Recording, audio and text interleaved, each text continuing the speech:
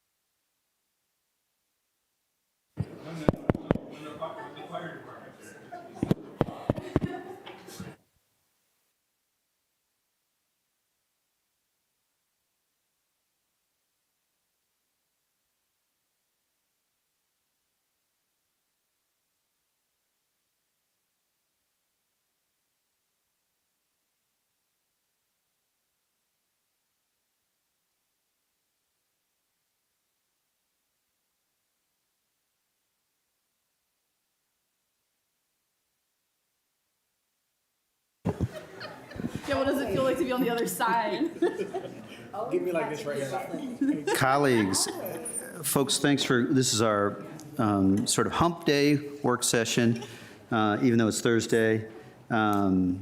Carantonis would have said this is our version of March Madness last year.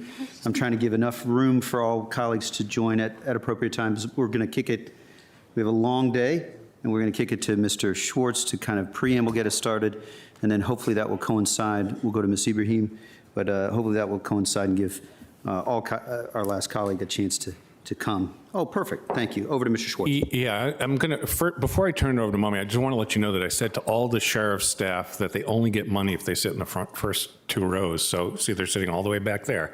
Did you hear that, Mr. Sheriff? Mark. Okay, I'm happy to introduce Mommy Ibrahim, our independent policing auditor. So over to you, Mommy. Thank you. Good afternoon. My name is Mami Ibrahim. I'm the Independent Policing Auditor for Arlington County, the inaugural Independent Policing Auditor for Arlington County. Happy to be here this afternoon and appreciate the opportunity to speak to you all and to present to the public about the work that we do and the funding that we'd like to see as we continue to grow our office. And as you're pulling up, this is the first time you come to this setting, and so I just wanted to name that, and we have some transitions. We're happy you're here to join us. I appreciate it. Thank you.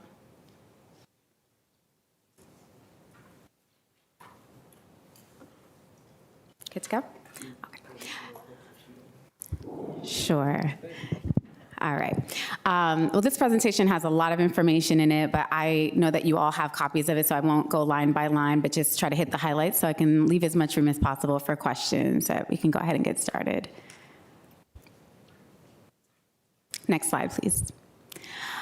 So the agenda today is to just kind of broadly talk about the civilian oversight work that we do in Arlington, and then go into talking about operating needs, staffing needs, and then opportunities for future growth. Next slide, please. I would assume that you all during this time of the year probably get a lot of asks and not necessarily a lot of applause. And I also thought it was really an important moment to talk about the fact that we are in our 5th year anniversary of civilian oversight in Arlington. So to take a particular moment to just start the presentation by saying thank you and just express my deep gratitude for all of the work that you all have put in as county board members, as well as your predecessors on the county board. We would not be here if it was not for you all. So thank you for creating the work that we do and for your continued commitment to the work that we do. Hopefully it's not the last time that you all hear thank you today, but I wanted to start there. And then also to thank the county staff, particularly the county manager's office, for helping me build this from the ground up. Particularly the county manager's staff, like I just leaned on them a lot in the first 5 years of getting to where we are now. The members of the police practices group who volunteered hours, the public defender's office, the Commonwealth Attorney's office, representatives from all over the county to make sure that we had the recommendations in place to create a foundation for this work. Our police department, who we work in strong partnership with, our chief, Andy Penn, and Captain Albert Kim, as well as Deputy Chief Latasha Chamberlain, who helped us get this off the ground as well. And then obviously the men and women of the police department who are out in the community every day, demonstrating the professionalism and the dedication that we are really proud of in the county. Our community oversight board, obviously, who volunteer countless hours to make sure that this work gets done. And then last but not least, the community who rallied and advocated for the creation of this work after the murder of George Floyd to make sure that we had what we needed in place to make sure that that never happens in Arlington County. So we would not be here without all of you all, and very much so the community, and thought it'd just be nice to throw in some throwback pictures of how we got here. I assume that we weren't allowed to add music, otherwise I would have queued up Tony, Tony, Tony or something, but maybe next year we can have some music. Next slide, please. So just in the spirit of also talking about 5 years, as I said, I think it's important to do a kind of look back of where we have come, how far we've come, and then what we have left to do. So we have done a lot of work in operationalizing and setting up a foundation that I'm extremely proud of. I think we have one of the most effective and most operational civilian oversight agencies in the state. And I'm really proud that we have been able to grow that from the ground up over the last couple of years. The areas in green are things that I think that we have accomplished really well and are really set in motion. The things that are kind of in that yellow or orangey area are areas that we've made a lot of progress on, and I'll discuss some of that in the presentation, but still more work to do. The areas in red are areas where I think that we have the most amount of work to do, and particularly the funding and the staffing are the things obviously that will be of highlight in today's presentation. Next slide, please. You all can, read these quotes at your pleasure, but these are just quotes that I pulled from different civilian oversight resources that just kind of highlight the need for sustained local government support in terms of human and budgetary resources, so that underscoring the concept that investing in civilian oversight is investing in public safety, and that it's a long-term commitment and not a one-time commitment. Next slide, please. This is also just some information, mostly for members of the public, as I assume that you all are well familiar with the type of model that we have here, but it's both an investigative and a review model. Investigative models, the point I want to make here is that they require the most amount of resources because we do front end and back end work in terms of processing investigations. Next slide, please. These are our current performance measures that we created in partnership with the county manager's office. Some of these are still things that we're trying to figure out exactly how to measure. Civilian oversight is a niched area where you have to figure out like the most impactful way to demonstrate what we do, and also understanding that some of the performances are things that you can immediately measure and some things that are more like long-term measurements. So we'll be reporting these numbers out in our annual reporting, but I just wanted to kind of give some context as to how we look at how we perform and what kind of impact we drive. A lot of the impact, I will also say, is kind of qualitative too, and it's are things that you will see in terms of the relationships that are built. Next slide, please. But also, in the spirit of providing some sort of highlight, I did want to just kind of give some context to how many complaints on average we review a year, how many of those go to the COB.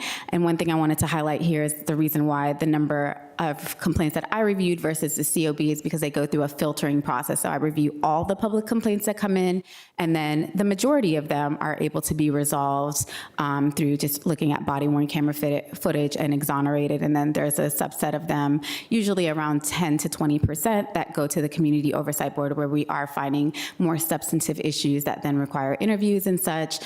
Typically, the COB does review more than 3. They usually review 1 complaint a month. But this past year, we struggled with a lot of records access issues that caused us to have to go through a lot of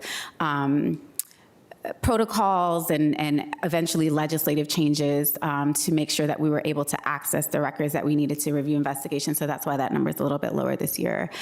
We are also, just big picture, working on a traffic stop data analysis in partnership with the county manager's office and ACPD, which is also a big body of work that we initiated last year and are hoping to finalize this year. And then just on the legislative initiative, a little bit more context there. I'm sure you all are familiar, but we pushed as a county for House Bill 1476 this year, which not only grants Arlington County's Civilian Oversight Agency, but also agencies all across the state the ability to access sensitive records and to discuss those records in closed session, because we needed to kind of housekeep some of the things in the Virginia Code to catch up with the access and authority that we want our civilian oversight agencies to have, and to ensure that members of our community, particularly ones who may be more in need of protection, that they're able to still have the rights and the abilities to seek additional oversight of their interactions in the same way that other community members are. Next slide. Another thing that I wanted to highlight here, and this is something that I think, we can translate in terms of numbers, right? We made X number of policy recommendations in a year, but seeing them and knowing what they mean, I think says a different and kind of really more impactful story. So I just wanted to highlight some of the ones that I thought were really big. We did a lot of work on the bias-free policing policy that made it more expansive of a analysis. So it's not just incidents where officers take action, but also incidents where officers may fail to take action that can fall under that, category of bias-free policing. We also noticed in the course of one of our investigations that we were not tracking any data around when officers pointed firearms at people. It was not considered a use of force or even a show of force. And so we were not tracking any data around that. And as we know, a big part of what we do in oversight is just diagnosing issues. And we understand that we only see a small subset of interactions. And by and large, the majority of interactions that we have, we're talking about thousands of interactions that officers have a year. We're only getting 100 complaints, and then only a smaller subset of those are ones that actually make it to the level of a full-blown administrative investigation. But still, we should be tracking data so that we are cognizant and proactively looking to make sure that we are always modeling best practices and that we don't have any issues that need to be addressed. I'll let you all read through the other ones on your own time, but those are some particular ones that I wanted to highlight that I think have a major impact on the work that we do. Next slide, please. Some areas that I think need further development in our work, I just wanted to highlight a few here. Use of force reviews and internal investigations. So I get kind of a report on those every 40 days. In terms of my day-to-day capacity, I spend the majority of my time working on the administrative investigations associated with public complaints. And so if we had additional staffing or additional kind of operating expenses for consultants, we'd be able to tap into this body of work in a much more significant way. Similarly, we make a lot of policy and training recommendations, but I would actually find it much more impactful to spend the majority of my time making sure that those are actually translated into policy and training implementations. So working with the police department to actually fine-tune those protocols and procedures, and actually attending trainings and facilitating or co-facilitating trainings and things like that, I think is where we would have a broader systemic impact. And so, having more staffing capacity to be able to expand that, I think would create a much larger impact. Next slide, please. All right, so now we're going to talk a little bit more into numbers. This is discussing operating expenses, and I just wanted to make sure for those who may not know, particularly members of the public, my office and the Community Oversight Board share a joint budget. So the requests that I'm making today are for both of our offices as a joint civilian oversight agency. Next slide, please. This is also a chart from a civilian oversight source, NACOL, to just kind of show where we fit in terms of the type of agency that we are and the authorities that we have. As I mentioned earlier, we're an investigative and review model, so we should be on the higher end of resources, but we are at the lower end of resources. Next slide, please.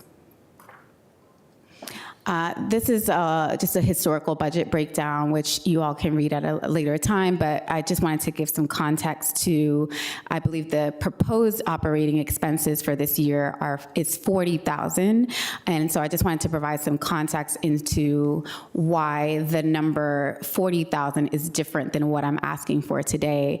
And just the main highlight here is that we originally started with $100,000 when we were first operationalized, and then 40,000 was given as an interim period to address some kind of budgeting oversights, and that number has stuck, but that's not the number that's actually reflective of what a fully operationalized agency should be. And I certainly, the main point I also want to make here is I certainly would not advocate for us to ever have a set number that doesn't fluctuate and grow in the same way that our police department does, or any other, agency in the county. We always want to be growing our work, and so it shouldn't be a set number at any rate. But you'll see later on in the presentation that the request that we're making is a different number, so I just wanted to provide some context as to why that is. Next slide, please. So as we're talking about the number that we're asking for here, I wanted to highlight that the National Organization for Civilian Oversight of Law Enforcement, which we all know as NACOL, highlights the best practice of funding at no less than 1% of the police department's operating expenses, the equivalent of. So we have continued to fall short of this standard. I think the first year when we were at 100,000, we were very close to that 1% standard, but we have fallen short of that since then. So we've declined in financial resources versus increasing financial resources, highlighting that our neighbors, which there's a chart that breaks down these numbers more in Charlottesville and Alexandria, both fund their offices at no less than actually more than 1%. So the proposed standard, the proposed $40,000 is actually, well, actually, what we had in fiscal year 26, sorry, and we'll see that on the next chart, is 0.32% of the standard, and what we're seeking to get is 1%. Next slide. So here's the actual breakdown of the numbers. So for fiscal year 2026, we asked for $123,675. We were given $65,000. That's the $40,000 that I mentioned was our standard budget, in addition to the $25,000 that was separately allotted by the county board as temporary support to provide the COB with additional kind of paralegal services to get their investigative reports out. That number does not roll over into fiscal year 2027, so that's why you see a decrease in the proposed amount from $65,000 going back down to our $40,000 standard rate before. However, our ask continues to be the equivalent of 1% of the police department's budget. So this year it would be $135,443, and don't forget the 94 cents. So that is actually, the $40,000 is only 29.5% of what we're asking for, and more importantly, it's a 38% decrease, which will cause a deficit in our operating expenses, because as to date in fiscal year 26, which is not over yet, we've spent $52,568.83, which is over the $40,000, including also the money that we are paying out to our contract paralegal that's supporting the COB in their additional investigative reporting. Next slide, please. This is also for your reading pleasure later, if you're interested in kind of seeing how we typically spend our money. Most of it goes to consulting services. Civil is our complaint intake system where members of the public are able to submit complaints or accommodations to officers, and then outside counsel, and then travel is our annual conferences and stuff that we go to for training every year. Next slide, please. So what would we do with these increased operating expenses if granted? We have a lot of things that we would love to see done with that, mainly consultant work on expanding our bias-free policing investigations and doing that kind of use of force work. The use of force work could be allotted to a deputy auditor if we were to be given additional staffing, but I kept it here under operating expenses too, to just say that if we did not get that additional staffing, certainly increased operating expenses would allow us to hire consultants for work that is missing in our capacity for staffing. And also expanding the ability to attend training to the COB, who to date has not attended any sort of national training, but we have given them a lot of local training. And then also the big one is increased community engagement. On average, we have about 3 to 4 community engagements a year, and that's just not enough. It's woefully low. So we need to be increasing that. We want to make sure that members of the community know we exist, know why we do what we do, and that we're a resource to them, but also getting their input to make sure that they have partnership in how we're building out our work. Next slide, please. So this is another chart to kind of break down jurisdictionally where we fall in terms of how we are funding civilian oversight in Arlington. And as I mentioned earlier, and you'll see from cases reviewed, we are one of the most productive in terms of outputting case reviews, but one of the lower ends in terms of what we're funding at for operating expenses. Next slide, please. All right, now we'll talk about staffing. Next slide, please. So here is just a breakdown of what our current staffing is, which is just myself as well as our senior management analyst, Ethan Trin. His role, just to speak to that very quickly, was originally a management analyst, but also seeing that we had a shortcoming in terms of policy analysis, we were able, with the help of the county manager's office, to increase the role from a management analyst to a senior management analyst. So we got it reclassified, increased the pay scale a little bit, and then added some additional pieces to that role, which mainly are rooted in the policy and training recommendations. Obviously, the work that we do in investigations is really important, but really the main takeaway is like, what did we learn from this and how can we prevent it in the future? So if we're not proactively doing policy and training recommendations, then we'll just continue to be essentially working at the same problem. So then in the next column, you'll see the staffing needs for fiscal year 27. First and foremost, a deputy independent policing auditor. As I mentioned, I spend the majority of my time working on investigations, and a huge part of my role is addressing systemic issues. And if I was not dedicating my full time and resources to working on day-to-day investigations, I would have much more capacity to work on those issues, engaging stakeholders, and addressing these issues in a way that is more strategic and planning for our work to grow. So that's one area, in addition to having that person solely doing use of force analysis as well, that would greatly improve our capacity. And then a COB management analyst, I'll get into this in another slide, but the main point here is that we have seen tremendous growth in the productivity of the COB by having the temporary support staff.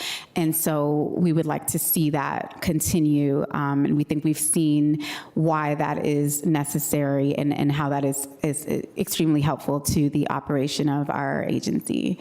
Next slide, please.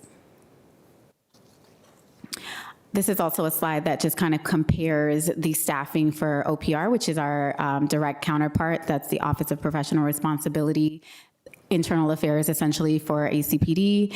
Obviously, they handle more than we do in terms of their full scope of work.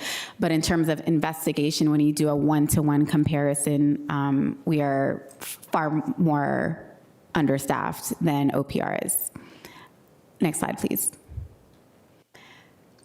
This is what I spoke to earlier in terms of just what we would be able to accomplish with having a deputy auditor. I'll let you all read this in your own time, but I can't underscore how important this is, and especially having someone that can fill the role in the absence of an auditor is a great kind of protocol to have in place. Next slide, please. So this is what I was speaking to in terms of the increased capacity. You know that this was something that the county board was really focused on in previous years, and making sure that there was public output so that members of the community knew exactly what the COB was doing and what the fruits of their investigation looked like and what sort of recommendations they were making. And so the COB, as I said, they're strictly volunteers that obviously have their own personal and professional lives, and they dedicate countless hours to reviewing these investigations every month, and we were moving at a particularly fast pace in the first couple of years, trying to just make sure that they got up to speed with all of the investigations that were going on as we operationalized. That resulted in a kind of backlog of the reports that were going on from the investigations, and so the county board granted the $25,000 one-time funding. As I said, we hired a paralegal, and they were onboarded in October of 2025, and we've already seen reporting increase at 2.4 times more, or 140% more. So our ask here is essentially to continue that funding, whether it's the $25K or preferably a part-time or full-time employee that can assist with report writing, as well as providing the administrative assistance that the COB needs to conduct their meetings and produce their annual publications, as well as their community engagement, not just the investigative reports. But I wanted you all to have an opportunity to see numerically what kind of bang for your buck, if you will, that you're getting from just investing in the increased report writing, which I think was an amazing solution to that issue. Next slide, please. So when we talk about building out the work, if you all know me, I'm never satisfied with the status quo. I'm always thinking about how to dream bigger, how to, really make this work as impactful as possible. I would love to see at some point us build out a mediation program. As I mentioned earlier, in terms of the number of interactions ACPD has with members of the public, it's a small number of complaints that actually end up getting to this kind of more full recommendation and interview phase. But a lot of the complaints that we get are, a third of them, I would say, are more about just professionalism and things like that, that I think could be resolved informally through mediation, and that would free up a lot of our resources and also have the benefit of building relationships between the police department and the community, which is what we're here to do in the first place. And then there's just some statistics there about how the DC Office of Police Complaints has been able to use their mediation program, paid internship support for social media, community engagement, things like that. And then as needed, continued temporary assistance for special projects like our larger data products, such as the one that is being funded currently. Next slide, please. That's the end of my presentation. Again, I just wanted to thank you all for your time and listening to all of the points that I hopefully was able to highlight for you all today. There's so much more, I'm sure, that could be said, but I'm trying to keep it brief and be respectful of y'all's time today. And then I'd love to open the floor to answer any questions that you all have. Thank you again. Thank you, Ms. Ibrahim, for your leadership and for your commitment over the 4.5, 5 years. I believe, I don't know your precise start date, but about 5 years. So thanks very much. I'll share with colleagues, of course, quickly. I'm going to try and really enforce this 3-minute piece for all of us, including myself, and I'll give myself just 2 minutes because I've talked for a bit. A couple of things. First, thank you. In addition to you, to Mr. Treen, I believe, Ethan. I know you're thrilled. We're thrilled to have had him on board 9 months. I don't know the precise amount, but just a big thank you to both of you for the work. I think Dr. Miller, thank you for your continued work to help as you guys work things through. A couple of notes on our side. The board has been engaging a little bit thinking about space, because I know that is a concern of yours, and we will have continued conversations coming up. I'm going to let Ms. Cunningham and Mr. Spain will certainly, there are liaisons here, and they'll be leading. But it's suffice to say, we are prepared for July 1st. And for those who don't know, July 1st, we fully anticipate will be the moment when supervision of the independent police auditor comes to the county board through legislation that you worked hard and others have worked hard to help pass in Richmond. I'll just say 2 concluding things and then open. And one is, I think it's very important to note You described the history that led to the genesis of the independent police auditor in 2020 and George Floyd's murder and the impact on Arlington and our broader thinking. I think it's important to note that we own body-worn cameras in Arlington, and that was a shift that came about that time, a little bit afterwards. That's certainly the case also with all of public safety, where we were really trying to embrace body-worn cameras. And then we'll have to flag for administrative pieces later.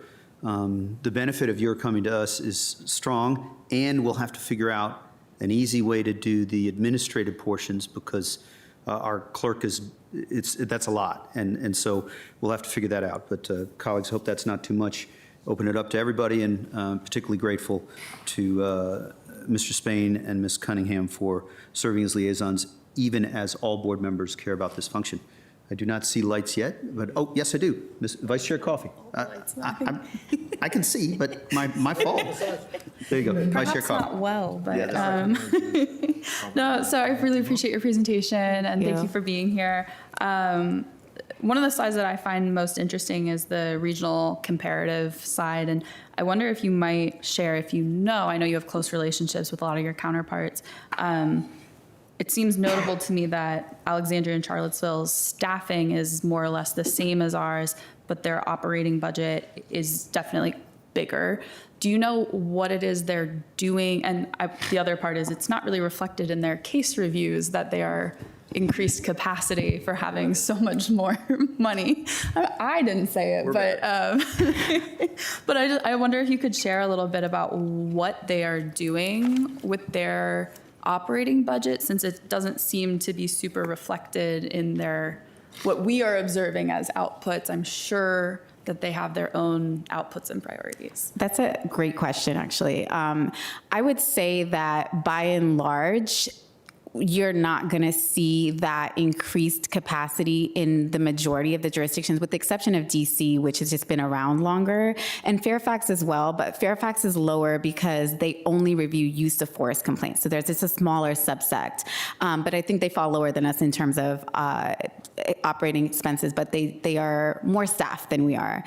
In terms of Alexandria and Charlottesville, both of those jurisdictions are operationalizing still, so they haven't begun doing their investigative review. So a lot of the times, and that's where it's kind of hard, because similar to us, where you might look at how much we spent in the first couple of years, you're not seeing the full story because you're not seeing us at our full operational mode. However, in Arlington, the reason why you're seeing the numbers are higher is because we spent time in we got right to the MOU and got right to work and decided we were going to try to work through some of the obstacles along the way, and get the work started. I know, for example, in Alexandria, they actually halted the MOU process, revised their ordinance, and then now just recently we went back to the MOU process, the MOU process, and finalized that. So they were kind of restructuring a little bit, and similar to Charlottesville as well.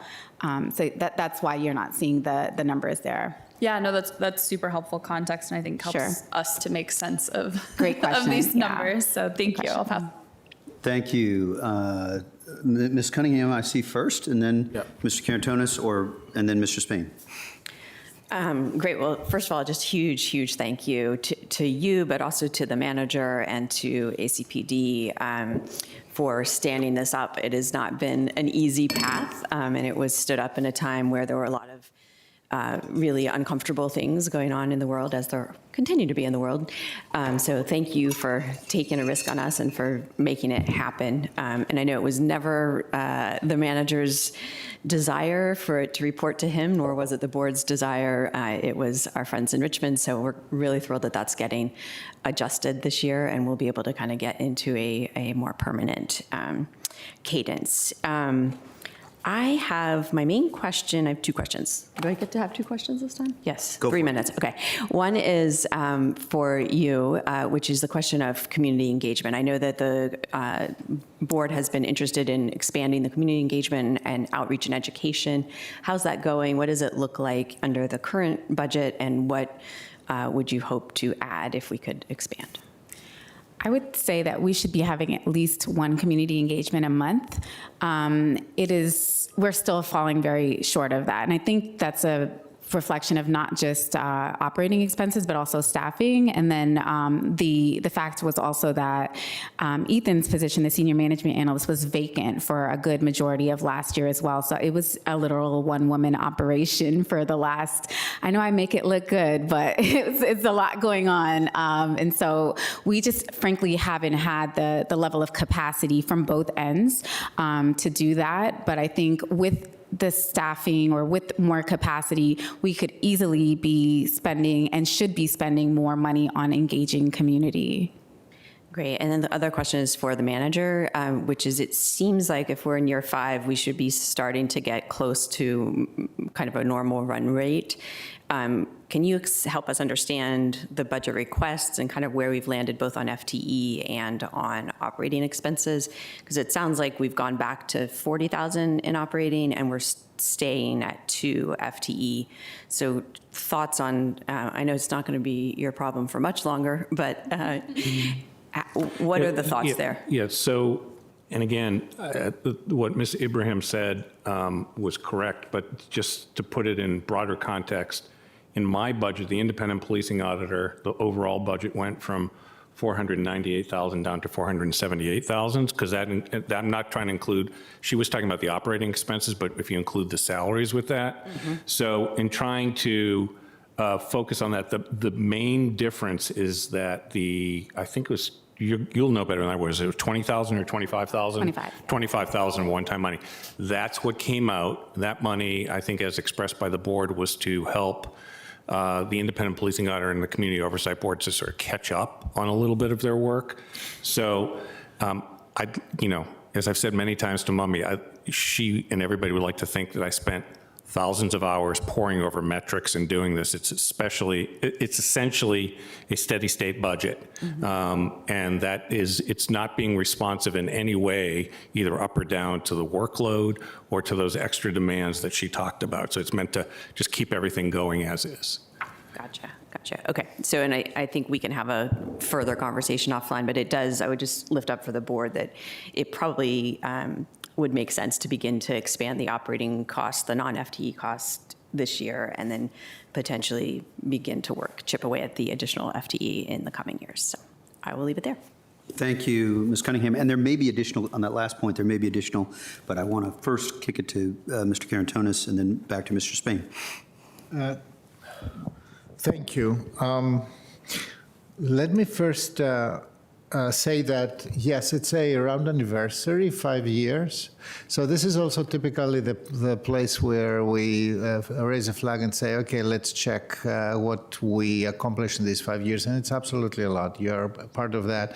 The Office of the Independent Police Auditor and the Civilian Oversight Board, Policing Oversight Board, is a systemic element of public safety in Arlington. So therefore, it's absolutely appropriate to think about maybe later this year to maybe have a session on revisiting the 97 recommendations, because I believe, and Mr. Chair, you're absolutely right, a lot of what is today absolutely clear and current, like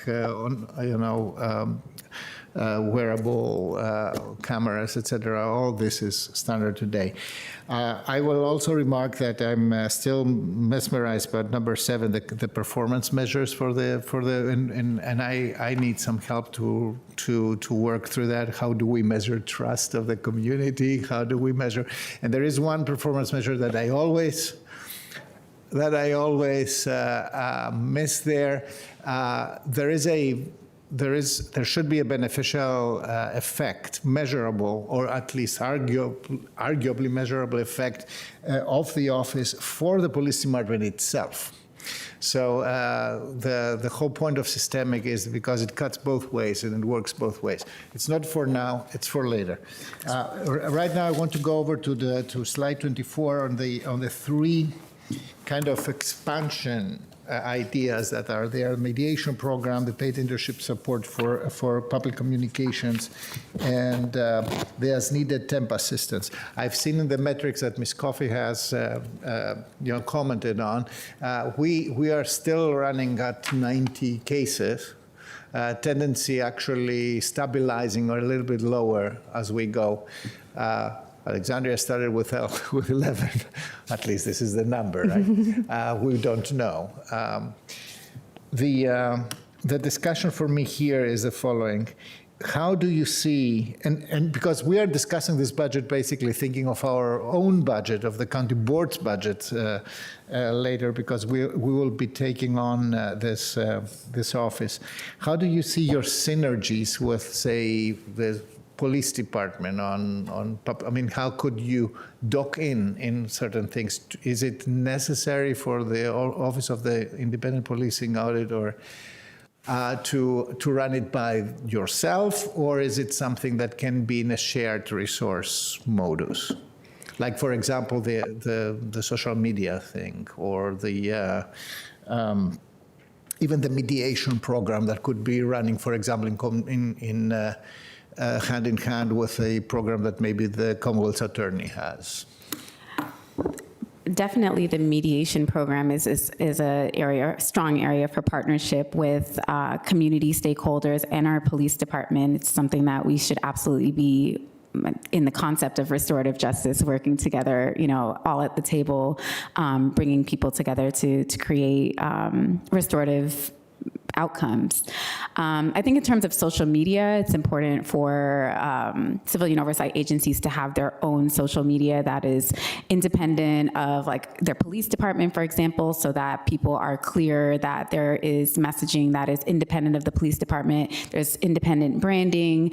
That is something that we're particularly conscious of in terms of how we're perceived by the public, and it increases the legitimacy of our agency, but it also increases the legitimacy when we are commending the police department of things that they're doing, because they know that we have an independent lens for what we're putting out into the public, and that it's objective, whether it's a commendation or a recommendation.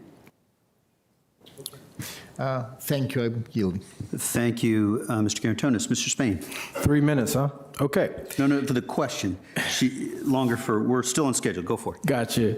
Well, first, thank you to our IPA Mummy for all the hard work you've done. You've heard all the salutations and the gratitude. And had I known you were going to put a picture of me up there, I probably would have gave you something different. But look, payback. I have so much, so many questions, but this is probably not the time nor the place to get into all the nuance and details. I will thank the chair and board member Cunningham for the years of serving as liaisons to this body. One of which many know, I was out here on the steps here of this building asking for this to be created before I became an elected leader. And look how far we've come, right? But I have some breaking news. We're failing. And I'm gonna tell you why. Because we are asking so much of you as not only a one person, but also as a woman, to do this work that you've already articulated and shared with us, the magnitude of work you have to do, the load that you have to bear to do this right. So my question is, if something was to happen to you today and you decide to leave, who's your deputy? Who stands in the void and fills your position? There is no one. There is nobody. So to my colleagues and everyone here, I think we're gonna have to really do some reflection and thinking about, it should not be a single point of failure in any agency within this government. We need to figure that out, and I hope that we can work to see what, as we look at perhaps a deputy director down the road, maybe not this year, but down the road, we really need to look at that. Secondly, community engagement. I tell folks all the time, you cannot lead by email. You can't just lead by photos. You can't just lead by word of mouth. So what do you intend to do within community engagement, what does that look like? You stated once per month. What does that look like in the next fiscal year for your office? I think community engagement should be not just monthly, but long-term existing partnerships. So we should be hosting office hours, really even on a weekly basis, where people in the community could come in. Obviously, we would need to have office space to do that, but people can come in, ask questions, provide input, that sort of thing. I know in New Orleans, when I worked in that office, we had standing partnerships with people in the community, particularly groups that served communities of particular demographics that maybe spoke certain languages, so that we could break down some of the barriers to access. Something that's really important in community engagement and just an organizing principle is meeting people where they're at. So being able to go to schools, going to prisons even, or jails, like facilities where people are not able to come out and provide their voices, going to places where people are able to provide input without them having to, bear the burden of having to come to Bosman Government Center or just log into our monthly meetings. It provides an opportunity for people to have, I think, more candid and conversational input and just talk about their experiences. So much of the work that we do is about translating concerns and narrative and experiences, like human experiences, into actual impact and accountability. And we don't get those experiences and we don't get that input if we're not out talking to people. So I think that's a consistent thing that we need to have. And that's why social media is important. That's why there needs to be just as many lines of communication and as many barriers broken down for us to get that input. But at least we should be going out into the community, whether we're hosting our own event or attending other people's events, at least once a month, no less than that. And as I close, I know, Mr. Chair, that there are individuals who are non-voting and voting members who are on the commission who want to also participate in that level of engagement beyond the confines of a virtual meeting or being in a room once a month. And there's been folks in our community who really want to see you out there in your office.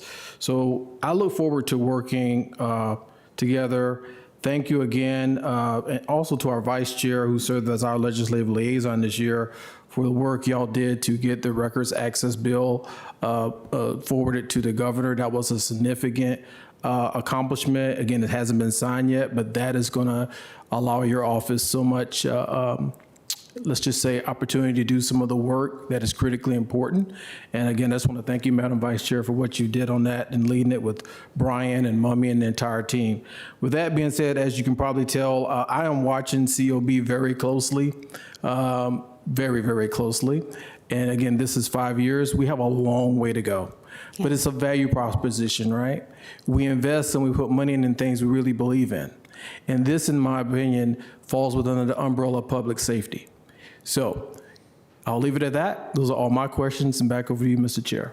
If I might just briefly comment. Yes, I think I agree with all of the points that you're making here, and I think we are definitely falling short of providing the adequate level of support that our agency needs to sustain and grow. I am tremendously proud of what we've accomplished over the past couple of years. I think we've done a lot with very little, but I also think that some of these issues that don't get quite captured, like you mentioned with the records access, that takes a tremendous amount of time and county resources to work through those issues. And civilian oversight is a relatively new thing in Virginia, so we're still working through a lot of those records access and authority issues, and we still have work to do in this county on that, but that is a part of the kind of silent work that takes up a tremendous amount of hours in the workload that I have. So when we are constantly trying to not necessarily just put out fires, but really build things up and deal with a lot of these issues that are like a issue of first impression and figuring out how to deal with those, that's another reason why I think our capacity has been extremely limited in terms of being out there and engaging in the way that we should be. Thank you, Mr. Spain, also for, in addition to Vice Chair Coffey, your work on the legislation, and yours as well, Ms. Ibrahim. I hope it can unstick so many of the issues that just over 2 years ago we were talking about 2 days before my daughter was born. A big So two things I want to clarify as we sort of wrap up. First is on office space, really focused on, just had a conversation with the manager yesterday and focused on getting good space, and we'll have to have conversations. But by the end of the year, certainly, and I'm eager for that to be closer to the summer without getting to a space of, or before July 1st, without getting to a space of knowing with certitude. And then I know there's descriptions in this presentation as well, and Mr. Spain touched on it. I am interested in getting a stickier, clearer understanding in my mind of, you mentioned 52,000's been spent, which sort of puts you right on target for July 1st for that 25,000. And so not in this moment, but I will look at what you've shared in detail, but understanding they're paralegals in my experience who are far better than some lawyers I've worked with on legal issues. There's administrative support, but I just think that if I got stickier sense of what that was, that may help me to be transparent in the one-time world. I'm not saying that Mr. Spain's analysis isn't correct. We're letting go of 56 total positions. I think you know that. I'm just saying the truth into the void of the meeting, and hopefully we can get to that sticky one-time funding that can, along with the legislation, keep the momentum that we're now seeing, as well as the office. So hope that's okay, colleagues. I don't know if you have any quick Mr. climbing. Chair. Yes, Mr. Karantonis. Yeah, just an additional note. While I share the overall concern and actually always the directional stress of wanting this to be a success, the entirety of the reform that we introduced in 2021, I still believe that the critical part is the Community Oversight Board itself, right? So if we can have a succession plan for the IPA, what is difficult to repair is if something breaks in the Community Oversight Board. And one of the critical deliverables of the IPA is to sustain, improve the function of the Community Oversight Board, and that includes the further education and further, yes. Capacitation of its members. If we talk about additional money, et cetera, I want, and this is more of a statement, I want to really see in what ways we will be supporting these members, the community members in the Oversight Board, to have even better insight and be even more incisive and do even more of a, substantial work there. I really need to see how resources will translate into that. Yes. I would say, just as a quick comment, we are lucky to have a group of very dedicated and passionate members of our board. I would say also that civilian oversight is a very niched area of work. And so even as a over 10-year practitioner, I'm constantly going to trainings, constantly learning more. We're constantly developing standards. And it would be tremendously impactful for at least the chair and the vice chair, one or two members every year, to be able to go to NACOL and learn, and also to fellowship with other members in jurisdictions. Like, that's how we grow, that's how we strategize, that's how we set standards. And just like the legislation we did this year, like that was a community effort where we are standardizing the access and authority issues across the state. And that is so valuable. I cannot underscore that enough. Thank you. Just as a reminder that we should just be very, very thankful to the time, talent, and just pure dedication that these members are giving us there.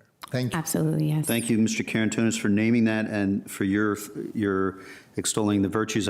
We may be seeing the chair, I do not know, at one of the next sessions where we consolidate the commissions. But colleagues, thank you so much.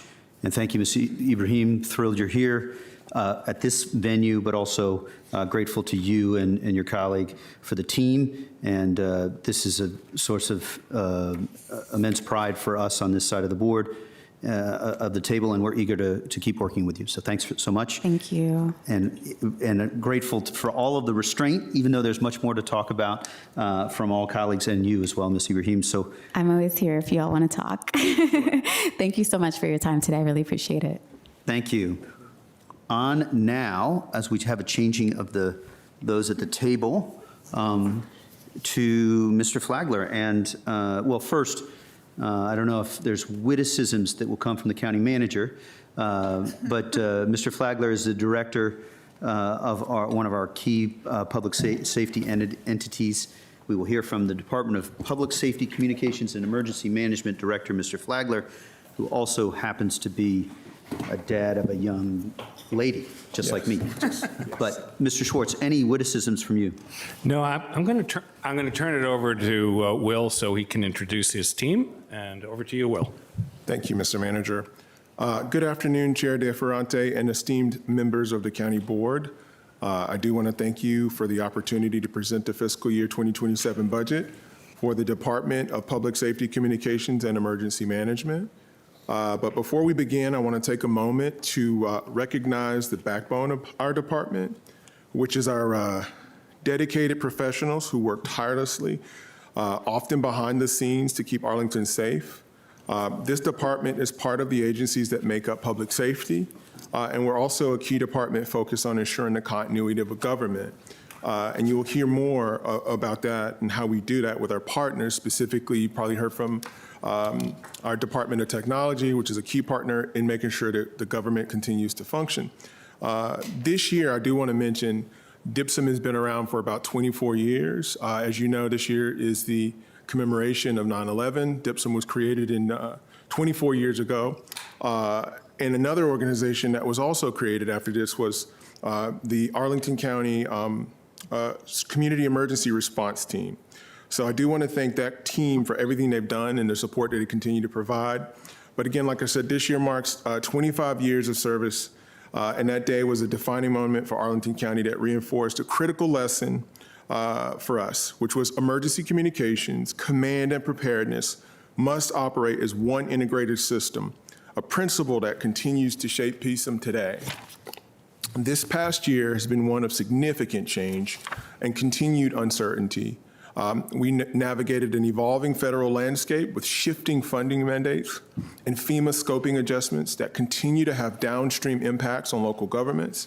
Even with this uncertainty, our team stayed focused and resilient. We continued advancing critical planning and coordination work, responding to real-world incidents and weather events, and delivered a monumental upgrade to our computer-aided dispatch system, modernizing how emergency communications are supported across the county. And again, you'll hear more about that today. But I want to stop here and take a moment to recognize the leadership team whose expertise and dedication make this work possible. Here to my right is Jake Sauer, who oversees the Emergency Communications Center. Also with me is Jessica Baxter, who oversees administration and public affairs. And out in the gallery here is the legendary Stu Sands, who manages countywide interoperability. Did I say it right, Stu? Is that okay? Yeah, he told me to say that. I'd also like to extend my sincere appreciation to Jeff Bergen here, who is our chief calculator wrangler and budget and finance analyst. And I'd also like to thank Aisha Bo and Serena Asher, our communications team, for developing a lot of what you're going to see today. And a special thank you to our partners in the Department of Management and Finance, Maria, Richard, and Emily, and especially Kanika, for their continued collaboration and support. And finally, I'd like to thank Mark and Dr. Aaron Miller for their guidance and direction throughout this process. With that, let's move into our fiscal 2027 budget presentation.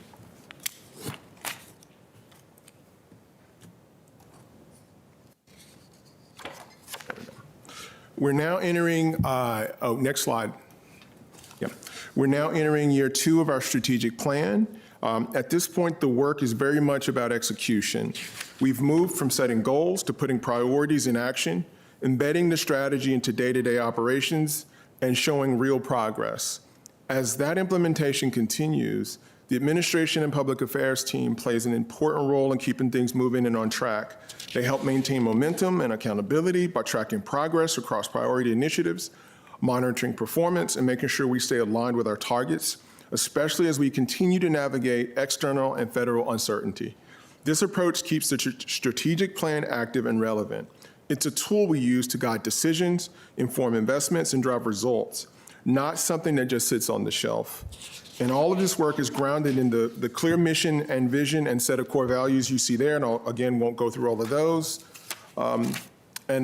And really, we really focus on that for our whole department. It is every day we really focus on this. Every quarter we have conversations and meetings about it because it's very important. Next slide. What this slide represents, as you will hear throughout this presentation, is how DIPSM supports the community on a blue sky day, which I'm defining as a typical, uneventful day, free of significant disruptions or challenges for the county. So how do we meet this mission for our community? It takes a 24/7, 365 approach, a commitment to excellence, and a drive to innovate. As you can see, DIPSM's responsibilities span a wide range of critical functions, all working together to ensure the safety and well-being of our community. We are a comprehensive public safety organization that provides 24/7 emergency and non-emergency call taking and dispatch services. We coordinate incident response for the entire county. We lead the response and recovery efforts for major emergencies and coordinate large-scale events, from natural disasters and severe weather events to public gatherings. We proactively manage threats to inform county responses by identifying potential risks and vulnerabilities and taking steps to mitigate them before they become crises. We keep the public informed with timely alerts and warning, using a variety of channels to reach residents quickly and effectively. We prepare the community with life-saving skills and build capacity through our volunteer network. We manage the county radio system and ensure interoperability with the region for seamless communication within the county and across jurisdictional lines. We collaborate with regional and state partners for a unified emergency response, recognizing that our proximity to the nation's capital and position within the dynamic national capital region increases our vulnerability and requires Hi, Diana. This coordinated is Maria action. Meredith. I have appointments with Liz on Monday and Wednesday. I need to cancel. Through this comprehensive approach, DIPSM is committed to building a safer, more resilient Arlington for all. Next slide. I'd like to begin with our emergency management program. Emergency preparedness is not about planning for every scenario. It's about ensuring government can respond, continue operating, and recover when the unexpected happens. When something goes wrong, any gaps in the county planning, coordination, and communication capabilities become immediately visible. Our role is to ensure we are continuously working to close that gap, to protect lives, property, critical infrastructure, as well as government credibility and our local economy and taxpayer dollars. Next slide. The cost of being unprepared isn't just financial. It shows up in delayed life-saving information, slower response times, misaligned resources, and could negatively impact our communities most vulnerable. When plans are outdated, incident command isn't practiced, and coordination is not robust, risks to life and safety increase, especially for older adults and lower-income households. Without timely coordinated communication, misinformation spreads faster than official guidance and trust erodes. There are real financial impacts as well: higher overtime, increased liability, and lost reimbursement and grant opportunities. And ongoing uncertainty around FEMA and the Urban Area Security Initiative funding makes it even harder for local governments to sustain readiness and plan for the long term. Next slide. After discussing the cost of being unprepared, this slide shows what emergency management looks like when it's done well, like it is here in Arlington every day, not just during a crisis. Arlington's commitment to preparedness ensures we're ready to respond when seconds count. This work happens year-round to reduce response times, limit confusion, manage financial risk, and make sure residents have the information they need. Our planning and operations teams focuses on continuity of operations, emergency planning, interdepartmental coordination, training, exercises, and regional collaboration. These plans and partnerships provide clear roles and structure when conditions are chaotic. Exercises and incident command training allow us to test those systems, strengthen leadership decision-making, improve safety, and address gaps before a real incident occurs. And because no jurisdiction responds alone, regional coordination allows us to scale quickly, share resources effectively. Behind the scenes, finance and administration ensure response costs are tracked and reimbursed, protecting the county's general fund. Public affairs leads outreach, alerting, and preparedness education, building trust and expanding capacity through programs like our Community Emergency Response Team, Until Help Arrives in the First 15. Together, this is how emergency managers reduce risk long before an incident ever happens. This is all more important with the way FEMA is being reorganized to place more responsibility on state and local governments. Next slide. Now you want to know what this looks like in practice? When a major incident happens, response begins immediately at the scene. First responders assess conditions and determine whether it can be managed locally or if broader coordination is needed. If additional support is required, the emergency management duty officer deploys to assess impacts and connect on-scene operations with county leadership and resources. When incidents exceed what can be handled through field coordination alone, the Emergency Operations Center is activated. The EOC supports incident command by coordinating countywide resources, public information, emergency communications, logistics, infrastructure restoration, sheltering, and recovery planning by integrating partners like the Red Cross, utility providers, public works, and regional agencies.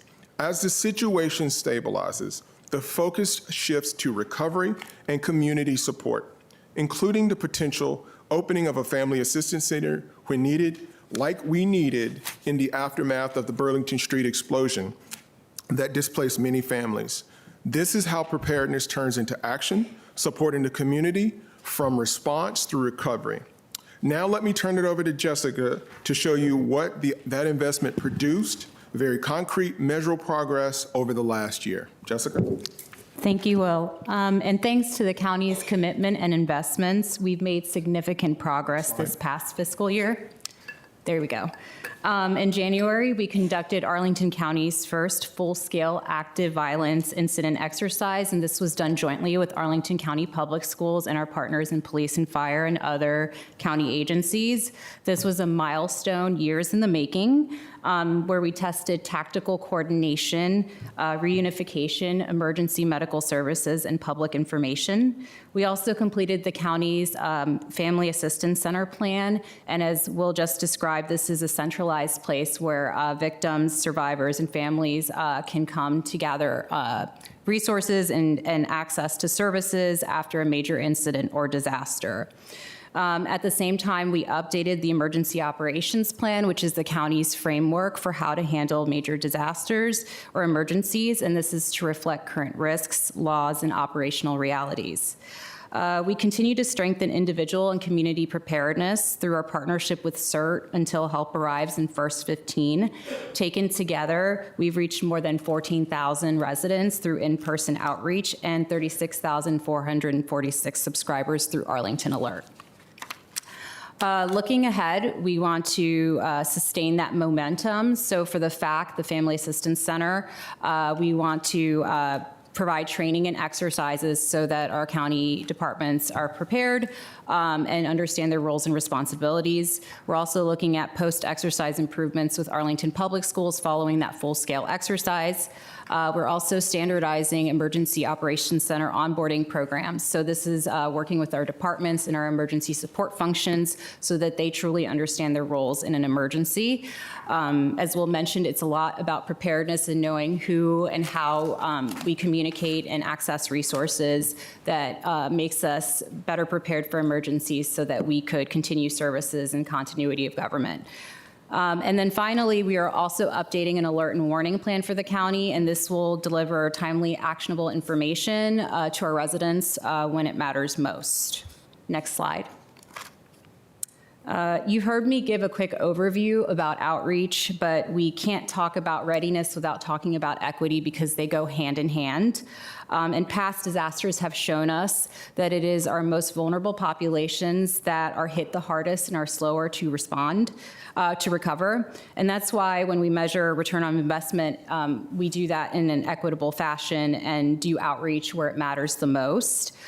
Through our Until Help Arrives program in First 15, which is a partnership with our fire department, we teach residents life-saving skills like applying a tourniquet, performing CPR, and stopping the bleed. And those are, after a major disaster, it's going to take a few minutes for our responders to get on the scene. So we know that the more people in our community that are trained, the more we can save lives, which is very critical.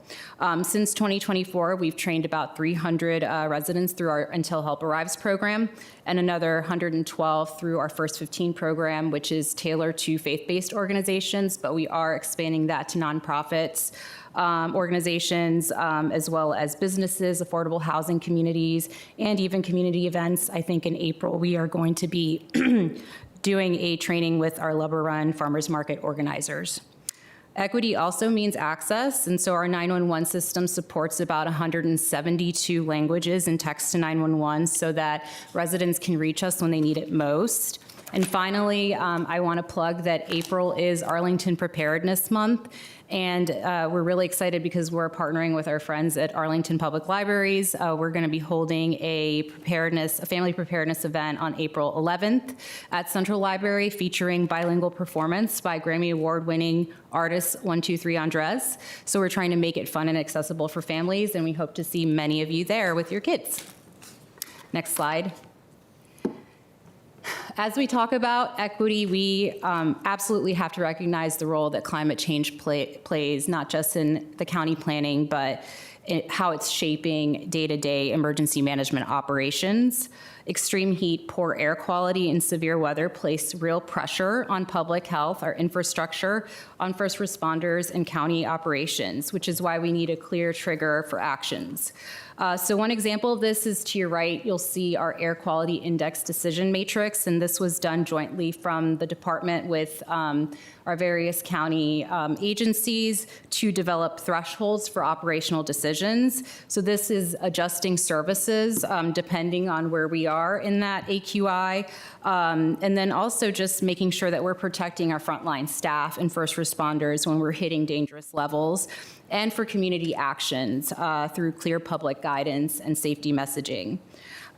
This will allow us, we live in this climate-driven world at this point, and it allows us to keep essential services and government operations running smoothly. And we use these events so that we can plan for the future and reduce future risk.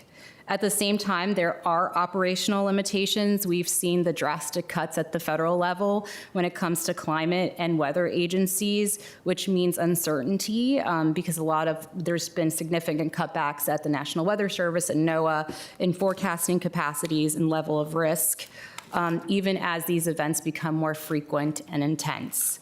Locally, we had a countywide critical infrastructure vulnerability assessment, which was supported by a $300,000 grant, which is no longer funded and remains on hold, which creates a gap in our ability to fully understand how climate is affecting our critical systems. Next slide. And that brings us to the broader point on the federal context. Will alluded to this. We're unclear about where FEMA is going. I think at some point they wanted to do away with the agency. Now we're hearing it's going to be drastically reduced. We're not sure how the guidance is going to be evolved. We're still waiting, or what costs will be eligible, or how reliable long-term mitigation funding is going to be. Programs like the Building Resilient Infrastructure and Flood Mitigation Assistance have faced disruption, and even when those funds have returned, it's been pretty chaotic and unclear on what exactly would be funded. And we're also seeing reduced federal capacity to provide on-the-ground technical support and recovery guidance. There's been a lot of cuts to the surge and core teams, which are the boots on the ground after disasters that come, and they basically are adjusters, and they determine which homes, just the level of damage, and they help us process those technical claims so that we can get reimbursed. So with cuts that drastically, what's happening and what we're seeing operationally is that people are relying more on other tools such as the Emergency Management Assistance Compact, which is a mutual aid agreement between states to send emergency management staff to disasters. But even as we rely on things like EMAC, and they are critical, it does not replace the role that FEMA once historically had. And while things are uncertain at the federal and state level, I think what we can control are the investments into our local programs. So with that, I'm going to turn it over to my colleague Jake Sauer, who's going to talk about Emergency Communication Center. Thank you, Jessica. I want to start first by recognizing a major accomplishment for Arlington County, and that is in February, we successfully launched our new computer-aided dispatch system. High-stakes work that took intensive collaboration across the ECC, the police department, fire department, and our technology partners through DTS and outside partners that surround us. This launch reflects an extraordinary level of coordination and commitment. And this CAD system is the backbone of public safety and a key step towards next generation 911. It strengthens how calls are processed, how information is shared in real time, and how resources are dispatched. And this allows our responders to receive clearer, faster, and more complete information. At the same time, we've continued modernizing how we handle call demand and improve consistency. Through our call handling protocols, we remain the foundation of quality and standardization, reducing variability, limiting errors, and giving us clear benchmarks for accountability. We've also added tools that improve field awareness and response, such as Rapid Deploy, which helps deliver critical real-time data to responders faster, such as scene video and improved caller location. And we've continued expanding capabilities like our Text to 911 program, translation, and improved location accuracy. And on the non-emergency side, our partnership with Auditor is helping streamline towing calls by moving them into a database, reducing a high-volume driver of routine call load, and freeing our staff to stay focused on true emergencies. This is allowing the public to find their towed vehicle more quickly without the assistance of the 911 center. And taken together, these upgrades strengthen reliability today and position Arlington for what's next. Next slide. All of these technology upgrades matter because what happens in a real emergency? When a resident dials 911, the call reaches the Emergency Communication Center, where a trained call taker immediately confirms location and what is occurring. And if a call is disconnected or abandoned, every effort is made to reach that resident immediately through callback and text. And if needed, life-saving instructions start right away before responders arrive. At the same time, that information moves to a dispatcher who sends police, fire, and EMS and keeps them updated as conditions change. When responders arrive on scene, they take over while the ECC continues coordinating support through dispatch. The key point is that help starts immediately and call taking and dispatch work in parallel from the first second. Next slide. This slide shows what the data tells us about demand, and especially during peak hours, and why staffing capabilities still matter. As we've shown, technology is making a real difference, but people are still the most critical resource in the center. 911 call volume continues to rise, and that's reflecting the growing reliance in our community places on emergency services. At the same time, non-emergency and administrative calls are trending down, showing that tools like Amazon Connect AI and Artura are successfully diverting high-volume, non-urgent demand away from the 911 center. Even with those improvements, performance comes under strain during peak periods. Currently, 78% of 911 calls are answered within 15 seconds, compared to the national standard of 90%, which is not uncommon for dense urban area call centers. Our call abandonment rate is 26%, meaning some callers disconnect before reaching a call taker.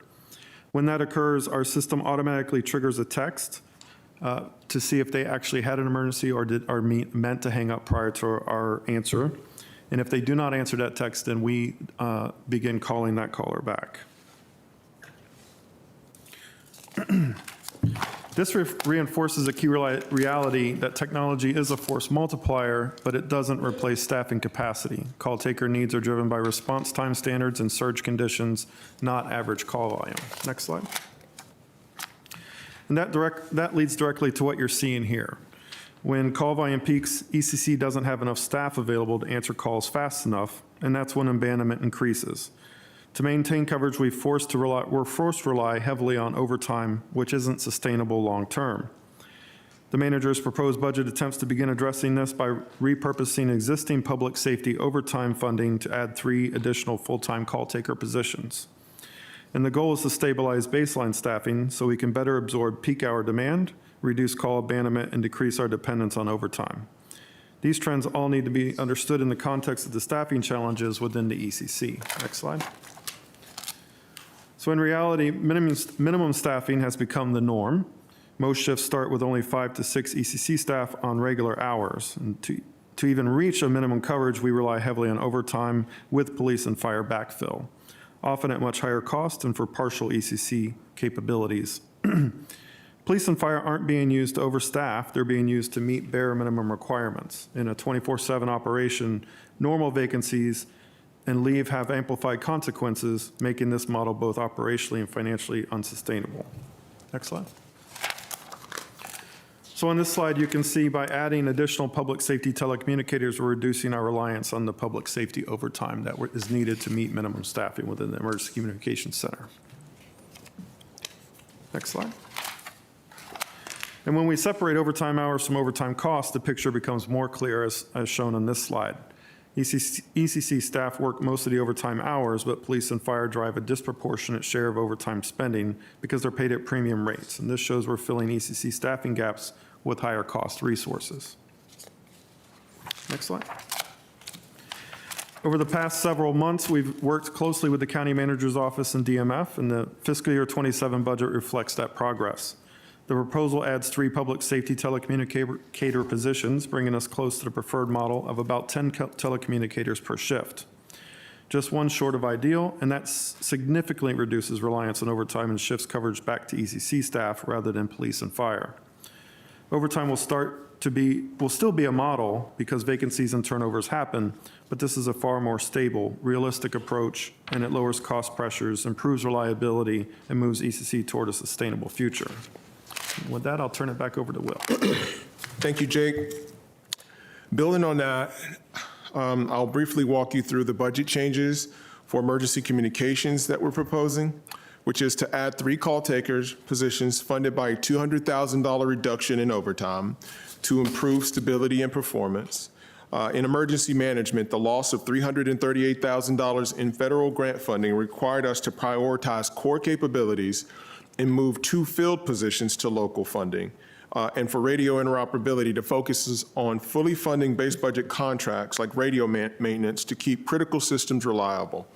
Overall, this reflects targeted investments, reduced overtime reliance, and a shift toward long-term sustainability. Next slide. As we noted in the previous slide, one of the reductions in this budget is the freeze of the vacant Deputy Director of Emergency Management position, valued at $263,941. That decision means the department has had to absorb additional responsibilities internally and realign work across existing staff.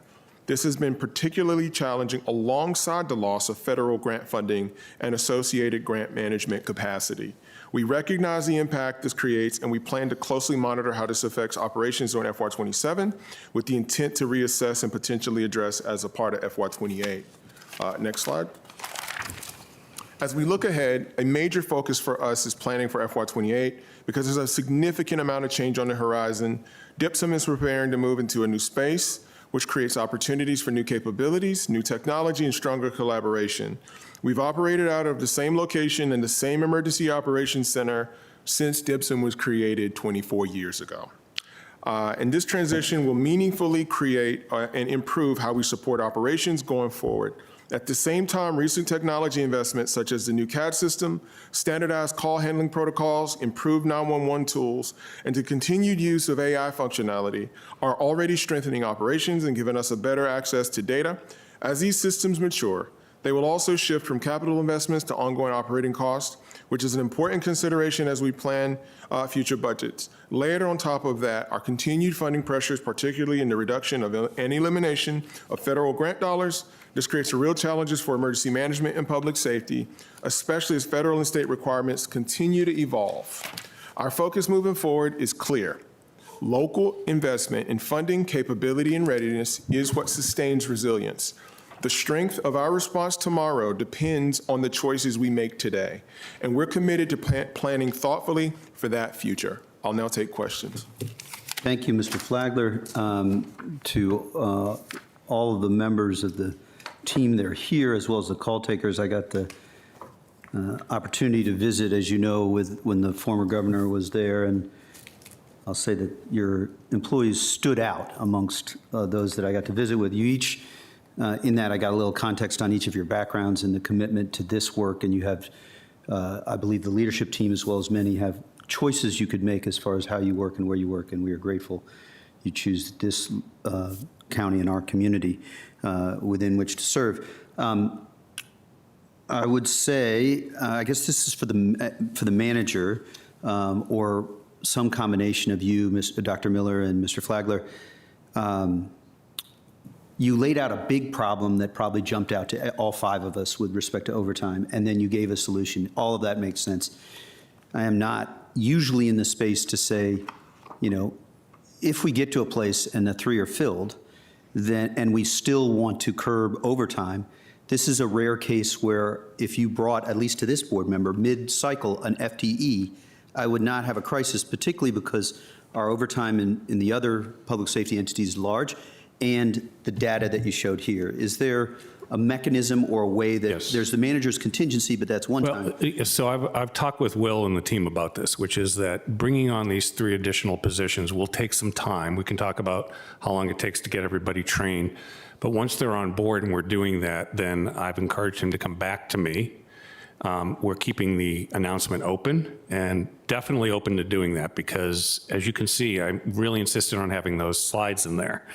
It's sort of crazy for us to be paying a premium Yep. for the call taking that takes place. And so Will has an open invitation to do that. And I appreciate the invitation from the board because we'll come back and do that because at the end of the day, even though it may not be a budgetary savings, given how overtime is budgeted in public safety, it's a bottom line savings. So absolutely.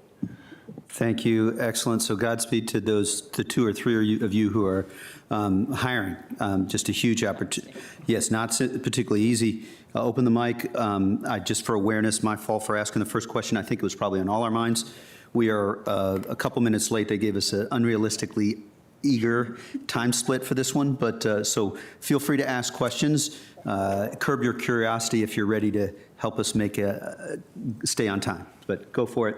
Still, if you have questions that are burning, go to it. I do want to give everyone a chance to go for it. So we have Ms. Cunningham first, and go ahead.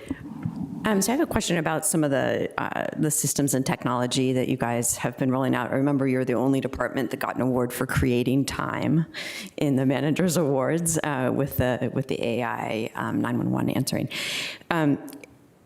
Given that system, which I've hesitated calling 911 to test because we probably don't need another call, on page 431, it has the duration of the calls, and it seems like the duration has been spiking up. Is that because it's sort of bifurcating to really high emergency ones are faster and you're in a little bit of a call window for the less emergency ones, or is that a reflection of staffing?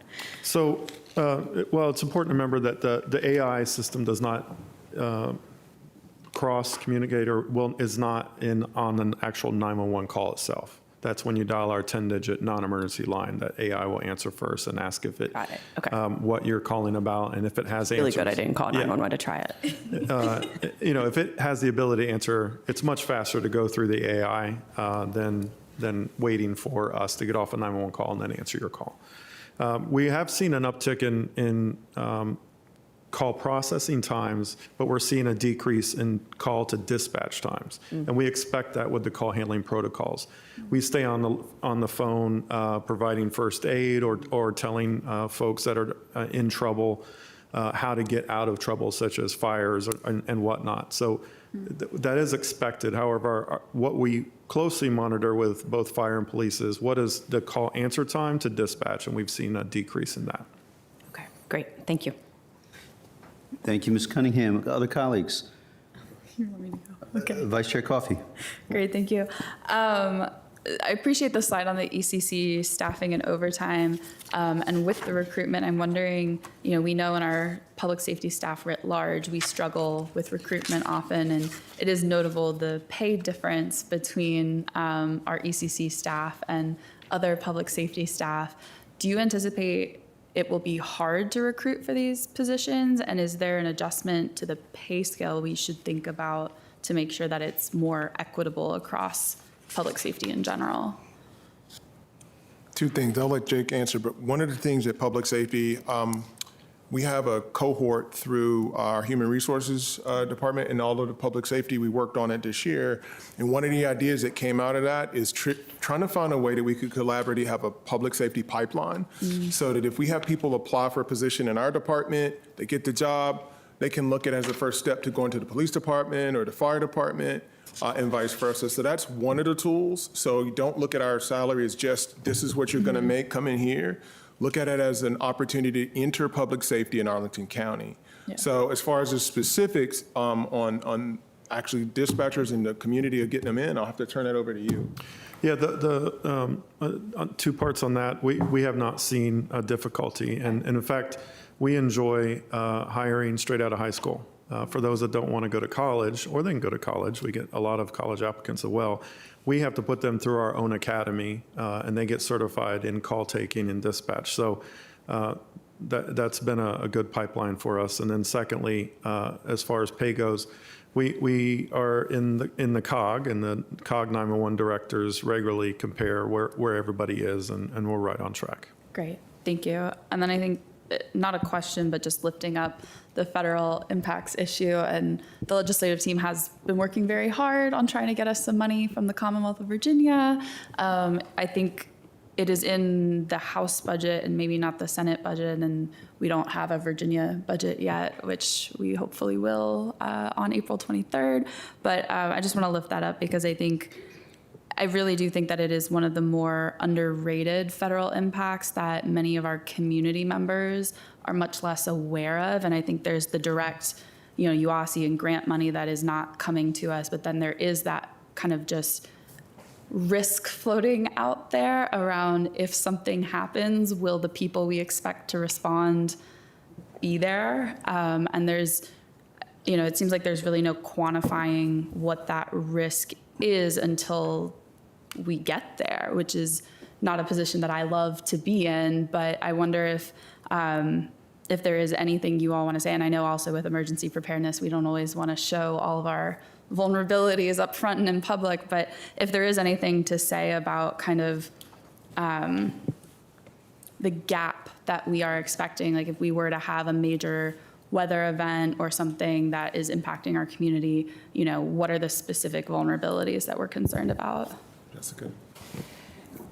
So as you mentioned, the guidance hasn't come out. It was supposed to come out in January, and now we're hearing March 25th. We know that FEMA staff has dropped from 29 to 22,000, and further reductions are supposed to happen. One of the things that, again, we're waiting to hear what the impacts are going to be, but even just on the cost recovery threshold, we've been hearing things that the threshold might rise by 4 times, which means that per capita, as a state, we would probably have to hit about, Jeff probably has these numbers, but we would have to hit anywhere between, I'm looking at the numbers right now, 65 million as a state. Yep. If it went up 4 times, and then that means that in Arlington, we would have to hit a much higher threshold, about 16 million. Yeah, we would have to hit about 16 million as Yeah. a local. Yeah. Before FEMA kicks. Correct. And then there's the optics of economic impacts, which is another thing that they look at. And so this is where we kind of go into tribalism. We're really not sure whether the eligibility will exist for a community like ours. So it's really, really concerning. We don't yet know. And so we are pretty concerned about it. But I think that's where we are trying really through the state, as you mentioned, through the General Assembly, to work through our just legislative liaisons and through the Northern Virginia partners to push some type of legislation to have dedicated funding. And we've seen other counties and states do that. In Florida, I believe they attach a percentage tax through property values. And so there are ways, there are models, but I know that that's being studied. So we're not really sure what the timeline is going to be for that. So in the meantime, yes, there is a big risk. And that risk is we're not sure if FEMA will show up at what capacity and how much they're willing to provide. So, thank you. Thank you for the response and the question. Makes you think quite a bit. Mr. Spain. Well, you may not have to like politics, but politics like us, right? It matters. So thank you, Mr. Fletcher, for your presentation. And just a few questions. I was at the CSB last night, Community Service Board, right? And I think it's just germane to what's going on here. Your call takers, right? Just real quick for the public, it may be somewhere I just didn't see it. How many of your call takers are CIT trained, crisis intervention trained? All of them? Jake, we have a bigger picture. A bigger picture, okay. Really good partnership with DHS. As you know, they launched the most vehicles. Stu was in charge of making sure to outfit that with radios. Our entire 911 center went through training with them, especially you guys heard about 988. I think from Deborah, she talked about that. So we're right in the mix of that. We have a person from DHS that is basically in the 911 center on a consistent basis. So on the behavioral health side with DHS, and this, we're pretty much where we need to be. So I'll turn it over to him for a little bit more specifics. Yeah, that Will's right. That's a big proponent of our academy as well. So they all get trained by our DHS liaison on the Marcus Alert and the CIT and what to expect and what occurs. And we've involved the call handling protocols to better reflect that, the Marcus Alert, both in Virginia and the CIT. So you feel really comfortable with, when we think about not just the CIT overall, but the mental health and de-escalation and all that great stuff, you feel like your teams are well-suited and prepared and getting the adequate training? I do believe so. And I believe that the MOST team that DHS does along with the police department has significantly improved that as well. Okay. My last question, Mr. Chair, for the team. New age technology, and y'all talked about a little bit, changing systems. Is there anything you're missing as relates innovative, again, new age technology, some, nice to haves here if you need it, or you have everything you need? Well, my team would say they need a break. They've gone through a lot of change with technology. And you got to move at the pace of need. Every year something's changing with technology, right? Yeah, most certainly. It's a wild time to be in 911 because of all the technology, and I think AI will play a bigger force multiplier in the future. But we are certainly, I would say, leaders within the state as far as deploying technology to be a force multiplier.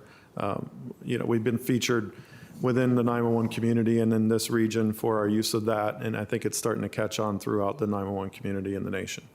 Okay. And I'll add, he's very demure. He was on Good Morning America actually a year ago talking about kind of some of the stuff that we've done. And one of the things with our CAD system, we're not just a leader in the Commonwealth of Virginia, pretty much in the country. This CAD system is the first one to be multidiscipline, meaning fire and police, to be in the actual cloud. So we're the first one. Did I get that right? Yes, which is another great achievement. It sets us up with both redundancy through databases instead of our own back rooms and trying to maintain that equipment. And it also allows us through APIs to connect more data connections to further push out to the responders, such as video and et cetera. Yeah. So maybe you can just finish up with this. It was in the press, and not to name. Talk us through real quick, when someone calls 911, right? Is it possible they can get a busy signal? So, and walk us through that scenario. Like, what happens? Like, yeah, busy signal, people talking about no one picks up, all that stuff. Like, talk us through that scenario, because I know there's someone there. I've had to use it a couple times. Yeah, just talk us in the public through that real quick. That's like I mentioned on a slide, the call abandonment rate. So through the new technology of next generation 911, we have a very large pipeline. We can, in fact, almost accept an infinite amount of 911 calls. And sometimes it's not infinite, but sometimes we receive a very large influx of calls, such as, let's say, a crash on, one of the interstate systems, a lot of people are calling in at the same time to report that, or like the Boston home explosion. A lot of folks, rightfully so, interacted with the 911 system to both get help and to let the system know what's occurring. When that occurs, you will not ever receive a busy signal. It puts you into a queue, and that means that the system essentially is overwhelmed. We have more 911 calls than we have available people to answer those. That queue remains until someone is freed up from a 911 call to answer the call, and it's answered in the order that is received. If you hang up before we can answer that call, we're going to first send out an automated text. Did you mean to call 911? If you say 1 for yes or 2 for no, if you say no, the call's dropped. If you say 1, it puts you back into the queue. Unfortunately, it's going to put you back at the end. So that's why we always say, if you dial 911 and do not get anybody to answer right away, you need to continue holding on. You'll get a recording that says all operators are busy, please stay on the line. And we encourage you to do that because it goes in the order in which you called. Thank you, Jacob. Thank you, Mr. Chair. Thank you, Mr. Spain. Mr. Sauer. Mr. Karantonis. Thank you, Mr. Chair. Just as an additional footnote to the discussion about the impact of FEMA cuts, it's not only the financial uncertainty that we have now, and we, as Ms. Coffey mentioned, we very much hope that some of that at least will be balanced by state action. It's also the fact that this affects also insurance premiums, et cetera. So the taxpayers should know that they pay from both sides. And it's even worse because this has enormous equity impacts, as Virginia still allows credit scores to be proxy for choosing the premiums of people. So they charge those who can least afford it the most for what we are trying to mitigate here, which is the risk. So to me, your department is doing fundamental work on this side as well. So thank you for that. What is every year frustrating to me is to see these 15% of Arlingtonians that is not moving up and signing up for Arlington Alert. And I wonder what should we thinking about doing to get a little bit better on this. Yeah, and it's definitely something that I have talked with extensively with my comms and outreach team. We did see a bump about 6% from the last fiscal year to this fiscal year. And I think a lot of things, when you're looking comparatively across the nation and the region, we're actually ahead, which I'm not really sure what the science is around there. I know that we have a very transient population. People come and people go. When you look at just 18 and over populations, I think the number goes up to 18%. So we continue to do our best through all the channels. So when we are out doing Until Help Arrives First 15, when we're at community events, pop-ups, when we're doing seasonal campaigns, we're constantly pushing Arlington Alert. We're doing, we partner with Arlington Transit, and they give us free space so that we can advertise Arlington Alert, and through our county departments, we partner with them as well, police, DES, fire, to push it out. So I think that that's something that we're going to continue. We definitely want to keep increasing the number. And it's a focus for our communications team to find new ways. If there's creative ways that we can do, whether it's partnering with businesses, to get that number up higher. The only reason why I'm bringing that up is because over time I begin to feel that one thing is to, in blue skies scenario, you tell people, hey, it's prudent to do that. The other thing is when we have now a succession of more events that where the average person would associate them. Oh, it would be nice to have an alert about, I don't know, the Potomac pipeline, the sewer line that broke, or of the a squall of storms coming through, or of the snow emergency, etc.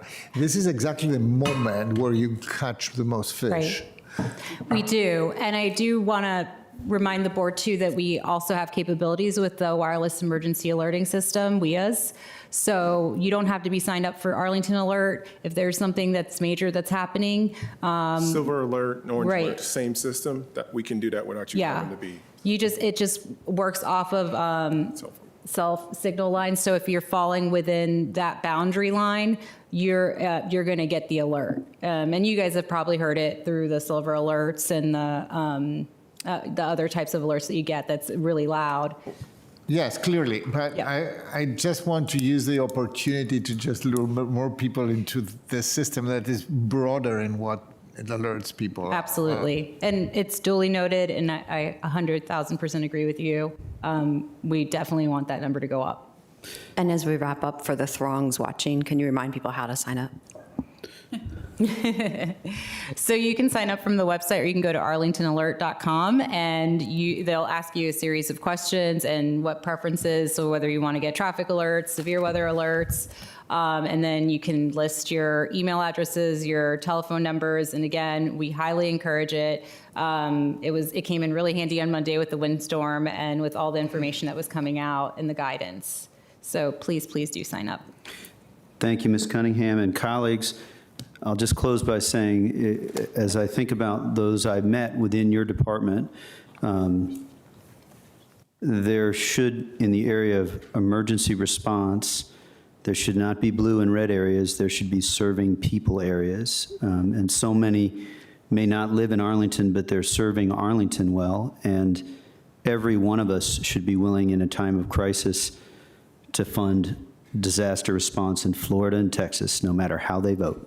So just a big thank you to your people, the women, a little more than men, in your department who are helping to keep us safe. And thank you for the presentation, Mr. Flagler. There used to be someone else who used to run the department. I'm not sure I can remember who it is since you do it so well. Oh, sorry, Dr. Miller. Thanks, everybody. Thank you.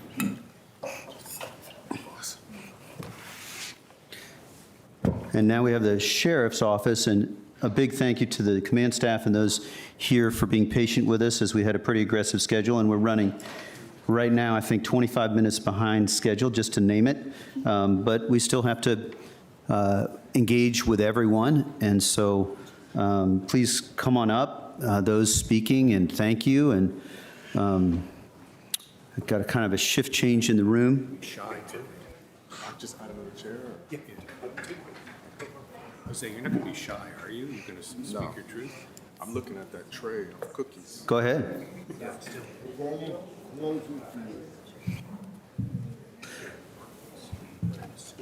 Oh, I'm going to scoot down. You're going to scoot down? Okay. Sure. All right. You're constitutional when you get a gun. What happens? Hi. Good, how are you? Do we need one more chair, or are we okay? Good. Okay. So, thank you very much, Sheriff Quiroz, and all. Mark Schwartz, is there any context you want to give as we give to the No, to our sheriff? I actually understand that Dr. Mellish is a trained cardiologist, so if the sheriff says anything that makes your heart have issues, you're here for. Okay, thank you. We endure that on a regular basis, that sort of humor, but we're grateful, and we'll look forward to hearing from all of you in due course, but first to our Sheriff Quiroz. Yes, good afternoon, all. Good afternoon. I heard you're a little behind, so Our apologies. Take your time. We'll get it thorough. So I have go a for lot it. to say, and it's important, so. Sure. If you will allow me here. Of Well, good course. afternoon. I'd like to start off with introducing the folks that are sitting here with me today. Today, you have Dr. Richard Malish, our new Chief Medical Director for the Arlington County Sheriff's Office Detention Facility, Major Gretchen Foster, who is the Director of Administration, Ms. Camille Watkin, who is the Manager of the Community Readiness Unit, CRU, inside of the detention facility.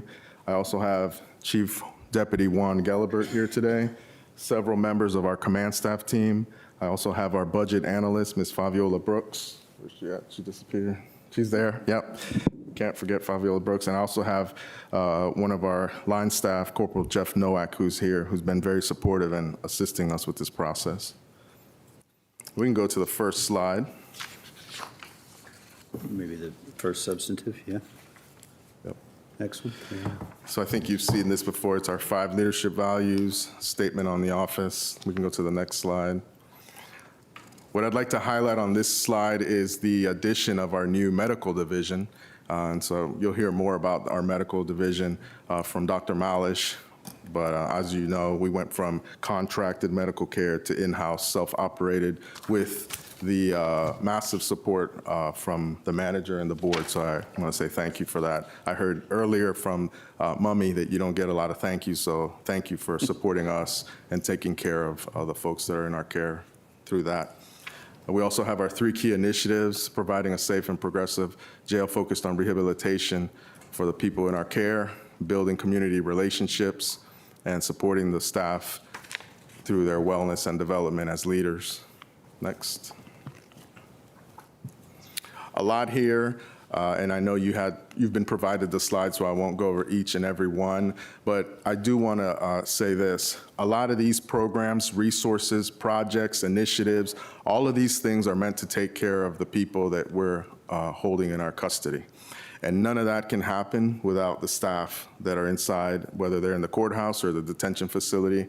And so my number one ask, and it's the number one bullet, is increasing the compensation that we provide for our deputy sheriffs. I know you all have been provided with detailed, structured breakdown of what I'm asking for. Again, all of these programs from our wonderful facility that's I'm very proud of. We just recently reaccredited to community programs like the Frederick Douglass Project, our support from, again, another county department, the Department of Human Services. None of these things matter and will support the people in our care if we don't have security, which is the deputy sheriffs that are inside the facility.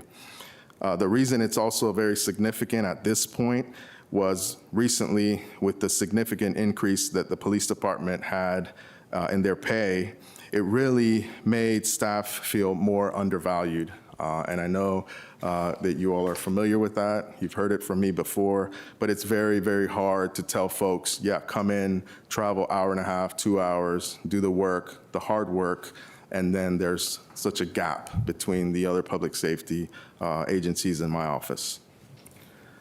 Next slide. I really want you to hear from Dr. Malish and Ms. Watkins, so I'm going to speed up a little bit on these. I know you've been provided these. A lot of stats here. I think it's important to note one in particular, a few in particular. These are just stats and specific areas that we wanted to highlight and focus. And when you take all of this together, when you put it all together, I hope you capture how busy we are. And we are a part of the public safety model, right? So you have an amazing fire department, police department, the folks that do the dispatch, but we are a part of that. And so when these public safety agencies do their work, when the police department makes an arrest, the person has to go somewhere. And so that place is the detention facility, which is a part of the sheriff's office. And so I don't know why I'm trying to read from here to there when I have the slides here. That's pretty awesome. Sure. That right there is an increase in pay just to be able to do that. But I want to highlight that the middle column, no, not the middle column, the area that says total commits the ACDF. So if you look at our average daily population, you may see or may think, hey, it's only 345 folks. But as you can see through the commit number, there's 4,000 this fiscal year, 4,691 folks that we're projecting will come in through the facility. So it's busy. People, not everyone stays, but what we are seeing is the people that are staying have significantly higher levels of charges, right? And behavioral, medical, mental health needs, dual diagnosed. So it requires a higher level of care for the folks that are in my office to provide to these folks. Another stat that you'll see here is assaults on staff. This fiscal year, we're projecting 73 assaults on staff. And the reason Not that it's okay to think this, but someone may say, well, it's a part of the job, but that doesn't make it okay, and it makes it harder to retain folks, and the job is extremely difficult. And so these are different levels of assaults, but it's clearly something that the staff have to endure when they're working inside the facility. I also wanted to highlight our mental health average daily population. And so if you take FY26, mental health ADP is at 124 when our average ADP is 345. So right around, I think 36% is what I have here when I did my math. We also are the #1 jurisdiction in the state that sends the most people to the mental health, state mental health hospitals. And so you see the theme there. Next slide. This is where I'm going to hand it off to Ms. Camille Watkin, who will go over this slide. Good afternoon, and thank you for this opportunity to speak today. While the annual numbers on the slide reflect the scope of our work, what they don't fully capture are the people behind those numbers, individuals who are working every day to change the trajectory of their lives. Rehabilitation inside the Arlington County Detention Facility is not just a concept. It is something we actively build through programming, partnerships, and daily engagement. This past year, we've seen over 16,000 hours of learning completed and more than 800 individuals actively engaged in digital education. What that really means is that a high number of incarcerated individuals are choosing to spend their time learning, growing, and preparing for a different future. It means someone who once lacked access to education is now completing courses, working towards a GED, or gaining workforce certifications, tools they can take with them upon release. Our programs meet individuals where they are and help them to move forward. Through the Community Readiness Unit, we work with incarcerated individuals who take an active role in their own transformation by volunteering for the program. Participants aren't just attending CRU sessions. They're committing to meaningful change, engaging in structured programming focused on accountability, cognitive skill building, and laying the groundwork for successful reentry in the community. Then we have the Addiction Corrections Treatment Program, known as the ACT program. It is one of the jail's most structured and intensive rehabilitation programs for individuals struggling with substance use disorders. The ACT unit primarily serves people who have been court-ordered into treatment, providing them with the support and the tools they need to confront addiction and to start the recovery process. Through initiatives with our partners like Spread the Vote, we work to restore a sense of civic identity and responsibility. These efforts ensure that individuals not only understand their rights, but also recognize the importance of their voice within this community. The Birth in Color program offers doula support to incarcerated mothers throughout pregnancy and childbirth. In addition to providing care, the program trains participants in birth coaching skills that can serve as a foundation for future employment and service to others. Our education and workforce development program, including ESL, GED, OAR facilitated groups, and workforce certifications, create pathways to employment and stability. Programs such as the Frederick Douglass Project for Justice, offered through our community partnership with Georgetown University, are designed to foster dialogue, accountability, and genuine human connection between incarcerated individuals and community members. Through guided discussion, participants on both sides engage in meaningful conversations that promote understanding and personal growth. Through initiatives such as Hugs of Hope, a dedicated family engagement event, along with our library services, OAR, and behavioral health supports, we are committed to strengthening family bonds, enhancing emotional well-being, and fostering personal growth among those that we serve.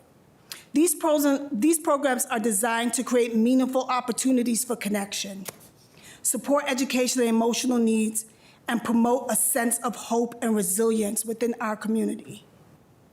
So every day, we see individuals start to think differently. They make better choices, and they take responsibilities for their futures. We see people reconnecting with their families, engaging in meaningful programming, and preparing for reentry with a plan, not just hope. These are the outcomes that reduce recidivism and create safer communities.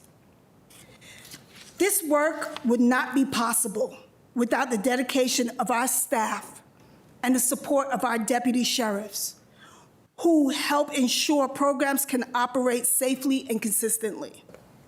Our deputies are essential to this mission. They are the ones who facilitate movement, they maintain safety, and they create an environment where rehabilitation can really happen. Without their daily support, these programs would not be able to function. These programs would not be able to function. Rehabilitation inside a secure facility requires partnership, coordination, and commitment. And our deputies, they play a critical role in making that possible. At the Arlington County Detention Facility, rehabilitation is not just an initiative. It is actually our action plan, a daily commitment to changing lives and strengthening our community. When we invest in these programs and the deputies, volunteers, and staff who make them possible, we're investing in our returning citizens. Safer neighborhoods, stronger families, and solid community partnerships, and better outcomes for the Arlington County. Thank you, Board, for your continued support. Thank you, Ms. Walker. You're welcome, Chair. Let me turn this on. Thank you so much. The next slide, please, speaks to, very proud of this slide. You know, we're more than just the jail, we're more than just the courthouse, we're more than just serving civil process. This highlights the amazing staff and all the accomplishments that they've had and the significant impact that they bring to the community. And you can read, I won't read every single one of these, but you know, one of the people sitting before you here received the Beloved Community Award from Leadership Arlington. And that is an award that, if you look at the history of who has received that award, there's some powerful folks that are acknowledged for receiving that award. And so I'm really honored that those are the type of folks that we have in the office, and these are the positive influence that they bring to the people in our care.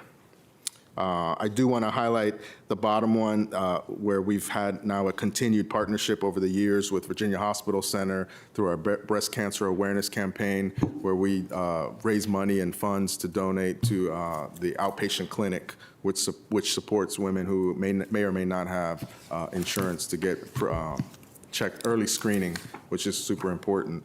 And so you can take all that in, but I just want you to know that these aren't folks that are just coming in, doing their job, and going home. These are folks that are giving back to Arlington, and that's that out of 193, only 30 folks live in Arlington. And so out of 193 deputy sheriffs that wear a uniform, only 30 live in Arlington. Next slide, please. Here I'm going to have Dr. Malish go over this slide. Hello, Board. It's really a pleasure to be able to talk to you and provide an update on the transition from the jail from a vendor model to the self-operation model. And if you look at the top row sort of the slide there, you can see what the timeline has been. It's not lost on me that a lot of preparation for this occurred way before I was hired. And that preparation was evident to me when I came on board. But on that timeline right there, we are right now in the second arrow to the right in the self-operation area. We transitioned officially on 1 November 2025.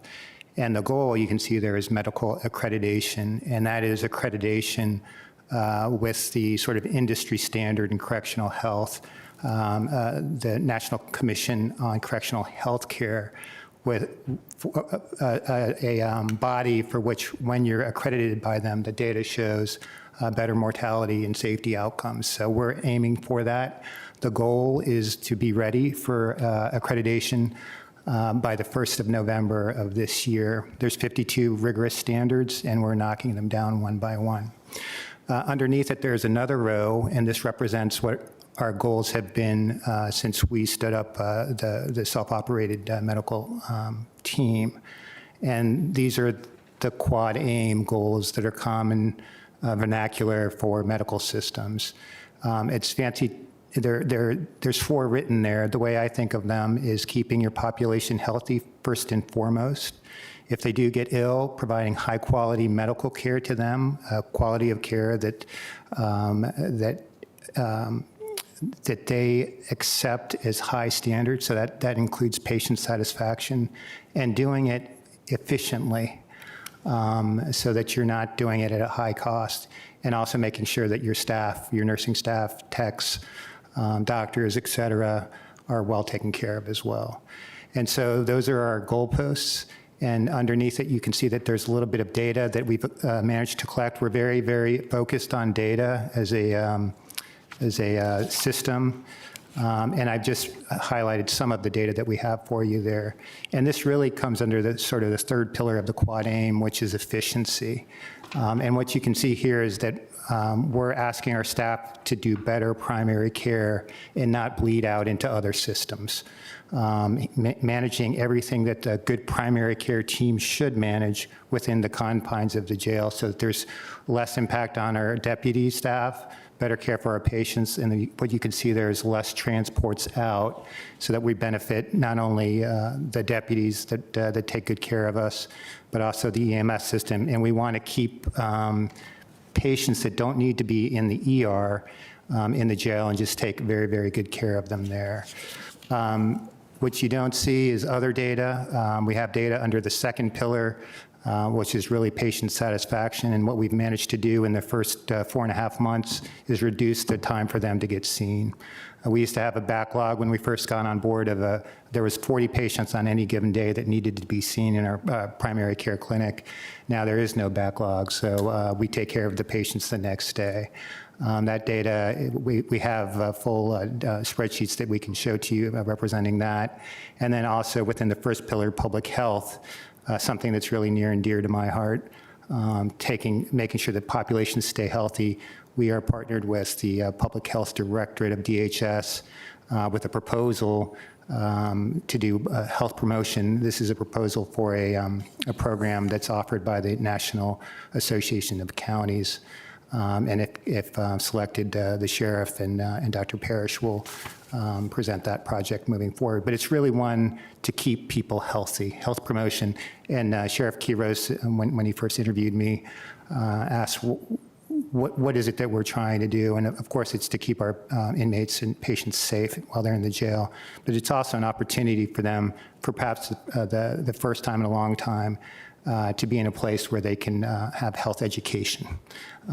Sometimes they're sober for the first time in a while. They certainly have motivation to get better often, and it's a time of reflection for many of them. And if we can help them long term, that's our goal. I did want to finish with saying there's a number of other material written there. One thing that's important for us is to be good teammates to our county partners. And I mentioned it already. We understand that we're part of a continuum of care. And so we want to be good stewards of care, minimizing, again, workload going to the ER. Of course, if it's necessary, we transport them there. But we want to make sure that we are good stewards of the community. And I just wanted to end by reinforcing what Ms. Watkins said about the partnership with the deputies. The deputies make it easy for us. They're our overwatch, and they truly care about the patients as well. And as a team, we come together, I think, to provide excellent care. And again, once we get to where we want to be, that will be in November of 2025, we'll reset and keep on getting better. Thank you, Dr. Malish. We can go to the next slide. This is an overview of where we are with our deputy sheriff staffing. As you can see, we have 74 vacant positions between the vacancies and the full functional vacancies. And obviously you can read the slide, and you've had these slides, but one thing I want to highlight is the lockdowns. And, you know, we've had now the doctors speak on the medical care, and we've had Ms. Watkins speak about reentry and rehabilitation. And what lockdown does is really limits all of that. Lockdown means that there's little movement. Lockdown means that programs are canceled. Lockdown means that GED is canceled. Lockdown means that visitation may be canceled. And that isn't helping anyone. It's not helping the person that's incarcerated, and it's really not helping the staff. It just becomes more of a management issue because human beings don't want to be in one small space for hours and hours and hours. So it's really not rehabilitative care. There was one thing I was going to say about lockdowns. I think good. Yeah, we can move on. Sorry. Next slide, it talks about our recruiting and retention and what we're doing to keep folks. We've had last week, I know I sent it to you all, we had 3 resignations last week. And while we can't say for sure that it's one thing in general, we conduct exit interviews, and the pay is the top thing that's on the exit interview. And I think it makes sense to ask folks that have been here with us for, I think most of these folks were at least 2-3 years, and so that we can do better. And that's where I come before you to ask for your support. And it's not only the money. I recognize that. I'm in my 24th year, and it's not only the money. So as a responsible leader, I think it's on myself and my leadership team to also invest in opportunities to support the staff. And so we have the mentorship program. Thank you to the county's Department of Training for doing that for us and supporting us through that. We have a wellness, our own canine. I saw Public Safety's wellness pup, Dottie, here. We have Hope. We also have a canine. And that makes a huge difference to the staff, having these resources. We've also made technology upgrades. We've upgraded our gym. And then we're working on succession planning. Believe it or not, people want to retire and enjoy their well-deserved after 30-year retirement. And so we don't want to wait until folks are right out the door to start planning on and building the next generation of leaders. But that's hard when folks are constantly leaving. And so you see the numbers there. I won't go into it too much, but you can see that. And I know you've had these slides. So we'll go to the next slide. This, I think the highlight here, and I'll let Major Foster, do you want to jump in here real quick? Sure. Yep, thank you. On this slide, as far as the highlight, as the sheriff was saying, is the addition of the 17 FTEs that we gained, and that is due to the positions of our medical staff. Bringing them on board created those positions. And then the change in revenue, the 496,253 is the additional funds expected from the state as well as what we expect from Falls Church in withholding their inmates. Thank you.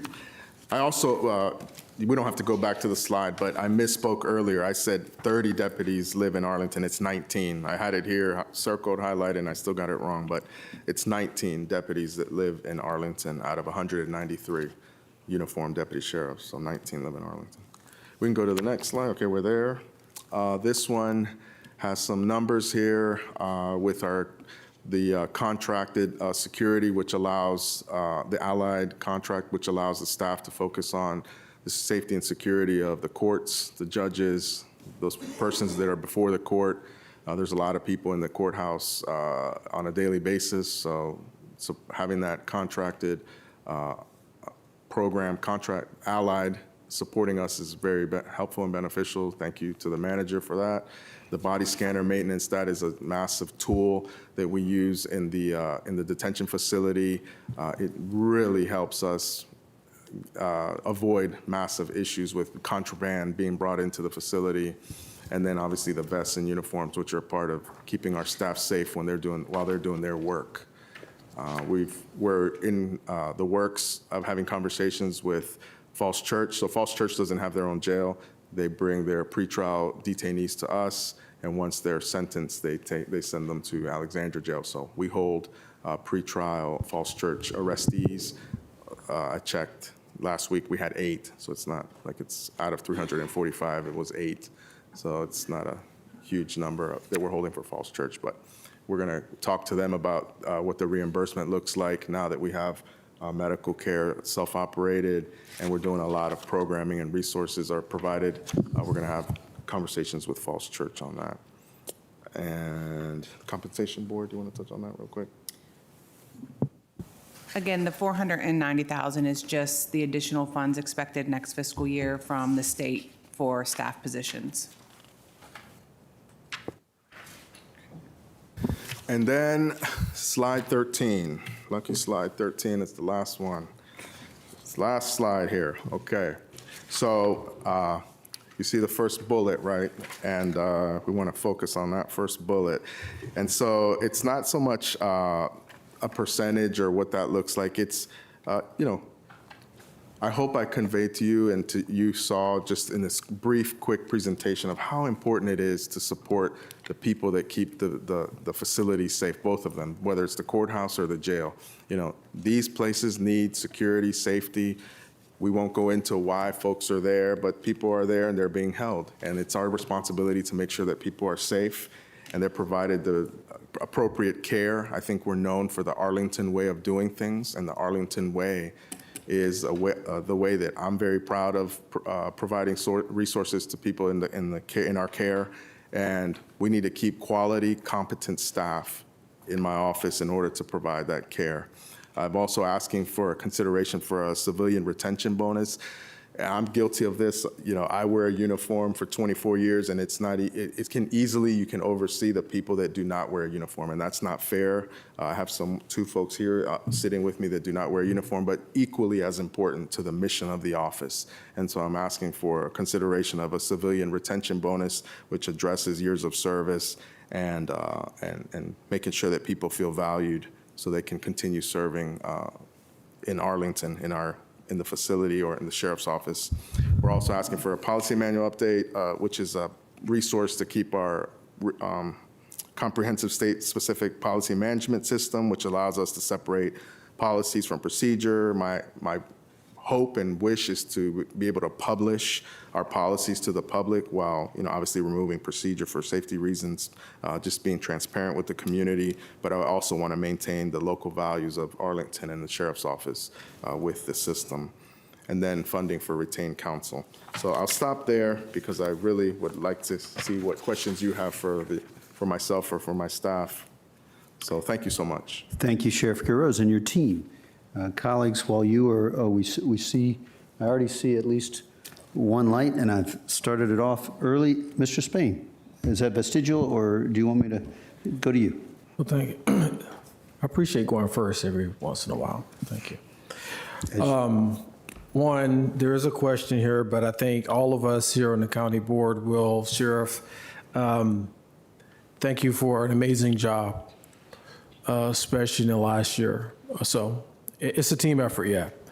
And full transparency and openness, not to recite what I've always said, there's something special about the professional connection that you and I both have, that being United States Marines, the few and the proud. All of that, I do want to lay for a context of where I'm at. There's been a lot of conversation in the community for a number of years about deputy sheriffs and the sheriff's department in general, all right? This is where I draw the line. When we think about public safety and I look at our deputy sheriffs in contrast against all the other public safety, I see you in one lens. What I'm saying is pay disparities that have been going on need to be addressed, in my opinion. How we get there is going to be some work, but it's not fair and it's not equitable, in my opinion, because the level of work, and I'm going to thank you for bringing me over there a few months ago to do a half a shift. I walked those halls. I saw the inmates. It's hard work. It's dangerous work. And for those who have not been there, you may not want to go, but you probably should go. The Frederick Douglass project that you have is amazing. Thank you. What you're doing with the medical unit, thank you to the medical director. I know you're a veteran as well. Department of Navy, right? Army? Okay, it's not your fault. 32 years. Look, there's a question here. Recruiting and retention is the hallmark of any organization. Tell me what you're doing, because we know about the shortfalls. What are you doing in a very innovative approach, creative approach to attract, and I know retention is hard, to bring folks into this, to these positions, because hearing that you only have 19 out of 193, that's bothering me. It's not your fault. Arlington's a hard place to live, but we got to do better. We want people to live where they work and be part of this vibrant Arlington way, you said, right? Mm-hmm. But that's not going to happen if the pay is not right. Right. So tell me what you're doing. Right. So what we're doing is being very proactive in the community. I am a son of Arlington. I grew up here, and I'm very proud to serve here. And so when I go out into the community, I look for those folks that are from here that want to give back. And I'm not telling them a story that I read in a book or that I thought that would sound cool. It's my story and how I ended up here so many years later, giving back, serving this community. What I think we do really well is we interact with people and make them feel special from the day one. But what happens is when you're looking at the pay scales and where you should go and live your life and provide service, you're going to go with whoever pays the most. Not always. We get a few people that give us the benefit of the doubt and come over. But after a while, you know, it's cost of living, groceries, rent, all that. So housing. So what we do well is we make people feel special. You know, from day one, I show people, this is what you're going to do. If you think you're going to be on patrol or doing traffic stops, not necessarily. But guess what? The things that you're going to do inside the facility or the courthouse are equally as meaningful, equally provide to provide to the safety social net of the county, of the community. And I think when you're transparent, I don't want people to think, oh, he got me. No. We tell folks, this is what the job entails, this is what you're going to be doing. That's why I changed the academy process. We go to a 10-week school now versus a 24-week. With the old process, not every, but a lot of folks would graduate with that law enforcement certification and immediately leave. And I can provide the board with more details. Yeah, let's talk about. But we're being very proactive and making sure that people know. With one of the recent exit interviews that we did, the one thing they said was, besides the pay, but we said, what did we do well? They said from day one, the background process, you know, being calling us back, getting information, showing us tours, meeting people. I meet new staff the first day or second day that they're here on the job. So yep, that's good. I think I hear you, and I know we have other folks, but the outcomes aspect, right? Like, do all that great work. Like, I need to understand, what are we doing to build a pipeline, perhaps, bloom where you plant it? How are we, from first contact, how are we bringing these folks in? How are perhaps we looking to incentivize those same individuals living and working in Arlington? Right. And perhaps what more can we do to help in that regard as an attraction tool, right? An incentive to come here. But we can talk more. I think I'll have another question back over, Mr. Chair. Thank you, Mr. Spain. Vice Chair Coffey. Yeah, thank you. And with respect to time, I'll try not to repeat too much things, but the in-house medical has been a massive transition, a massive anxiety for a lot of people. So many different moving parts that really all had to line up and come together. And we're so proud, I think, that has come together. And I know that we're still in very initial phases and you know, figuring out how this is going to settle in over time. But I wonder if from the first few months we had a game plan as far as what in-house medical staffing looks like, what services and what things we were going to provide and do. with the last 5 months or so of transition, 4.5. 4.5. I'm wondering if you have any thoughts on where is our plan meeting what we expected? Are there things that we're already thinking about, even if it's not necessarily this fiscal year, but moving forward? Like, where are the places that we may need to adjust on the fly even? Just those are the kinds of questions that, especially on the in-house medical, I'm really interested in. Yeah. No, I think your insight was correct about there being a little bit of a turbulence to start the process for various reasons. The vendor was a good vendor, but they were, we let them, we didn't renew their contract. And so there were some tensions there. And then there was this process of culture building as well, and adopting to a new leadership and a new style, to be quite frank. And we went into that really with education in mind, and training and support, to be quite honest. We have a very detailed plan, as you can imagine. I am the product of the Army. And so you can see that there's various phases there that are represented. Where we wanted to be about right now, if you'll indulge me in the example that we got a car off the lot and we just wanted to drive it at first, and then we were going to do donuts and stuff a little bit later on. About this time, we wanted to be driving the car competently because of all these things that you had mentioned that we knew we were going to have to navigate. We realized we were way ahead of where we thought we were going to be. Awesome. What we wanted to be able to prove to ourselves was that we could find a quality assurance program or describe baseline data, intervene, and then show improvement. Through meetings, standards, spreadsheets, just to show that we were in control. We were way far ahead of where we wanted to be, according to our plan. There have been some things that, as we've grown and understood what we were, our car a little bit more, where we've decided that a particular direction wasn't exactly where we wanted to go, just because of knowledge of the system.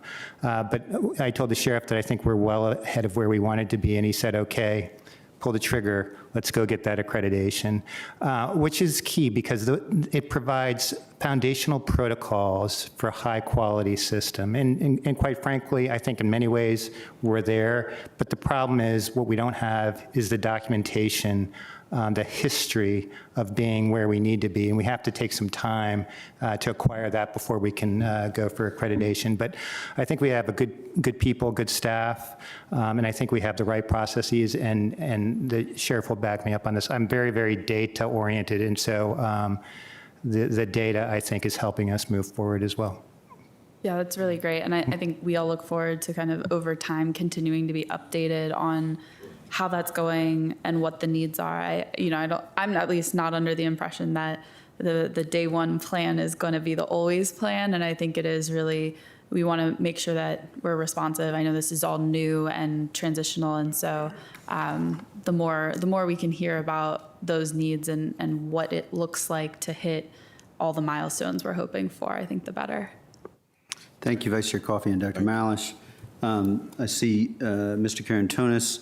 And over to you. I have a couple of questions, but I want to give everybody else first. Go. Thank you. Sheriff, thank you for everybody here, Ms. Watkins and Dr. Malish, and who came to present your department, your work. I mean, it's extremely important that you do that because I think that the number one deliverable of these sessions here is to renew the handshake with the community and say, this is what we are actually doing. This is not only what you see, it's also what is behind the scene, and people behind that as well. Dr. Watkins, I will get back to you because I think that you had a mosaic of a slide, and there are many things that I want to understand better. Not for any other reason, but because I really want to understand what is the how do we expand that? How do we get more people? How many people do we get in? How many are, duplicate takers of the services? Is that a golden minority, or is it a dynamic, expanding majority of people? I've heard a lot of, testimony and input from the community here that they're thinking even further. I mean, thinking about, how do you could get, for those who do a GED, how would you get a connection to Nova Community College credits, and that, access to the internet, which in the jail is always problematic, is a desirable feature, or to have this kind of space to do that.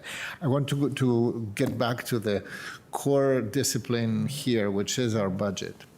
So, number one, I see that fiscal year 26 breaks a little bit with a improvement on retention. So there was the previous fiscal year had a better retention of personnel. What this means is that immediately overtime goes up. One consideration that has been bothering us here a little bit is that it seems like because of overtime and some other, but mostly because of overtime, which is the result of the inability to retain people at their regular pay. Correct.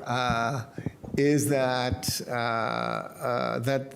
the overtime pressure on the budget is higher, so it's over $7 million a year, and it produces the potential of going over budget, right? Correct. Which is an outcome that nobody wants here, and we just had the conversation in the other department here about that. Right.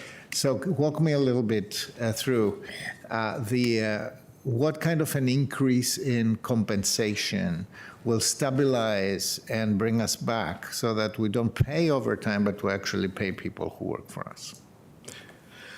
So what we're asking for, well, that's loud. What we're asking for is, I want my staff to be seen and respected and appreciated, and I know they want that as well. And so what I've proposed is an increase to the starting pay with implementation of steps. And you'll say, well, Jose, wow, that's a genius idea. That's what the police and fire did, and that's what I'm asking for as well. We're all cousins, if you will. And so sometimes what the cousins have, and then it works. I think the staff, they appreciate knowing if I'm at year 20, this is where I am. It's hard to maintain your family and all the things that come with being a person when you don't know where you're going to land year after year after year. And I think the work is hard, as JD mentioned, and it's not something that you're just going to jump into. We have people that are doing the work. We want to keep those folks, and they want to stay, but there might be things happening where you need to move along because your pay is not meeting the need of your family. And so I don't know if there's anything you want to add. Okay, yeah. So the question is really like twofold when it comes to staff. We have a set of staff that are, they have compression issues. And these are the people who are law enforcement certified. They have been here, and now they're seeing newer people come in because the newer increase every year, and it's compressing the middle part. One of the examples the sheriff has previously used is we have a mother and daughter who the daughter came in a couple years after the mother, and they're making almost the same amount of money because of the compression issue. So this compression plan will address the bulk of our middle staff by putting them on to the step process, which will obviously give them all an increase. But also adding that 15% in the beginning is going to make us more competitive among other sheriff's offices. We right now sit in the middle of where the other sheriff's offices are, when it comes to starting pay. However, I do know that all of them are considering upping their starting pay. They have all reached out to us asking what's our new pay going to be. They're doing market analysis to increase, because Alexandria and Fairfax also, their police departments have collective bargaining agreements. So their sheriff's offices are about to raise their starting pay. So this is to continue to make our agency competitive with the other sheriff's offices. We generally don't lose our staff to sheriff's offices. They are going to the police departments at a higher rate. Right. So from the fiscal impact point of view, I fully understand the morale point of view, et cetera. So we are trying to make numbers here, and the reason we're trying to make numbers here is because our fiscal environment is really tight, narrowing. So we have introduction of steps, curing compression issues at the beginning, and then a increase in the net pay, in the gross pay. So how do you see that being implemented for fiscal year 27? So we had many, and I want to thank the manager and his team, DMF, HR, all the different sections that support the manager. They have been very proactive in supporting we're working through this to provide you all with options. And I think one of the ways that we're thinking that this might work is perhaps maybe over a 2-year period, because we know things won't happen. You know, you can't get everything you want all at once. And I want to be respectful to you all, but I obviously want to respect the staff and the needs that they have. And so we're looking at maybe over a 2-year period. But the number, and you may be familiar with the number is far less than the overtime. And the overtime, maybe years and years and years ago, was something people look forward to. Nobody wants to do overtime. It's a morale killer. And really, you know, then you have sick calls on top of the mandatory, so you're still in a hole. And now you have to discipline and provide, and we're just going in circles. And we know where we're going to end up with that, right, which is people that don't want to be there. And in this line of work, I want people to show up ready to go. It can't be, well, it's another day I got to work and I'm not in the mood. And, you know, 17 people live in Arlington. So all the rest of the folks are driving hours and hours to get here. Right. Thank you, Sheriff. What I want, and I will yield immediately, Mr. Chair. What I wanted to get from this line of questions is, first of all, for everybody to understand what we're dealing with here. I mean, it's important to convey kind of the cadence of that, understand a little bit the order of magnitude, which is about $5 to $6 million. If we talk about 2 years, it's basically divided between these 2 years. And this is money that we still have to find in the budget, and I believe this is what my colleague, Mr. Spain, referred to, that we're working on this. I can, for myself, and I believe from all my colleagues, say that we are very seriously working on this, and thank you for the year-months work that you have already provided on this, so that we can get to have very specific proposals to consider right now. I do look forward to reduce the drag, which is overtime, though. It's a fiscal drag, is not a minor issue, right? So thank you. Thank you, Mr. Karantonis. Ms. Cunningham. If my colleagues will bear with me, I think we've had we've had a month-long conversation about data, and I know that you guys did a lot of work after some of the preliminary conversations around turnover. So I just want to make sure I'm understanding it so that when we are making these decisions, it's clear. Likewise, we're talking here about a couple different proposals, so I just want to ground us and ground the public in what we are. And I'm not sure if I can get to the right slides for this, so I may need the clerk to help with that. But the manager proposed a budget that has a certain set of increases and approach to reducing compression, which is sort of in line with where we left things last year. You know, looking at, we were projecting 8% turnover for 2 years. We were trying to address that compression issue, which we had partially addressed, but we're still working on. What you've described, Major Foster, is an additional proposal on top of that, if I'm tracking correctly, right? Which would be additional changes to compensation. And can you put us to the right slide, Sheriff, to be able to have those? Is it slide 10 for the retention, recruitment and retention with the 8%? Well, I guess two things. First is just what the proposals are, right? So there's the proposed budget, and in the slides, I want to make sure that people can digest this. So page 4, is that the proposed budget from the manager, which is in the balance budget that we received from the manager, or is that on top of?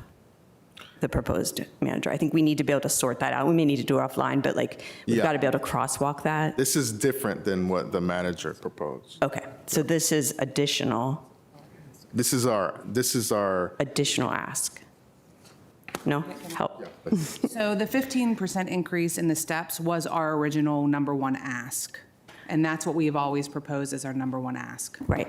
So, Mr. Manager, you may need to jump in a little bit, but the proposed manager's budget takes all the department's asks, including the constitutionals, where we are providing catch-up dollars, and tries to come back with something that we can afford to do. But and the sheriff and I have talked about this, and I think what he stated was correct. I proposed a 3% pay raise for sheriff staff with an increase in the range, and he has a different proposal. Correct. Which I don't know what the percentages are because. It's 15%. Yeah, it's 15%. So Okay, mine and is so the- that different proposal is reflected on page 4? And 11 and 12? Or, I'm just trying to get the apples and the oranges in the right bowls. Is possible that, and we can take all the time, we can take more time in this. This I is think we need important. just a little bit of time, because I Sure, think we've take been it. trying for a month to make sure we're clear, and I just want to make sure we leave a little clearer.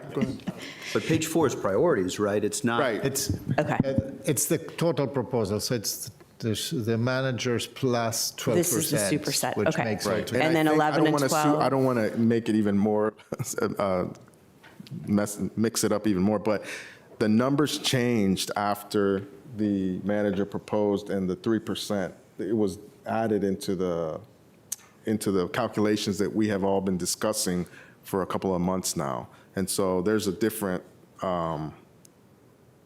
Yeah, so I think we have an obligation as a board both to be able to digest it, make sure we know what we're choosing to do, but not more importantly, but as importantly, to explain it to the public as we go. And I think we have some work to do to make sure that we're explaining the proposed budget, which is in the budget book, and then what else is being recommended here. and I so didn't that- include that in here. Yeah, so we the can graphs and the work that charts. offline, but I got a little tangled myself just listening to it, so that would be helpful. Sorry about Okay, and then the other data piece you were going to directly, you knew which page I was going to go to. So pages 9 and 10 have some of the retention and turnover data.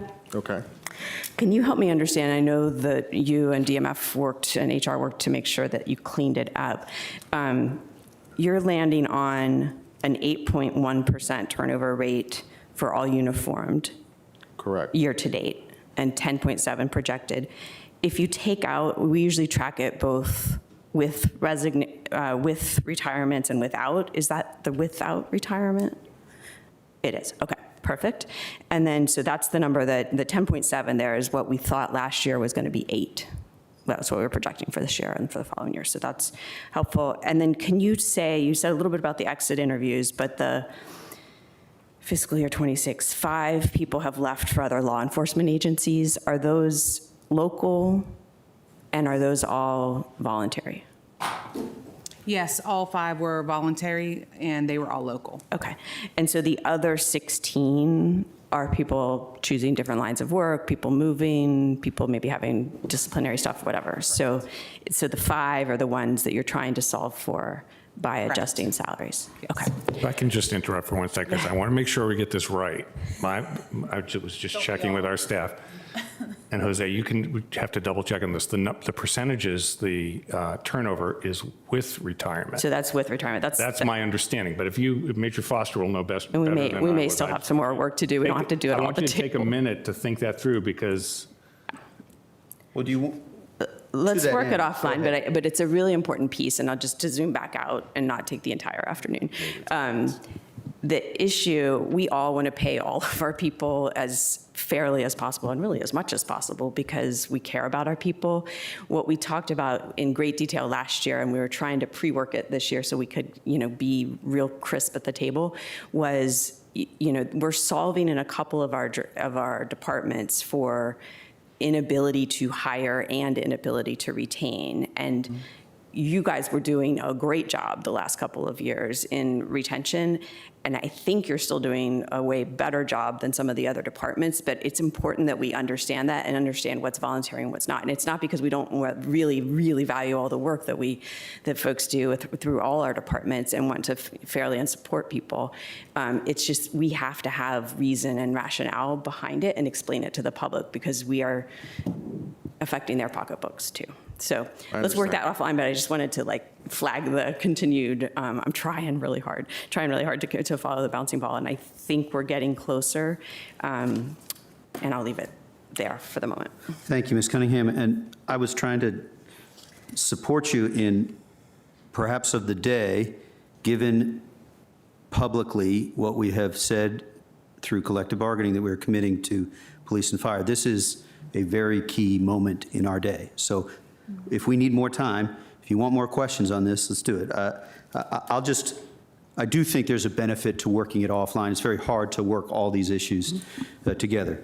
I'll just name one thing, and I do it not trying to risk the deputies who are watching, and I know either you're watching now or you will watch it on a recording, or the command staff. Dr.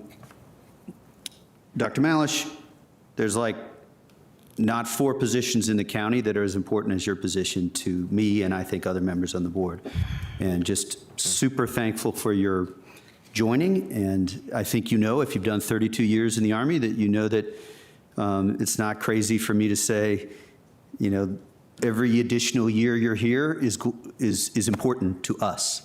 And I know from your comments that you care not just about the sort of manifesto checklists, there's doctors who talk about that, and data and all that, but you care about the deputies because they impact the medical statistics that are key. I also think, in addition to compensation, you have the potential to really change the job for the better. So that's one thought. A second thought is on the question, I just have a question about lockdown, because you shared that with me, Sheriff Carrozza, a number of times, and Ms. Watkin, you had a lot of, I just picture that as a critical thing. And so my image of what results in lockdown is that you have one of those remanded to your care who is in a physical altercation or something is not settled enough to easily be controlled. And that is one cause of lockdown, and perhaps not enough staff ratio on the different floors is another cause of lockdown. But whenever that happens, all the programs that impact the entire facility get flustered, and you can't have a great day as easily if there's 2 lockdowns in a day or whatever it is. Right. Are those the causes? Is that right? Is it, really just physical altercations or problems with a particular inmate? And over time, are those the drivers that prevent all of the programs that we have prided ourselves over decades and we're working to rebuild?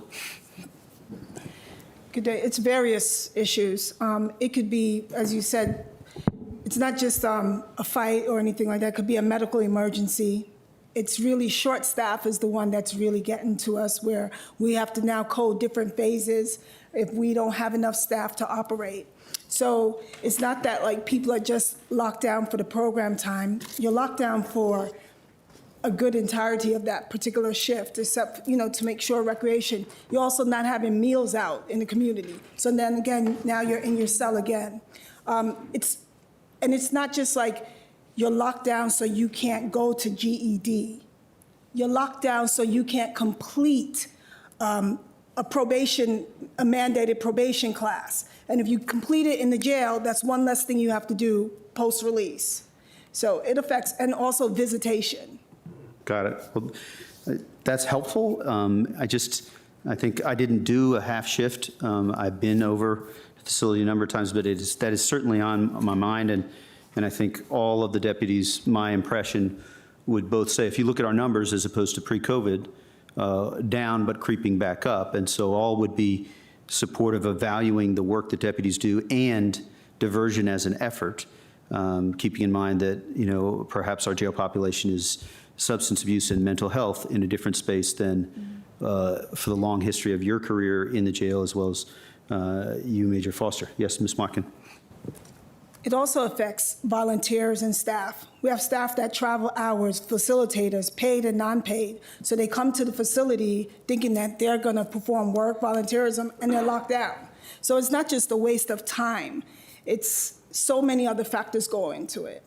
So Sure. it affects everyone. So staffing of DHS employees in the jail has been on my mind quite a bit because I think that could have an impact.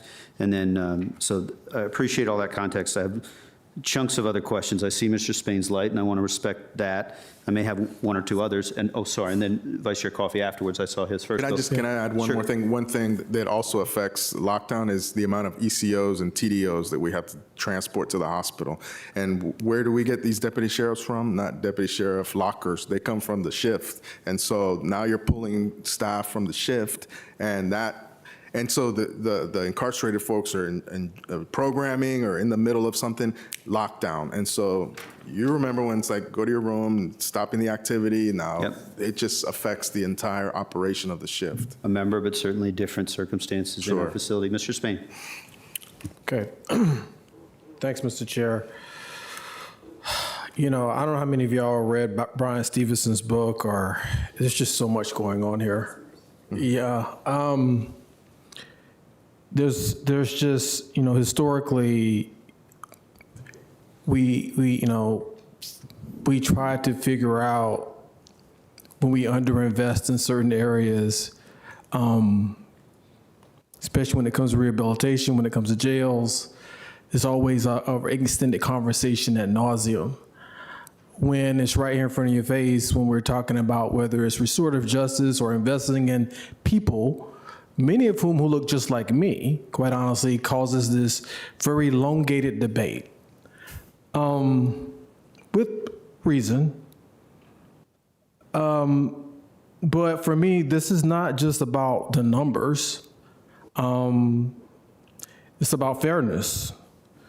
It's about workforce stability. It's about effective policing for the entire community. Back to something I said at the beginning. If we don't see you in the same lens as we do ACPD or fire or anyone else, there lies a disparity that is taken to view for some odd godly reason I don't know. Maybe it's because the type of service you do and who you do it towards. A bias, perhaps. I'm just saying. So we have work to do to figure that out, and there's a lot of written material on that because it's not just Arlington, but you'll see across this land that historically there's been underinvestment in jails, there's been underinvestment in deputy sheriffs. How do I know all this? Because I'm from South Carolina, just like you. I had a cousin who's a state trooper. I have a friend who was on the Horry County Police Department, and I have a cousin who was a narcotics officer. And we're all cousins and we ate at the picnic. We treat everybody, no one treats each other differently. But it's strange how we treat people different here with intentionality. Something to think about, but there's a lot of history on it. I'm not the one who made it up. What I want to ask you is, when we talk about risk and you talk about the funding for legal counsel, budget considerations, tell us what the risks are for not having legal counsel and why you have that here.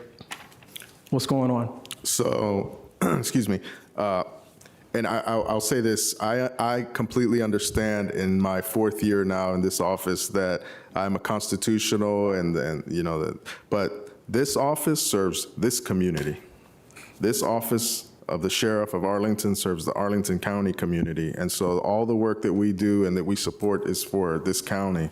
But you asked about retained counsel. And so right now, as it stands, I only am assigned counsel if I have a lawsuit, if I'm sued, or if there's legal action.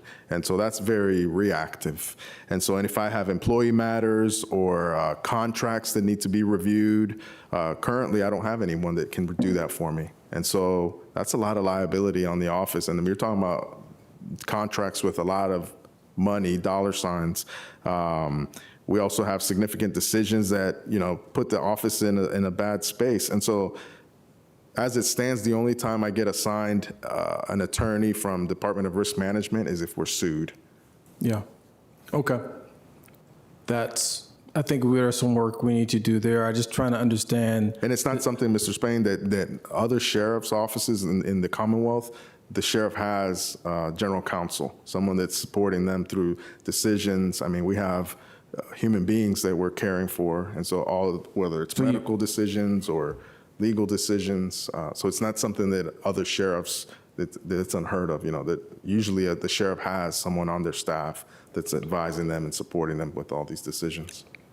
Okay, I think I'm done, Mr. Chair. We need to have, I guess, some additional conversations with that because I think there's a significant risk at play. And I believe some of the constitutionals here in Arlington have attorneys on staff. I do not. And so again, as I close, this is a values, like a belief endeavor. Thank you. And if you're thinking about equity, Mr. Chair, right? You've seen the thing where we put people standing up and looking, peeping over the wall, right? This is it 101, and it's about decisions. Thank you. Thank you, Mr. Spain. Ms. Watkin, yes. Mr. Spain, when you said we have an underinvestment, I really thought about it. We have an underinvestment in jails, yet we perform the functions, well, standing in the gap, if you will, of law enforcement, medical care, education, mental health treatment, substance abuse, and family reunification. We are doing everything. Thank you, Ms. Watkin. Vice Chair Coffey. And I might have other thoughts, but I'm going to let... No, it's okay. It's just conscious of time. I kind of want to peg maybe a couple of questions for follow-up. Sure. So the budget book, page 359, has net tax support at 75%, state federal support at 23%, other at 2%. I would be really interested in how those numbers have evolved over time. And then I also would be interested, and I don't know if this is going to be a DMF or your team conversation, but somehow getting to what do those numbers look like reflected across our regional partners? How are we benchmarking with our neighboring jurisdictions, with other urban jurisdictions across Virginia, because I do think that, one of the great challenges for Northern Virginia is that the compensation board does not set locality adjusted pay. Yes. And so while the comp board can cover full compensation for maybe, Wythe County out in Southwest, they're only covering 23% of comp for us here in Arlington. And we have made the commitment over time to continue to jump in on behalf of the Commonwealth of Virginia. But at the end of the day, how much are we jumping in? How much are other localities jumping in? And does there need to be a conversation with our General Assembly delegation that it may not be changing the pay scale writ large for the comp board, but can they do, a Northern Virginia adjustment, an urban localities adjustment, something that actually plays fair with some of these numbers? Because there's no way any person in the General Assembly can look at what the starting pay salary is paid by the comp board and think that that is remotely attainable for any Northern Virginia jurisdiction. Right. And they know that. And we need to, I think, go to them with some of the data to show that, this is partly our responsibility, yes, because you are ours and we love you and we're happy to have you here. But it's not 100% our responsibility. I'm not sure it should be 75% our responsibility. I don't know what the right number or share is, but I do think that there needs to be an adjustment made to that over time. That doesn't necessarily fix our today, right now issues, Sure. but I do think that we have to put it on the table. And I know that we're not the only locality struggling with this, and y'all are also not the only constitutional struggling with this. Our public defender, for example, we have to true up so many of their salaries. We pay for, additional attorneys for them. We added a reentry services coordinator for them. We are doing that for the Commonwealth's attorney. We're doing that for you all. We're doing we're chipping in so much more. And I do think that there has to be a conversation, because our budget situation is probably not getting immensely better in the near-term future. And the Commonwealth has way more options for developing revenue than we do. And I think that that is really important to say, because as much as we know that there is great wealth within our community, we really struggle to tap into that because of the fact that our only real revenue comes from one property tax rate that has to be taxed uniformly, regardless of if you live in a $4 million mansion or a $200,000 condo that you've owned for 40 years. And so, whereas the Commonwealth can tap into income taxes, they can create a progressive tax system that can fund some of these core and critical needs.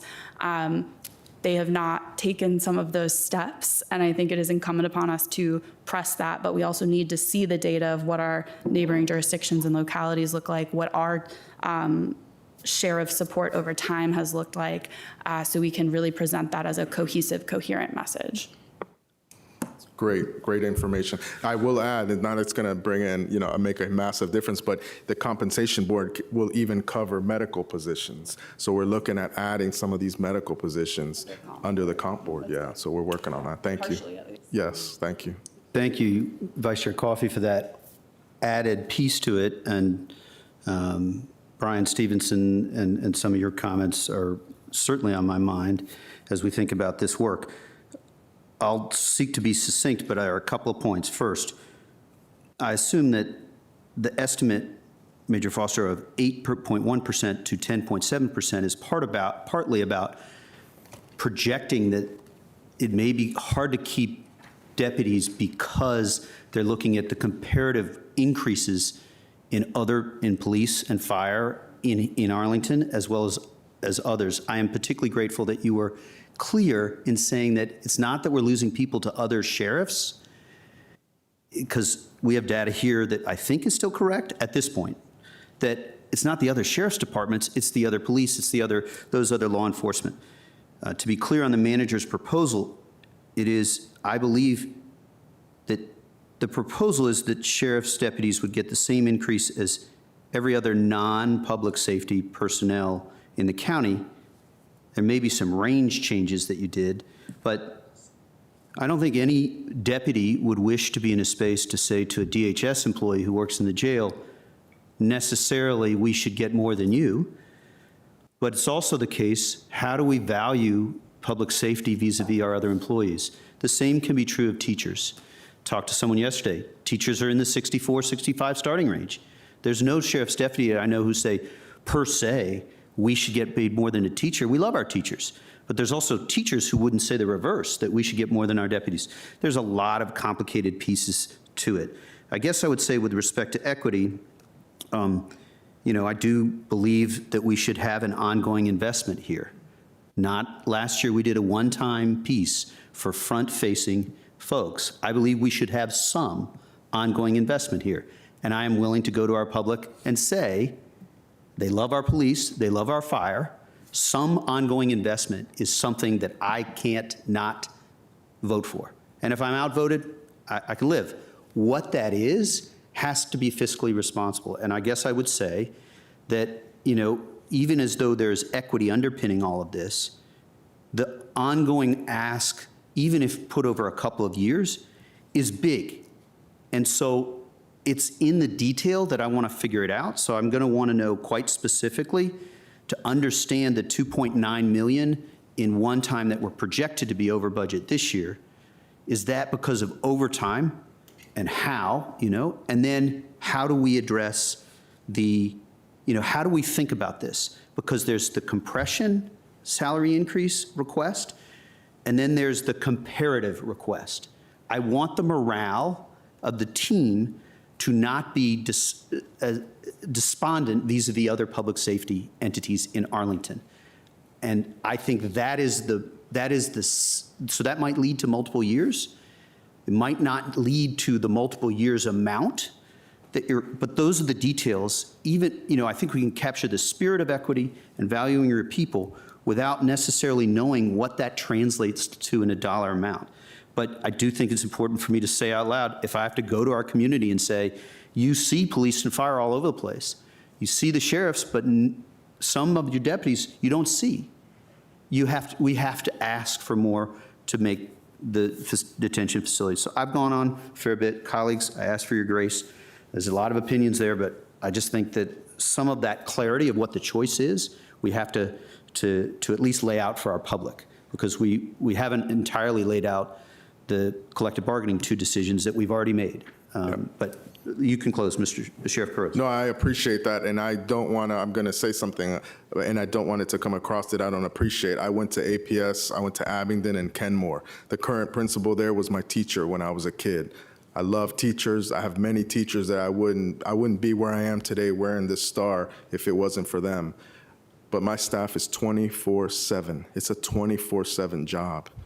And I appreciate my fellow constitutionals, but the office of the sheriff is open 24/7. The staff are working in that facility 24/7. Not all of them, but at some point, all of us have worked through there. And so I just want to remember that, you know, I think that's what hurts when we get placed in the general employee column, you know, and lane, that the work that we do is 24/7, and I invite you all, you know, I talk to you all the time and invite you, please come visit us, you know, for Corrections Week. I know I sent an invitation, so I thank you so much. The most important part is for the staff to hear all your thoughts and how important the work they do is, because I think sometimes it's forgotten about. So thank you. Thank you. Thanks all of you for coming and sharing. And colleagues, again, I ask for your grace in laying out a few detailed pieces of at least my thinking. We have much more work to do. I think before we finish, we should state that your side of the table and our side of the table this year have worked a lot more to get to work towards shared set of facts so that we can make policy decisions on a shared set of facts. And I think we should particularly thank Ms. Cunningham and Mr. Spain for doing that work. Thank you. Did you want to close Mr. Spain or someone? Okay. And thanks. We are significantly behind. Police and fire will ask for your grace because we've already made collective bargaining pieces. We do need a break, or we're not going to be able to sit at this table. So we will start in 5 minutes at 4:10. Is that okay, folks? Yes. Okay. Thank you.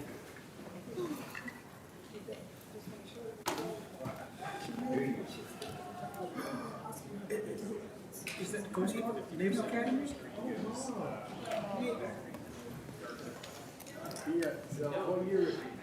gonna go to the bathroom. Come back.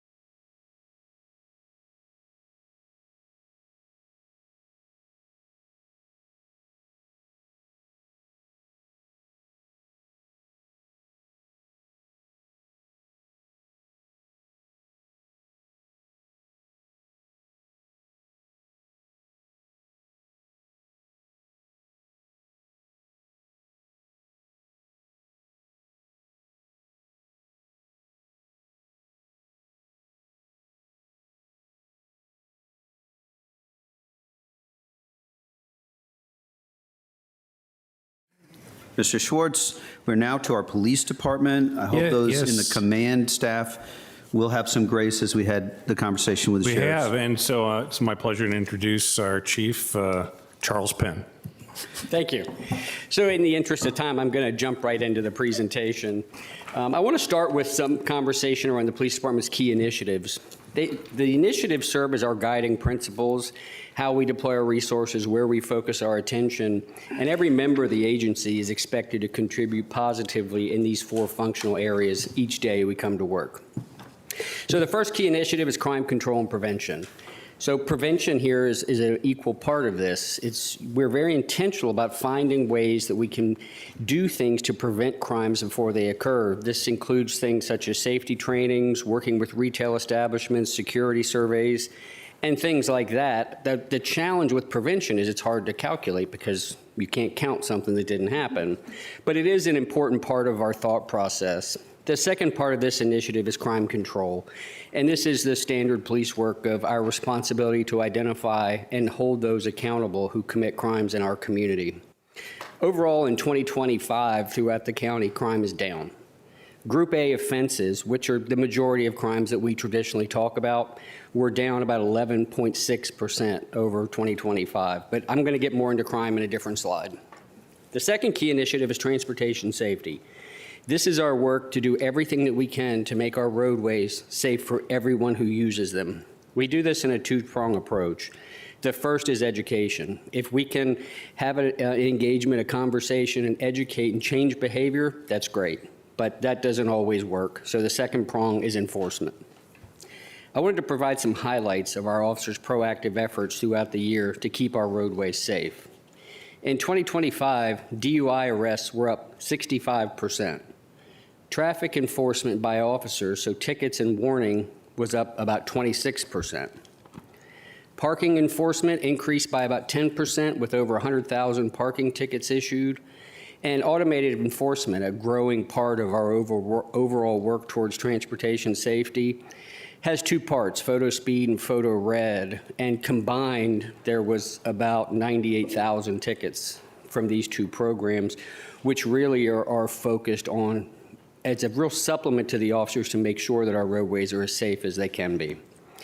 Throughout the year, we also had several other programs. We had several details where our officers focused in and around school zones to make sure that the roadways there were as safe as they could be. And we participated in numerous regional traffic safety campaigns such as Street Smart, Click It or Ticket, Drive Sober, and Get Pull Over. I just want to give a highlight of to demonstrate our officers' commitment to being proactive in roadway safety, because I'm not going to hit on transportation safety again, but I wanted to at least share some highlights with you. The third key initiative is community engagement.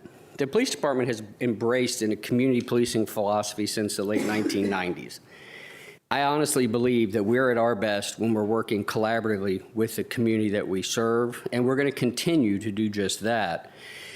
And how we've done community policing has looked different over the years. This is the first time that we have a division with an executive level leader to really focus in the 3 areas of engagement we work at: the Arlington community, the Arlington business community, and the youth of Arlington.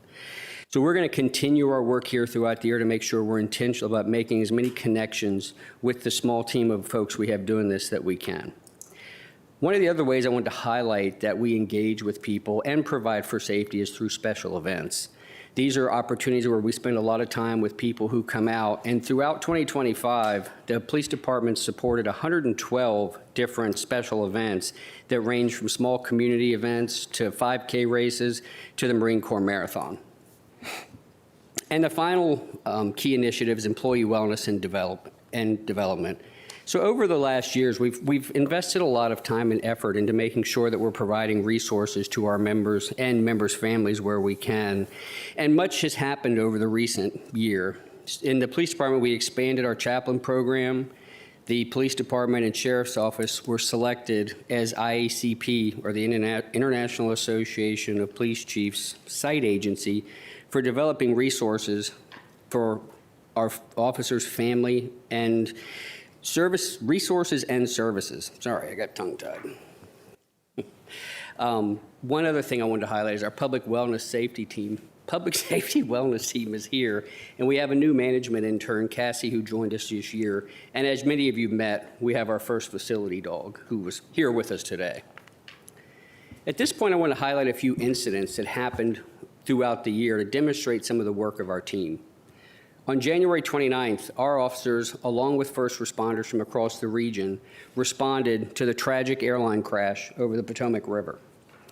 I want to take a moment and recognize and thank all the men and women who responded.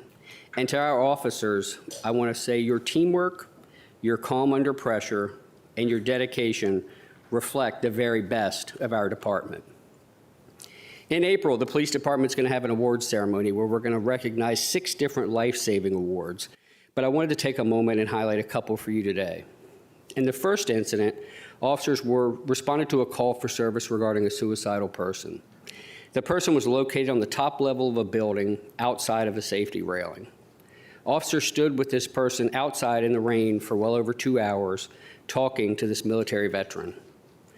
They were ultimately able to convince the person to come back over the railing, and where the person was immediately connected to services and support systems.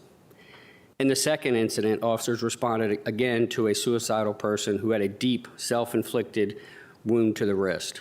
When officers arrived, the person had lost a significant amount of blood, and officers quickly applied a tourniquet, but unfortunately the person lost their pulse shortly into this interaction. Officers provided CPR until the person regained consciousness and continued to provide care until medics arrived to take over. Throughout last year, we had 2 officers who were significantly injured in vehicle crashes. The first was an officer involved in a traffic stop when an uninvolved vehicle struck the officer who was on foot outside of his vehicle. The suspect fled the scene but was ultimately identified, arrested, and charged with felony hit and run. The officer sustained significant injuries, ultimately requiring surgery, but has recently, fortunately, been able to return to full duty. In the second incident, an officer was conducting a traffic stop on 395 when an uninvolved vehicle slammed into the police vehicle that the officer was in at a very high rate of speed.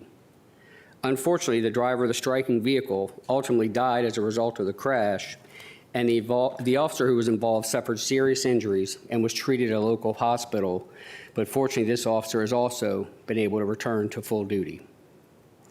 I also think it's important that we acknowledge this year marks the 25th anniversary of the terrorist attacks on 9/11. We must also pause to honor and remember the life of Corporal Harvey Snook, who died 10 years ago of cancer contracted during his response to the Pentagon. We must remain steadfast in our ongoing commitment and responsibility to honor all the lives lost on this tragic day and express our gratitude to all those who responded to the attacks. I want to wrap up this slide by highlighting that we are very fortunate to have such dedicated and professional public safety team here in Arlington who show great commitment to this community, and I continue to be incredibly proud of the work they perform each and every day. Next slide. With our staffing shortage, it's imperative that we're incredibly efficient with the resources that we currently have. This slide outlines a data-driven, focused approach to one area: combating the significant increase in shoplifting that occurred in 2024. While it's my opinion that we should have a dedicated retail theft team, unfortunately our staffing levels just don't allow for that right now.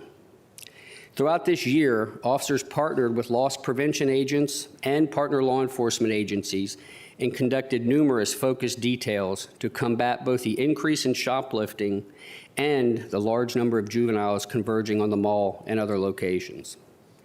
These details included personnel from across our agency and our partner agencies. And in some, the details both prevented many incidents from occurring and also maintained the safety and security of our community. Throughout 2025, we're reporting a reduction in shoplifting incidents by about 17%. Our officers have also responded to multiple large, unplanned, and sometimes disorderly type incidents involving juveniles throughout the year that have varied in size and complexity. In March, officers responded to a very large crowd at the Fashion Center being disorderly and actively fighting. All available police department units responded, along with many officers from our partner law enforcement agencies. Ultimately, the mall had to be closed while officers restored order. I share this as an example of our officers' commitment to ensuring community safety through intelligent, data-driven strategies, along with partnering across the region. Next slide. This slide outlines some changes reflected in the proposed budget. The proposed FTE count includes 50.1 frozen police department positions, 39 of which are sworn members. The proposed budget also includes an increase in special event and off-duty sworn hourly rate from $85 to $100 an hour to ensure that we're recouping the taxpayer money that we spend on these events. Next slide. This slide outlines proposed increases to the police department budget. I want to begin by thanking the board for the funding allocated through collective bargaining between the manager and the Arlington Coalition of Police. The outcome of this bargaining is meaningful to all sworn personnel as it recognizes the professionalism, dedication, and commitment demonstrated by members of the department each day, while also putting our starting salary #1 in the region, which is clearly going to help us recruit and hire the best new officers. Some other changes include an increase in funding for Axon cameras. The majority of our patrol section vehicles already have car cameras. This will allow us to continue to expand the cameras in these vehicles. Another area surrounds automated safety enforcement. The proposed funding would allow for the expansion of the photo speed program by allowing us to include this technology in more school zones throughout the county. Community engagement funding, this is an addition, this isn't a reduction. This has traditionally been funded through one-time money, but this year's budget does not include that, and the money would go to help offset the cost of many of the events that we would host throughout the year. And finally, contracted parking enforcement. This proposed change includes funding to partner with a parking enforcement vendor. Next slide. As you're aware, our public service aides are primarily tasked with parking enforcement throughout the county. Currently, we have 8 vacancies in this unit, and over the last few years, we've averaged 4 or more vacancies at all times. This position has been traditionally difficult to recruit, hire, and retain employees. The proposal is to freeze the 8 vacant positions and reallocate some of the funding so that we may contract with a third-party vendor to supplement our parking enforcement staff's work. We are currently implementing new equipment and software for parking enforcement that we hope to be done by early summer, and we've begun the procurement process to identify the contracted third-party vendor and hope to have that operational by very early 2027. Next slide. This slide outlines the proposed budget reductions that are included, which are reducing the cadet program from 10 to 6 part-time positions, freezing a police captain position, freezing the 8 public service aide positions that I spoke about, and freezing half of a crossing guard position. Next slide.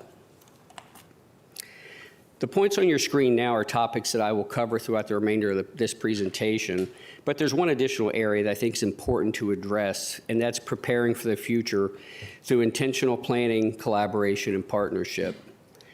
The police department continues to be actively involved with our regional partners, both in day-to-day work as well as long-term planning. No agency can staff to a level where they can independently manage a large-scale critical incident that occurs alone, and this again highlights the importance of our regional work. Next slide. This slide outlines our preliminary crime data for 2025. As I mentioned before, crime has decreased about 11.6%, or 1,341 less incidents throughout the year. Crimes against people are up 0.3%, which was 7 more incidents over the year. This category includes an increase in intimidation incidents by about 57. Aggravated assault cases were up by 22, but we did see reductions in simple assault, which was down by 75, and rape was down 10 incidents last year. Crimes against property saw the most dramatic change. Overall, this category was down 15.8%, or 1,364 less incidents throughout the year. The decreases in this category fell into the following categories. Robbery was down 78, motor vehicle theft, 212 less, larcenies from auto, 111 less, and shoplifting incidents have reduced by 312 incidents throughout the year. Crimes against society, the final category, was up 2.4%, and that's 16 additional incidents over the year, which were primarily due to an increase in the number of drug equipment violations that we saw. The final category in the slide that I want to highlight is that throughout the year, officers seized 117 firearms as evidence, and 4 of these were ghost guns. Next slide. This slide provides some information on one of our focus areas relating to equity. We entered into an agreement with the Center for Youth and Family Advocacy in August of 2023 to expand restorative justice practices and community-based diversion opportunities for youth in the community. The focus here are juveniles with misdemeanor or low-level felony incidents. Since the program began, 128 referrals have been accepted into the program, and in 2025, 72% of CYFA's referrals came from the police department. One highlight here is that since inception, 100% of the police department referrals have successfully completed the program. Next slide. This slide outlines the number of opioid incidents that happened throughout Arlington over the previous 5 years. 2025, we see positive trends. All the categories are down. Overall incidents of opioid use reduced from 136 to 80, or 41% reduction. The fatalities last year went from 10 to 3, or a 70% reduction. But we still lost 3 people in this community to an opioid fatality. So it's important that we recognize that this crisis is not over. We need to continue to focus on collaborative efforts to connect people to resources and identify and hold those people accountable who bring this poison into our community. A couple of highlights from this slide. Over the period of 2025, the amount of prescription drugs that were disposed of increased by 34%, with a total of 3,500 pounds of unwanted medications being disposed of. And our officers do continue to carry Narcan on their uniforms and had to use it 16 different times throughout last year. And that number's down, but I think this probably has a lot to do with the increased availability of Narcan in the community. Next slide. The police department currently has 18 electric vehicles, with 4 additional arriving in 2026. We've worked with DES to develop a pilot program to install chargers at officers' homes for these vehicles, because the number of charging stations in our building are very limited, but we understand that we're at the current building capacity for chargers, so this pilot program has allowed us to expand the number of vehicles and have a way to charge them at the same time. We also have 1 e-bike, and we, over the last year, sent several members to e-bike training, so we're hoping to expand the number of e-bikes throughout 2026 as well. Next slide. This slide focuses on our staffing and retention levels over the previous 4 years. So as of today, the total authorized strength of the police department is 374 total sworn positions, 335 of which are currently funded. And as of today, we have 304 members of the agency, sworn members of the agency, and 274 functional staff. So just to define what functional staff is an officer has to complete the academy, the local training, and field training before they're able to be deployed as a solo independent officer. And once all that's done, that's when they count towards functional strength. So if you look at the chart on the left, it shows that 2025 was our lowest functional staffing year, ending the year with 260 functional police officers, an average throughout the year of 264 officers. I want to provide some context to that, because if we were fully staffed at the 374 number, there's always some officers in a training status. So I think functionally, if we were fully staffed, our number would be around 345 functional officers. But when we look at that compared to 2025, we managed 2025 about 80 functional officers short in terms of how many people we could deploy into the community, or about 23%.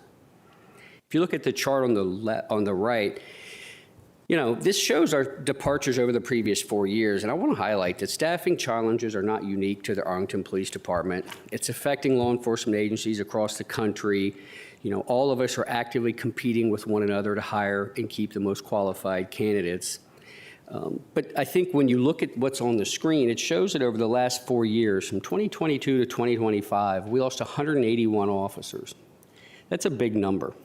And in 2025 alone, we lost 47. and we're only able to hire 38. So we always look at what happens. Where are people going when they leave? Of the 47 that left, there were 28 resignations. So looking at the 28, 6 left for a family reason, 4 left before they completed the initial training, 4 left for other law enforcement agencies, not in this area. 6 left to join a federal law enforcement agency, and 7 left for private industry jobs.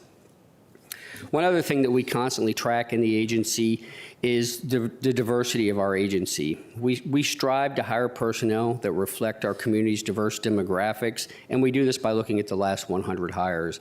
And when we did that, of the last 100 hires, 34% were women, and 34% identified as race and ethnicities other than Caucasian. Next slide. This slide highlights the years of experience within the department.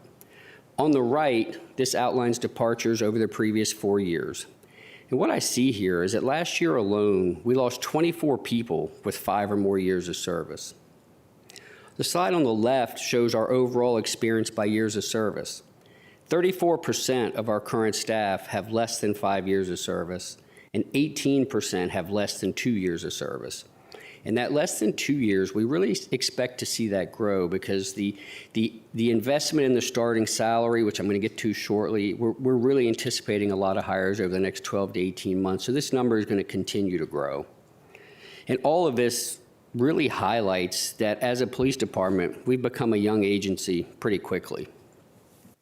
In looking at 2020 through 2025, we lost 267 officers and hired 222. And when we look at the functional strength of the agency, having lost 267 over that period, that really demonstrates that we've become a young agency quickly. Also factoring into this is since I've assumed this role in September of 2020, we've promoted over 90% of our supervisors. So what do we do about that? This really highlights the need for us to be intentional about hiring the best available candidates and building out our training in a host of different areas. A lot of new folks brings a lot of new energy, but we just have to make sure that we're doing everything we can to train and prepare them for what is about to come. Next slide.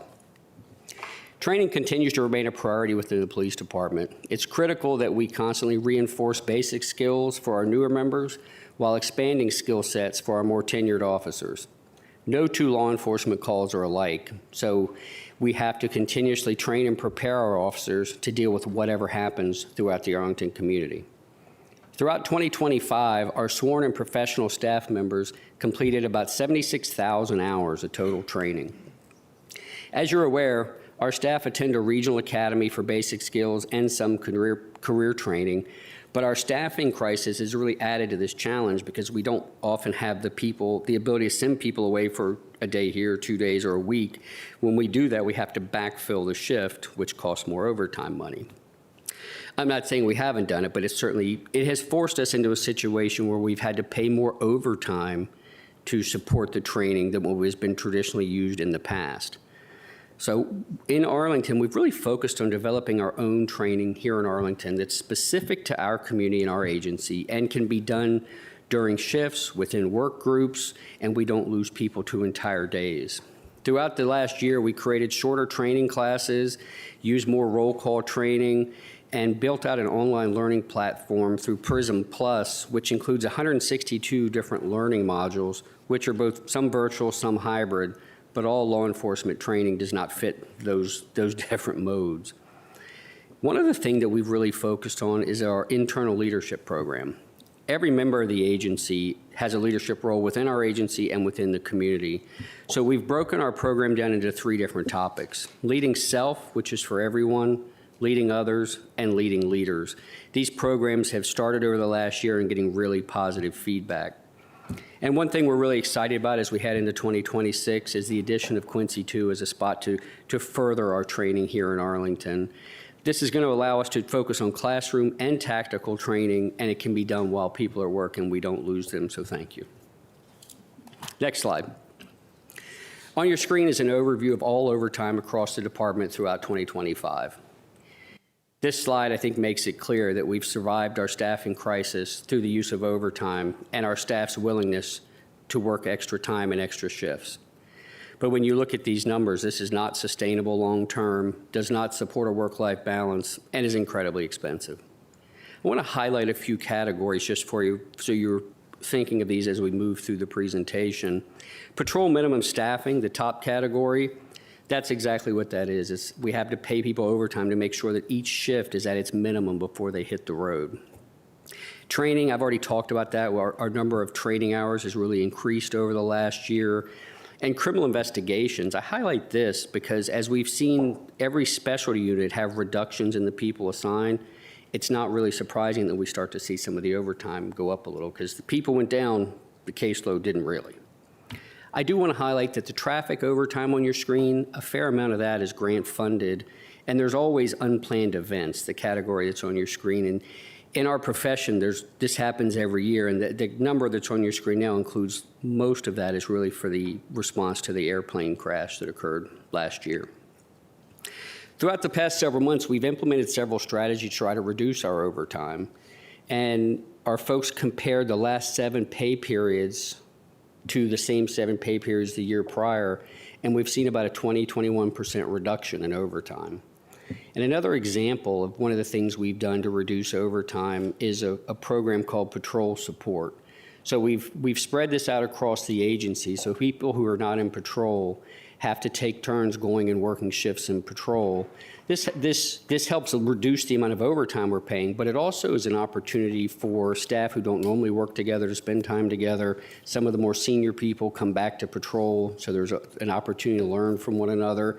And this program alone reduces overtime. We spend 230, 240 hours per month. Next slide.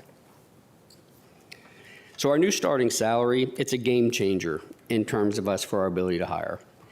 And I want to talk about hiring standards just a little bit, because one thing that's been important to us is to not lower our hiring standards. We're very particular about who we think should be in this profession and who's the right fit to police here in Arlington, and we have not lowered our standards. Many other places have, but that's not something that we're willing to do. So on your screen, you'll see that in 2024, we had 2,218 total applications, and we hired 47 of those, or about 2.1% of total applications. In 2025, you see there's a significant increase in applications. We first started announcing the starting salary that goes into effect in July at the very beginning of November. And in November and December, we saw 40% increases in applications those months. So in 2025, the overall number went up. We hired a few less, 38 or 1%, but normally, the norm for us is to hire about 2% of the people that apply to the police department. But when we look at the application rate that we've been receiving since we announced the new salary, we're anticipating we'll have over 4,500 applications in 2026. So I want to give you a little bit of an update of how recruitment has gone since we first announced this. So since we've announced the new starting salary, we've hired 11 new members of the agency. 8 haven't started yet, but they've accepted the offer, so they're coming. And we have 18 who are in the final steps of the process, and we anticipate hiring most, if not all, of those folks as well. And we have 85 more folks who have completed the initial screening and testing and are now actively involved in the process. So the current and future hiring of new members looks very bright. One thing I wanted to share with you is it meant a lot to me to hear it. A recent applicant told us that a chief from another police department in Virginia told this person to apply to the Arlington County Police Department. And this chief reportedly described ACPD as leading and inspiring and represents one of the best highly trained law enforcement agencies in the country. That meant a lot to me. I just felt like it was important to share it. So our new starting salary, it's the talk of law enforcement in this area. You know, I hear about it everywhere I go. I hear a lot about it everywhere I go. But with this, we have a real opportunity to capitalize on this and hire as many people who meet our qualifications as we can. The status is number 1 in the starting salary will be short-lived. Everybody's going to continue to raise theirs and try to catch up or surpass us. So our opportunity is now. Next slide, please. If you look at the two boxes on the upper left-hand side of your screen, this highlights our staffing situations in 2015 and 2026. We look back, and from the information available, it appears that the last time we were at full staffing was 2016, maybe early 2017. We began restructuring the department because of staffing challenges in 2018. And we've continued to make structural changes since then, such as holding supervisory positions vacant, and we can continue to decrease staffing in many specialty units, or actually all specialty units. One example I wanted to share is in 2003, we had 44 detectives authorized in our investigation section. In 2026, the number is now 35, and some of those are currently even not filled. Within the last 25 years, our profession has changed dramatically. The police department has been very intentional in trying to predict change and respond to change, as outlined by the number of new functions that are described on the bottom of the slide, which I'm not going to spend time going through each one. On the top right of the slide, law enforcement agencies are often measured by the number of officers per 1,000 residents. A dated study by the FBI indicated that an agency our size should be around 2 officers per 1,000 residents. This slide shows what our ratio would be at different staffing levels, which are below that 2.0 number. But I want to provide some context to that. Alexandria's current ratio is 2.00 officers per 1,000, and both Prince William and Loudoun counties have ratios that are equal to or slightly above what our ratio would be if the board were to unfreeze 20 of the frozen police officer positions. The slide on the lower right is our projection regarding how much we could hire. And we made a few assumptions, and I want to share those with you because I think it's important you know it. We assumed we'd have 25 or 30 new officers per academy. There's one in July, one in January every year. With a few other lateral officers sprinkled in there from other agencies. And we also predicted 3 departures each month, which we have not actually seen this year. But 25 to 30 in each new academy, which when we look at the upcoming July academy, we're going to reach that number without any real trouble. But if our predictions remain true based on the number of applications in the hiring, we will reach our funded strength of 335 by January of 2027. And at that point, our ability to hire new members will be limited. Next slide. If we stay at the 335 funded positions, this will not eliminate the need for this amount of significant overtime we're currently spending. It's going to continue to limit career opportunities for our members, will not afford any expansion of services that we can provide, and it will continue to put significant strain on officers and their work-life balance. If the board were willing to unfreeze 20 of these positions, that would eliminate the need for patrol backfill for the most part completely, will allow for some special unit positions to be refilled, and may allow even for some expansion of services in different areas. This would also significantly limit the amount of overtime necessary for training and help improve the work-life balance for our members. So based on everything I just shared and our anticipated ability to hire, my ask is that the board consider unfreezing 10 positions on January 1st of next year and 10 additional on April 1st because we believe we can fill those positions. And the total estimated cost for this is $1.1 million. But I want to share some information about how this is going to impact overtime. We are anticipating the minimum staffing overtime would be reduced by a minimum of 75%. I actually think it'll be more than that, but to be safe, we use 75%, which would be a reduction of 20,575 less hours per year. For training overtime, we estimated a reduction by 50%. And again, I think the number would be bigger than that, but I wanted to be safe in our prediction. So that would be 13,068 less hours of training overtime per year, or a total of 33,643 less hours of overtime per year at a resulting cost of $3.34 million.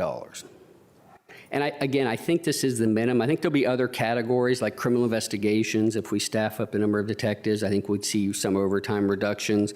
But I wanted to stick to the categories that I know would be directly impacted.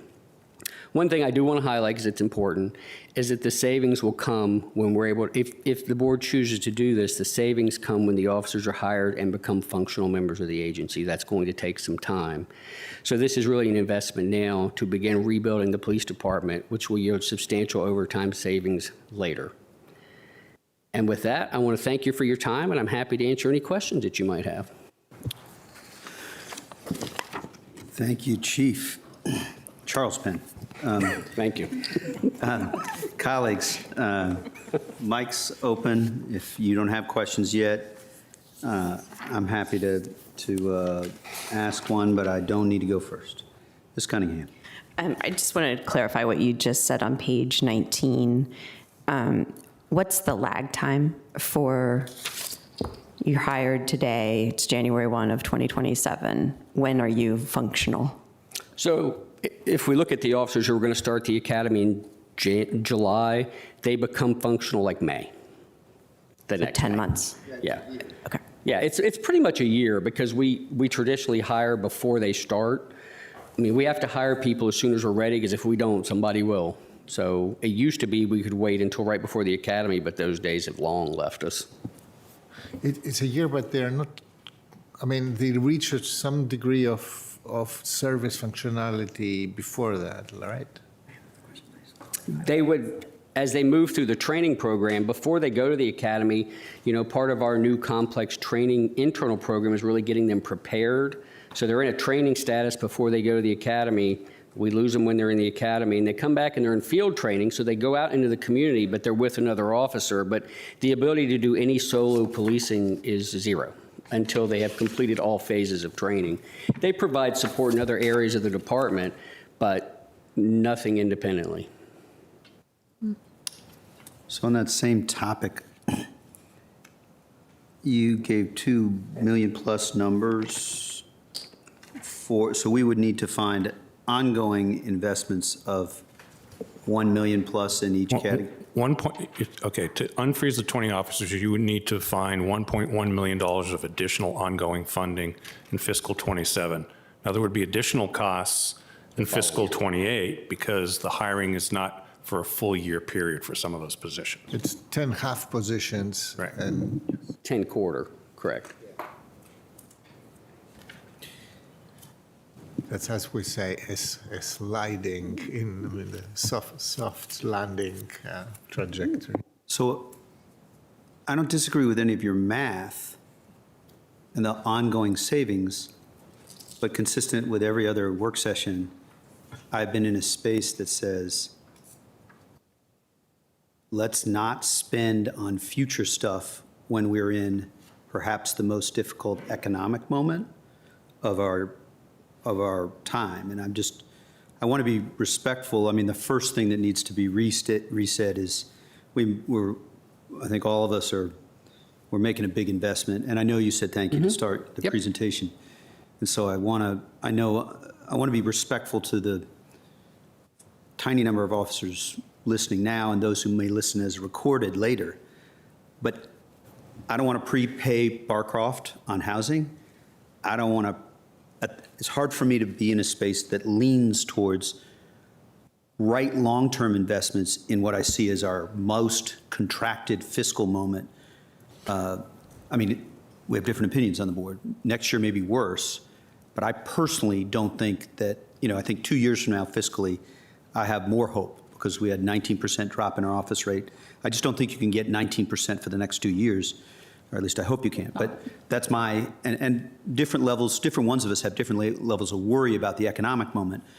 But that's not, I just want to be honest about finding additional ongoing seems a challenge to me. Well, look, I completely understand that. That's why this slide is not actually in my proposed budget. But when the board advertised a higher tax rate, I would just mention this, which is, and I think I can agree with everything you just said and add one other thing, which the chief said.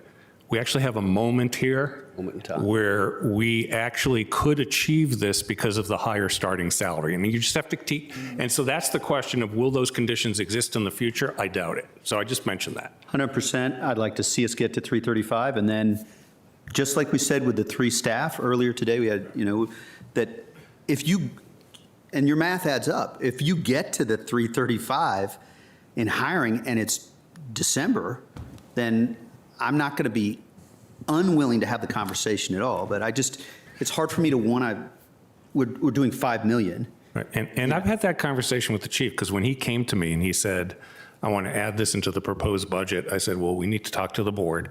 If you come to me and it turns out that you have these incredibly well-qualified applicants that you need to literally toss aside because you can't hire them, and the board hasn't given you the money, then we need to have another conversation then, because I'm not going to be willing to forego that, which is part of what you just said. Sorry, colleagues. I just wanted to be honest rather than, and I respect, I don't want to miss the moment. And I do want you to come back if they're great candidates and we're at 333 and it's November 15th. I think we all might want to, but it's just a challenge to find ongoing in a moment where we're likely, highly likely to be going to our community, asking for them in a tough economic moment for a rate increase that we all believe is necessary to invest in for public safety and specifically ACPD and fire. So other colleagues, that's just my perspective. I don't want to miss the moment. You got a great argument, and I think your math adds up. I just would rather get to the math before we, I don't know if Takis, you had yours. Yes. Mr. Karantonis. So one thing, it is, thank you for being a little bit more clear about how you calculate the number of officers that you need for what's the ideal staffing ratio, et cetera. I have questions about that, but it's not for now. Because I do believe that it's a function not only of the population, but also of the, how much policing a place needs, right? You can have a very small place and need, amazing numbers of officers because just the conflicts and the issues are such. And you can have a place like Arlington where you don't have, 2 homicides a day in every shift. So that's to me an important discussion to have. What is the real adequate number for Arlington? But I believe that we will agree that we are still a little bit below that. So I'm fine with that. So one thing that I want to understand is from the investment that we made in the collective bargaining compensation, can we somehow identify a return in form of less overtime, et cetera, already? Is it tangible? Does it begin to be tangible, for example, this fiscal year, the current fiscal year, or is it something that will begin to materialize the next fiscal year? I don't think the investment, the much appreciated investment into salary is going to offset overtime at all. Because if we get to the 335, we're still going to have substantive numbers of backfill overtime because, we're at 304 today. So that, adding that number of positions won't eliminate that need. There's still going to be a substantial amount of, it should probably be less, but it's not going to be a massive, like 75, 80, 90%, like what I outlined, the 355. I didn't expect it to be massive. I just wanted to establish somehow a place where we can begin to see that ratio materializing, like, regular staffing is up, but therefore overtime begins to be more workable, more tamer. I would like to begin to see that. I know that it's a little bit too early for this, probably, but this is something that would help me to think through staffing discussion. Well, I think it is too early because if we've done projections and looked at, if we get to 335, how many people can we add to patrol as their permanent assignment? Because that directly impacts the amount of backfill overtime. But if that's going to be our number, we have to reevaluate what we're going to be able to do in the police department and what we're not, which is going to involve some staffing shifts to other parts of the agency. So at 335, I don't see a scenario at all where all of that backfill overtime can go away. But we won't really see that until we hire the people and they start, because that's when we would start seeing some reduction. Right. But it also, we're going to have to, we have to, if 335 is going to be our number, we have to create a police department that can continue to live long-term at 335 and not pretend it's 375 anymore. Right. The other, That's a challenge, it just is. The other dividend on better staffing is that it has, it's bifurcated dividend. One is programs that are more based on community policing that strengthen, our improving our relationship and presence in the community, et cetera, have more of a runway to actually play out, right? So you have a little bit more people to staff them properly. You can run restorative justice program, accompany them, et cetera. So therefore, with improved staffing, also the crime, at least the registered crime stats improve over time. Can we see that? I mean, is for example, the fact that we are relatively flat and even improving in crime statistics, is that a result of that? Can it be attributed to that to a certain degree? I would like to attribute it to our work, but I can't promise you that. But I think our work certainly plays into that. But I think it's important when you look at, crime's been up the past several years in a row. So I'm happy to see crime down this year. But, when we look at staffing allocations across the police department, when I was a robbery detective 20 years ago, what I had to do on a case was far less than what officers have to do now because of cell phones and computers and video. I mean, it's a great thing for solving crime, but the numbers don't tell the story alone, I guess is my point with that. Right. One final one, and I will yield, Mr. Chair. From in the budget narrative, in the criminal investigation section, the cases successfully resolved seem to be going significantly up from in fiscal year 25 and 26. So is that an indicator that the criminal division or detectives are more effective, or is it an improvement of ratios, or do they have more workload to work and therefore they have numerically more results? I mean, they certainly have, there's less detectives, so they're each individually have larger workloads, but across this section and division, the same number of cases roughly have come in. I mean, we can put together some specifics as to why we think that the closure rate went up, but we've added technology. Our folks have done a great job over the last years in really following every lead and closing every case that we can, and I attribute a lot of that to the great work that they're doing.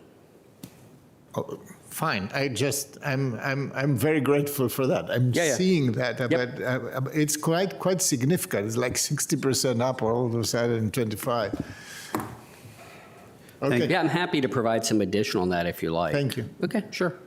Thank you, Mr. Karantonis and Chief Penn. Ms. Vice Chair Coffey, my apologies. Thank you.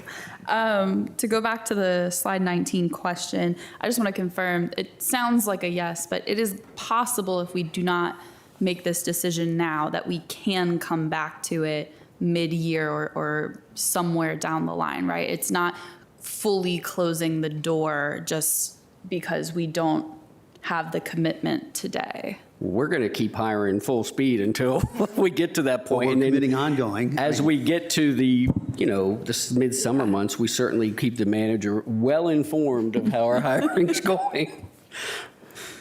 But I guess the question is, Yes, I mean, that's another way to address it, and I've addressed that way previously, which is we come back and off the regular cycle, as you have put it, and make that request, and we would do that. Yeah, that seems most interesting to me, particularly because, we could do 19 now, but what if you have 22, or what if you have 18, or, I think when we see real numbers, I would be interested in knowing that and thinking about that. So that's good. I just want to lift up the opioid stats. I think, it's not all you. Our human services have a huge role in that, but it is still incredibly impressive and a huge community priority, I think, to respond to the opioid crisis. So I just appreciate and I'm glad for those. Can we pull up slide 13?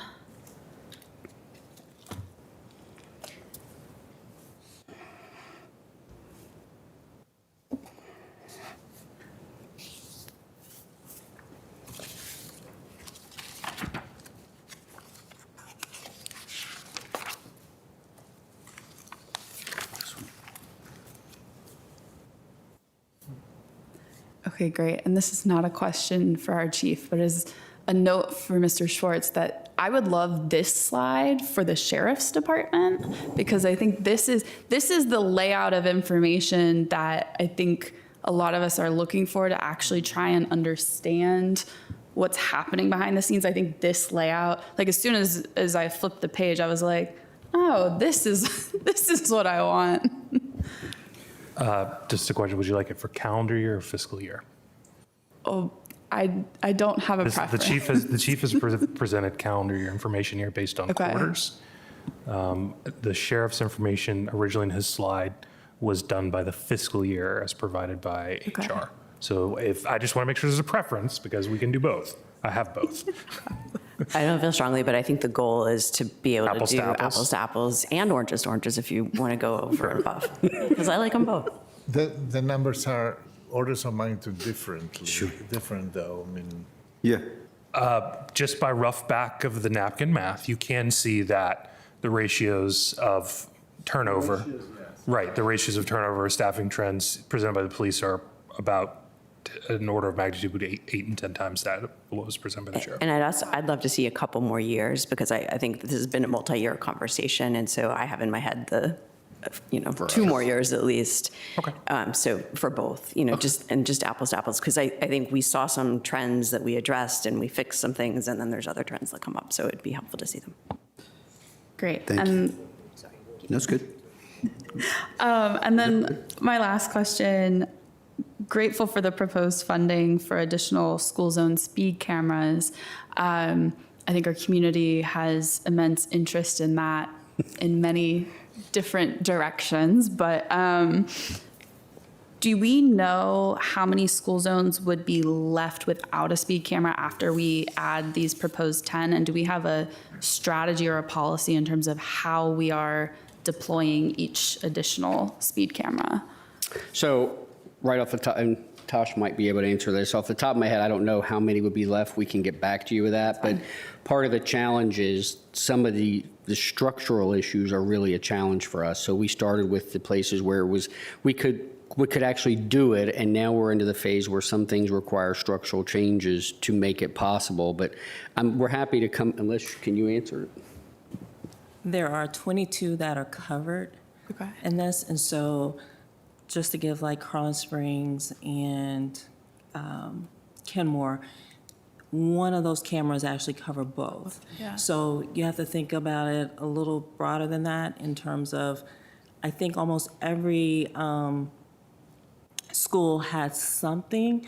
There's very few that are going to be untouched totally, but I can't give you the exact number right this second. That's fine. And maybe, I know there exists a map that shows where they're all located. Maybe you can just bump that back over to us, the latest.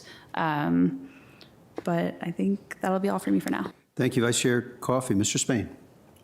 Oh, Ms. Cunningham, you both, who's on first? Good. Oh. While I'm at it, can you pull up page 445? How you doing, Chief? Good, how are you? Good, great. I like the jolliness. It's amazing, in contrast, the jolliness we're having about hiring. I mean, you're just like at 4,000 applications and you're ready to rock and roll. Makes me happy. Right? And based on everything I'm hearing, it's contributed to your pay increase, right? In large part. Mm-hmm. Yeah, absolutely. Yeah, that's what I thought. Great. So do we have the slide up? Here we go.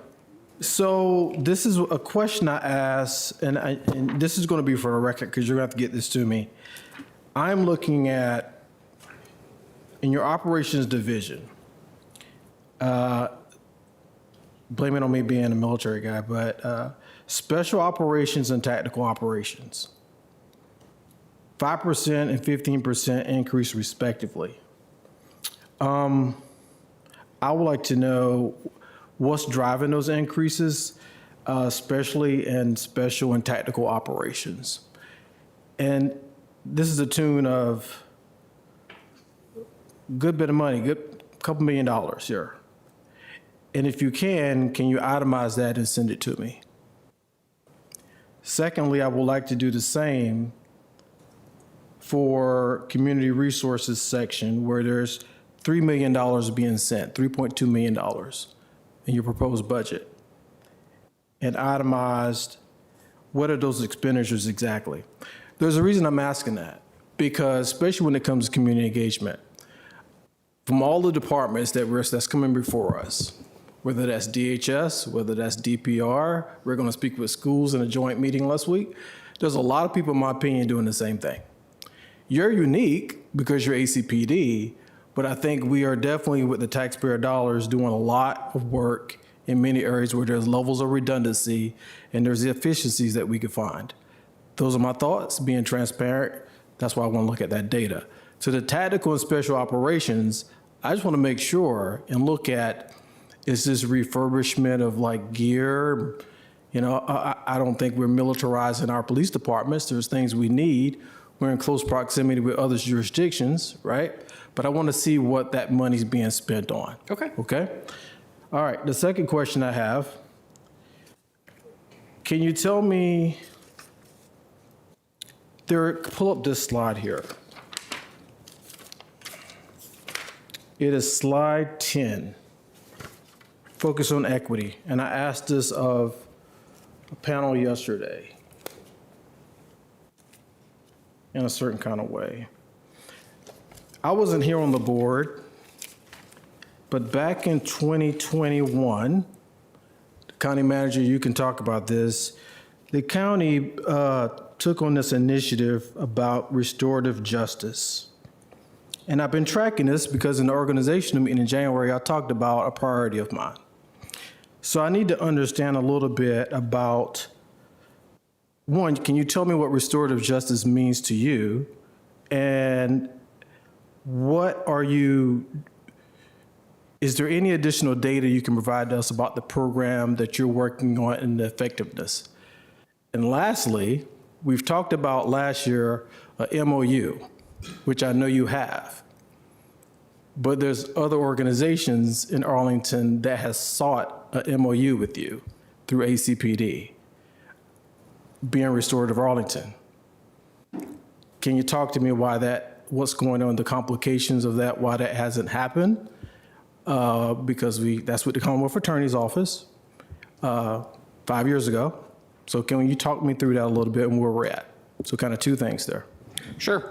So the conversation regarding the MOU, I think, you know, that hasn't really been a conversation in 9 to 12 months. We had several conversations along the way. We initially started with the MOU was focused at violent felonies. And, you know, I don't think it's the place at the scene of a crime to, if a violent felony has occurred, our job is to make the arrest. And then, you know, we're at the very front of all of this. So when decisions are made later, you know, at the, you know, either at the arraignment, preliminary hearing, or prior to trial, there's an opportunity to gather a whole lot more information that an officer on the scene is not going to have access to. And our focus has to be, I mean, our job is to hold people accountable when it's appropriate, but also to make sure we're providing for the safety and security of the community. And that's where the conversation initially started. You know, there were many conversations throughout the years, and I think for me, I think it's easier when it's youth who are juveniles, because I think, you know, we're going to have conversations with their parents. We can't just, you know, turn kids loose if it's in the middle of the night. Or so we have an opportunity to have access to more information.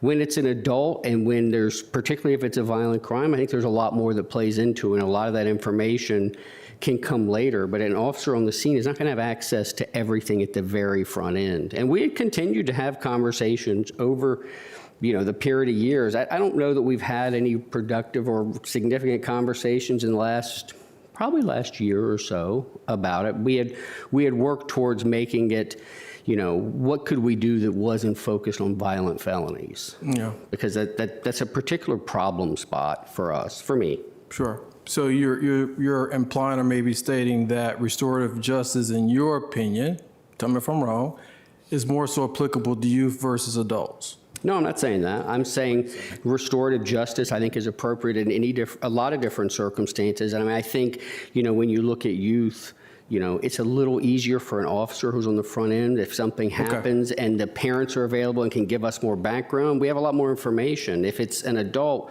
we're not really not going to talk to their parents 99.9% of the time. There's opportunities later to divert when there's a lot more information available than what may be available in the front end. But I'm not saying it's limited to solely juvenile or youth. Let's continue the conversation, okay? Sure. Thanks. Thank you, Mr. Chair. Mr. Spain, I think we're to Ms. Cunningham to close us out unless Mr. Carantonis has a couple that he wants to throw in there, Just say- which I knew that he would. First, Ms. Cunningham, or are you on RJ? It is actually a follow-up to Mrs. Spain. So is there a way to have kind of a performance measure of our restorative justice focus, like, for example, how many diversions? And, there is some narrative there, but I think it would help to know, how many times we have succeeded to divert,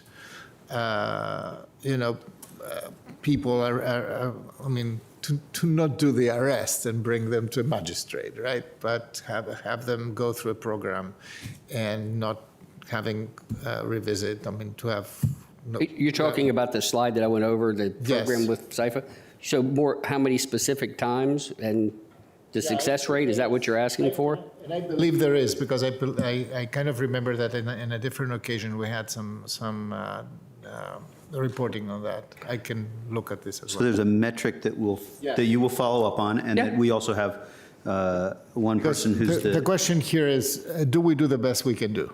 Yeah, there's the ears of God who are focused to listening, what and they're we going to should be interpret focused. So that's it. the ears of God instead the voice of God is listening, and we're going to ask Ariel to help us as well as you guys as you follow up on this one. Thank you for adding that, Mr. Carantonis, and to Ms. Cunningham. Yeah, that's helpful, and I'll kind of pivot off of that. I think one thing that I'm really interested, especially in the midst of budget season where we get to really see all of the incredible investments we make in our community on the prevention side, all the way through to diversion and to rehabilitation as needed.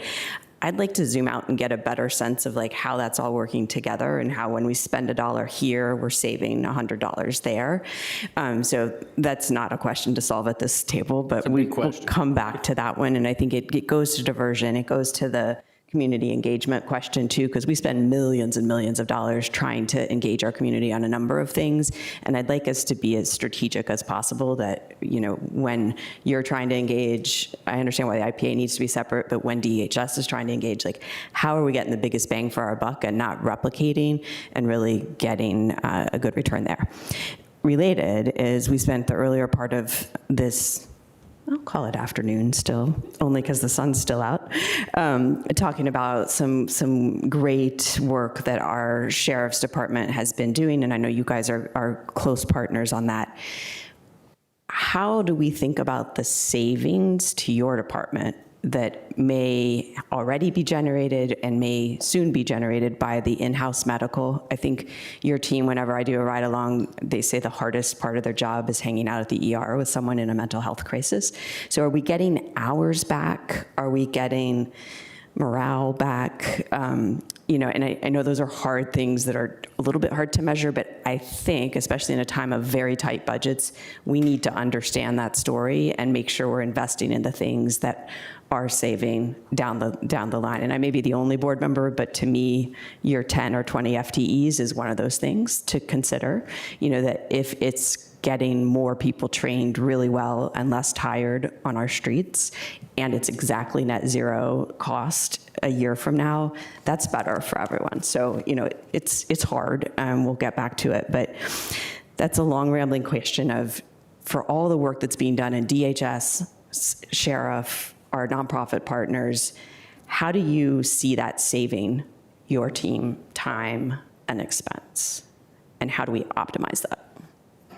So I think that comes into a whole host of different categories. I mean, the mental health crisis and situation, the amount of time that our officers are spending at the hospital with somebody who's in crisis, it ebbs and flows. Has it decreased from some years ago? Yes, it has. But I think the partnership with, the ability for us to transfer custody to DHS's SCOPs is a big deal. That's a huge, because it gets the officer back in the community, and it doesn't detract from the person getting the help that they need.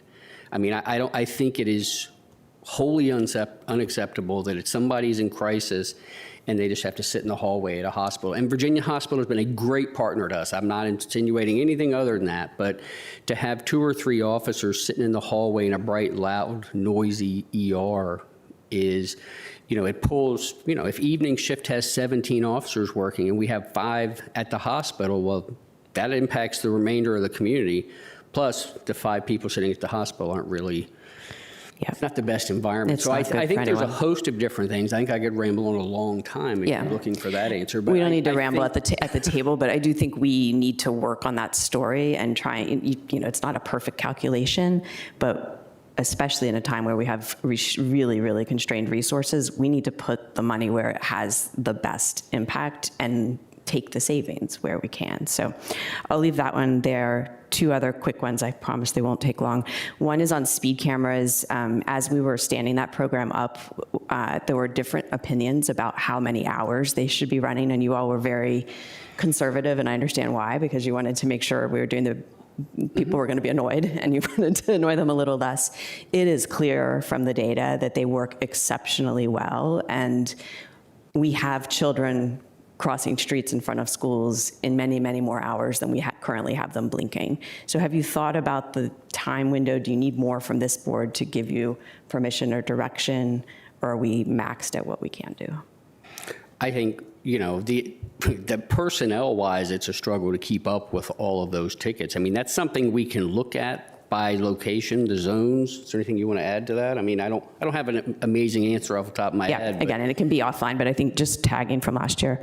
And then the last thing I'll say is, while I am open to the thoughtful presentation of unfreezing positions, I also, when we talked in the fall about how crucial it was to recruit for your team, largely because you had so many new people already and you need to fill out the force, it was in my assumption that we would work to cover that 5 million plus, but part of it would come out of the broader department budget. So, and that may have happened, but again, I need the story if that's what's happened. We wanted to move those starting salaries for a very good reason. It's playing out just as you thought it would. And we have very, very constrained resources. So what can we not do?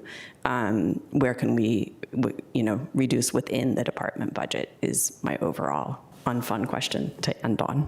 Is that a answer now or a? No, follow-up? that's a follow-up. That's a follow-up. That's a follow-up unfun question. Unless I didn't get a backup slide at all today, and I got 5 with DS. So if you have a backup slide that answers that question, I get bonus points. There's still one more presentation. Thank you. I think we're almost there. Is that a vestigial light, or did you want to close?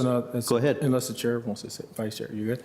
No, this time I caught it. Really quick, one, I just want to give a shout out to everyone knows JP.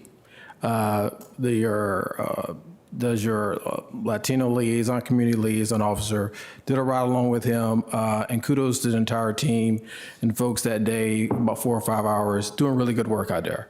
And I also, Mr. Chair, want to align my comments and my thoughts to, those unfunded positions. I'm a bit hesitant right now to do any level of commitment, but I also want to align myself with the comments of Ms. Cunningham because, $5 million, even though we went through collective bargaining, is not a drop in the bucket. Totally get it. But I too was thinking and looking at, are there other efficiencies within the scope of your current budget that we can kind of do the need to haves, right? And so I would hope that perhaps we can, in the coming weeks, probably talk about that a bit more. Hence is why I asked for some pointed returns in my current question about tactical and special operations. All right, I just want to see what's going on there. Thank you very much. Thank you, JD Spain. It's JP. I think you meant to say JP. Did I say JD? You did. It's JP Montoya. It is JP. Who is JP Montoya, Marine, by the way. There you go. All right, with that, we'll close unless there's, Two additional, very, very small things. So number one, in and the workforce that we are seeing now coming, being attracted and signing up, there is also the element that not everybody is a new officer. They come also from lateral movements, from other police departments that have a certain level of preparation, and probably they will be functional, as you say, earlier than, so that the dividend from this accrues earlier. So I would like to see that. It's in addition to Ms. Coffey's slide 13 request, and I think this is also probably for the Sheriff's Department relevant. The second thing is I'm sorry, is the question how many lateral officers we hired? how many from those who come new, how many lateral is? It's never very comfortable to discuss that, because I understand it's not nice to discuss it. But we were on the suffering side before, right? Now we are probably. I would note that I asked the chief for a pack of pamphlets for lateral officers. I have some on my desk, and I have handed them out, and I would encourage everyone to do that.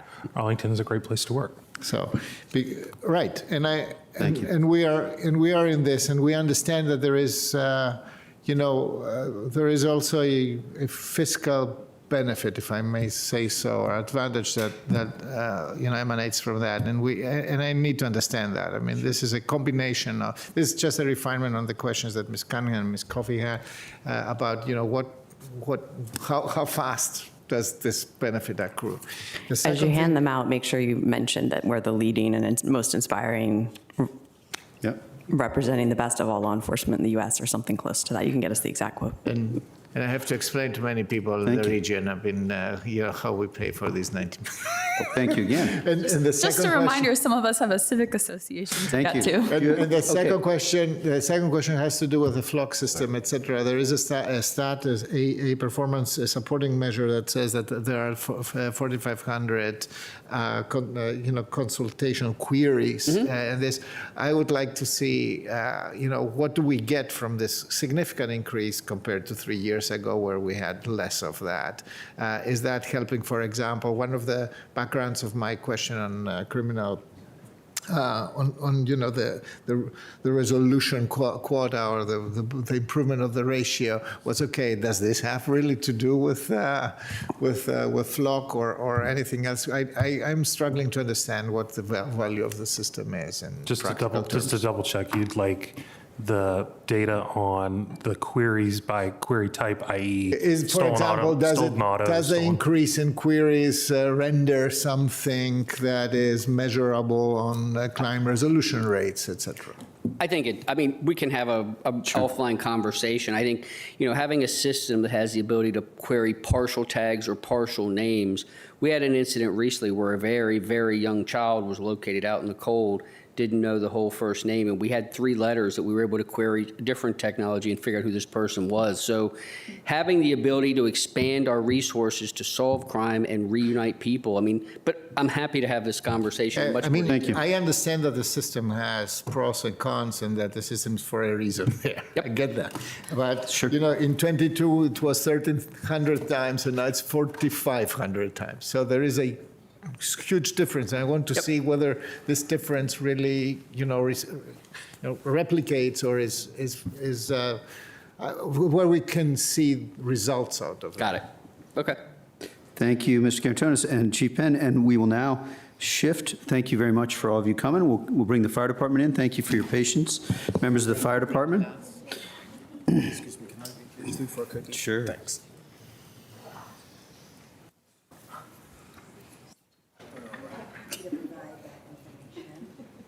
Turns out Devontae has it. Just FYI. No problem. No, don't worry. Don't worry at all. We just heard noise. We actually did that, since we get zero money. Mr. Schwartz and colleagues, it's coming over, and you can get as many cookies as you want. If every cookie results in a reduced question, you get all the cookies. So we have Mr. Schwartz, I think it's over to you to introduce our fire team, our fire department team. Mr. Schwartz, go ahead. I'm going to, the red light that red thing means it's on. So I'm going to, red means fire. Yeah. Yeah. I'm going to turn it over to Chief Pavlitz, who will introduce his team. Thank you, Mr. Schwartz, Mr. Chair, and members of the board. To my right, we have Assistant Chief Jason Jenkins. To his right, we have our fiscal manager, Megan Carney. Also, we have Deputy Chief Amanda Reeves in the audience, and our medical director, Dr. Smith. In the audience also is International Association of Firefighters, Local 2800, President Brian Lynch, and Vice President Alexander Moody. So thank you very much for this opportunity. I'll start the slides.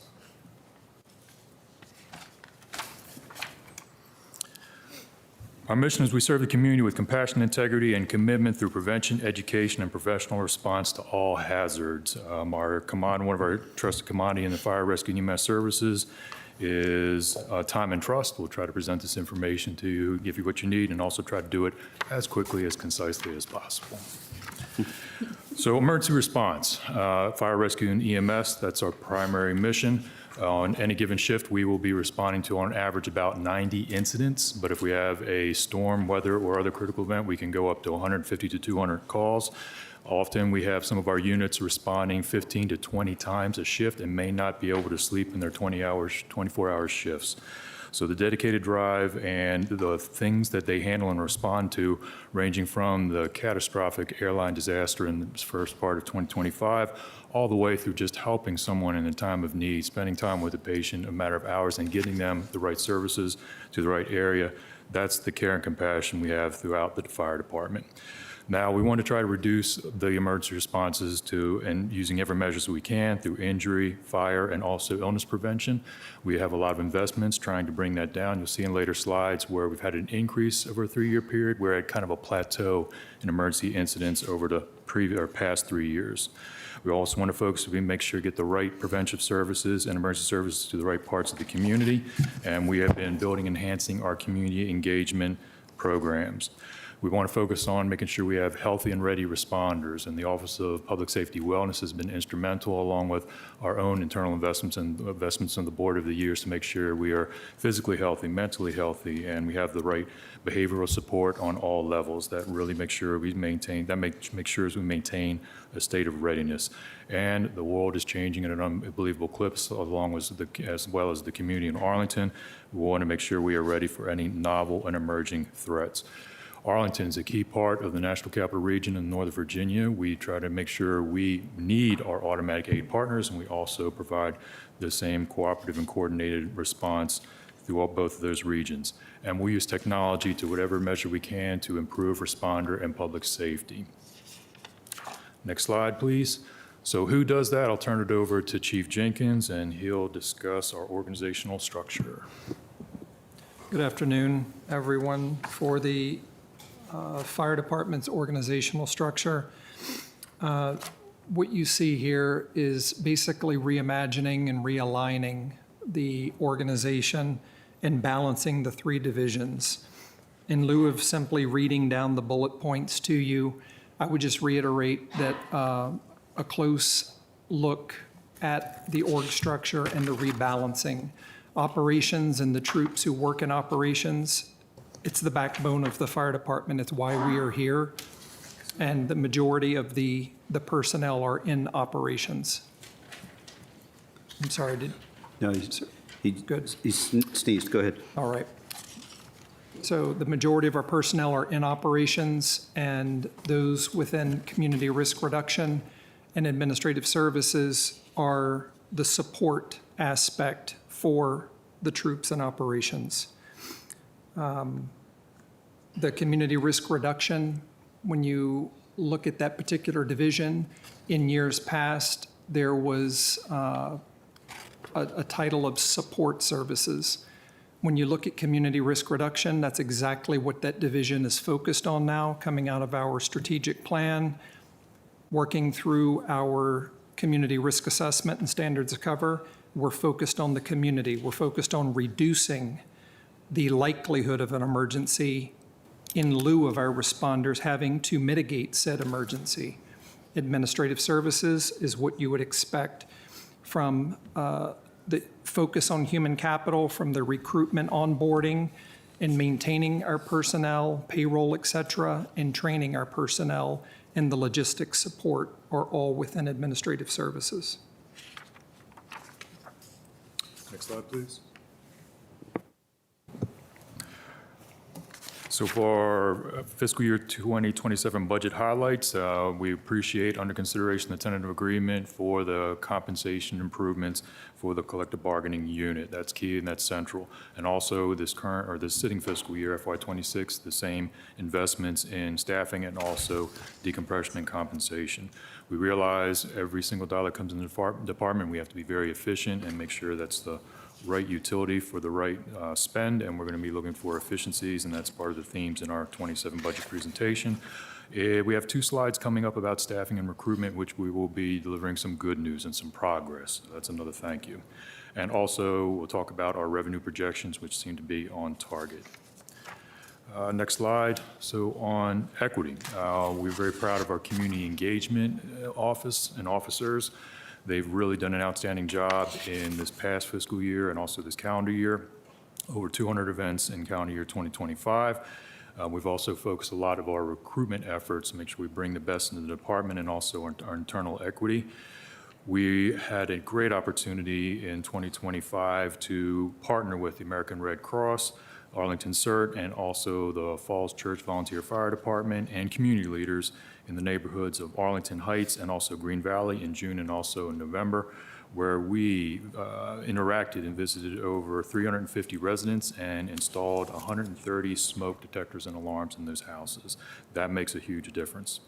Also, we're part of the MOST team, the Mobile Outreach Support Team, and in 2025, we've had 24 team interactions where we get called on the higher 2 tiers, and 14 of the 24, 14 of those we were able to transfer care to the MOST DHS program, and that really helps those patients, residents, and also the emergency departments. Next slide, I'll ask Dr. Smith to come up and talk about our mobile integrated health program, another equitable program in the community. Hi, good evening, or afternoon, I guess. So I think it was 2 years ago, in the 2 fiscal years ago, we were given this funding. And over the past, since that time, we've built a really, really successful mobile integrative health program. If you don't know what that is, it's the idea of trying to reach to the segments of our population that are typically underserved, oftentimes are afraid of interacting with fixed facilities or other what seem to be threatening. They don't understand. They don't have a lot of services. And so what we were able to do is we hired a nurse practitioner with the assistant medical director, who's a physician assistant, Kate Kramer. They built this program that allows us to interact with these people. It's really a program of care coordination. So it's a lot of how do you navigate the U.S. health system if you don't have a lot of money or knowledge. And the whole point is to prevent the next EMS call. So it's getting them where they need to go, connecting with public health services, connecting with mental health services, connecting with the hospital, connecting with urgent cares to be able to say, how do we help these people get what they need without having to do what we've always told them to do, which is just call 911, we're going to figure it out. So it's actually a very efficient program because we have one person that can interact. I think we've had 300 in the first half of the fiscal year or so, and that means that we didn't need an ambulance.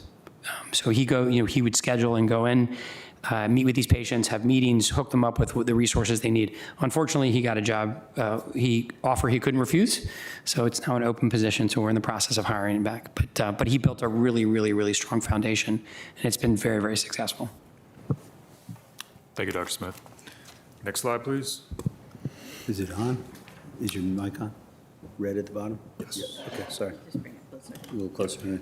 I'll turn it over to Ms. Carney to discuss our performance measures. So here are some of the measures that we chose to highlight for this fiscal year. We are showing very consistent EMS and fire responses, and also our total Arlington unit response. That's all vehicles responding to a scene, remains fairly consistent from year over year.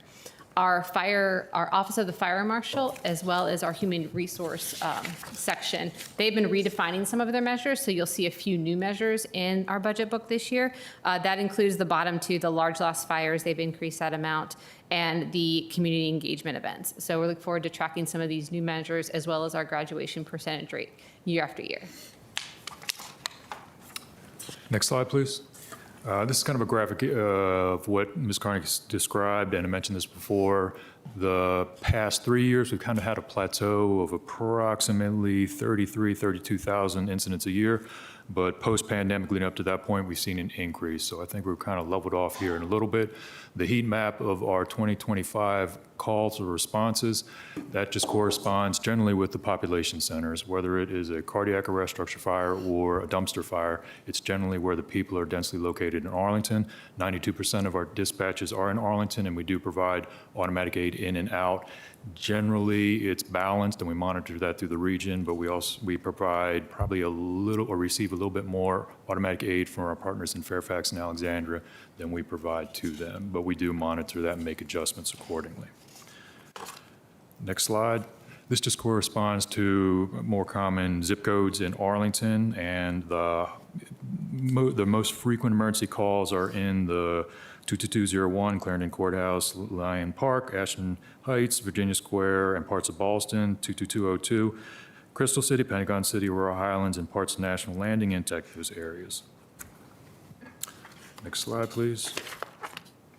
I'll turn it over to Chief Jenkins to discuss our incident and disaster response. For this particular slide, we're going to focus more so on unit hour utilization.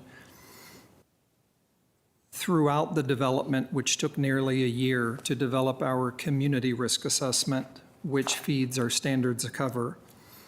That's when we look at the resources we have, the personnel on said resources, and are they placed in the right location at the right times of day to mitigate the responses that more often than not occur in said areas. Again, unit hour utilization in the simplest of terms is the time on task for specific incidents. And I'll look at EMS right out of the gate. When our personnel respond to an EMS event, it's the response piece, it's the on-scene, the patient care, the transport from scene to hospital, the time for turnover at hospital, the documentation that's required, all of that for one specific incident could take in excess of an hour. And we will get to it here in just a minute, when you start looking at specific transport units, these personnel running the significant number of calls with time on task, and you look at their unit hour utilization in a 24-hour time period of a work shift, and a specific incident taking in excess of an hour and running 12 to 15 calls on average per shift, that is a lot of time on task. That's unit hour utilization. Now, when you look at specific transport units, if you'll focus on the red, we touched on this in previous sessions, the trend line. And when you look at the trend line from calendar year 23 to 24 to 25, that increase is significant because we're at a point of reevaluation for the specific units that are in red. When you look at Medic 102 and Medic 104, Medic 105 and Medic 109, they're at a point now where they need additional resources to remain available. The reliability aspect is a component of unit hour utilization, and it's important to understand this because the majority of our transport units are at the point of reevaluation, and we need the additional capacity to keep from burning out the troops. We are burning out the personnel, our paramedics, riding these transport units any given day. So that's unit hour utilization. predominantly it's EMS focused. You can look at it from the suppression lens as well, but I think you would understand on the suppression side, the time on task is less than that of an EMS event that involves patient treatment, transport, documentation, and then return to service. Thank you, Chief Jenkins. And for a summary of our proposed changes, I'll turn it over to Ms. Carney. So now getting to the numbers of our presentation. So our FY27 proposed budget is a net increase for our expenses of $3.5 million. This includes the $5.3 million for our new collective bargaining agreement for increases in salary, wages, and benefits. This is following an increase we received last year of an average of salary increase of 10.9% for decompression, and that is following 2 years of step increases and 1 year of a retention bonus. I say this to get to the point, the good part of our presentation where we can discuss how this is leading to a fully staffed fire department. It is offset slightly by the reduction of $1.7 million. Last year at this time, we had asked you all for a second recruit class in FY26. You gave us that, so that funding is falling out. At that time, you asked us the question, how many years will the fire department need 2 years of recruit classes to be fully staffed? And I think we had discussed 2, maybe 3 years. I can happily say that that is not part of our request this year due to investments in HR, which the board also provided through an additional HR position and non-personnel. So our revenue is also up, and we'll discuss that a little bit more on the second slide. The FY27 budget does include a reduction in FTEs. It is reducing 6 FTEs and adding 1 for a net loss of 5 FTEs.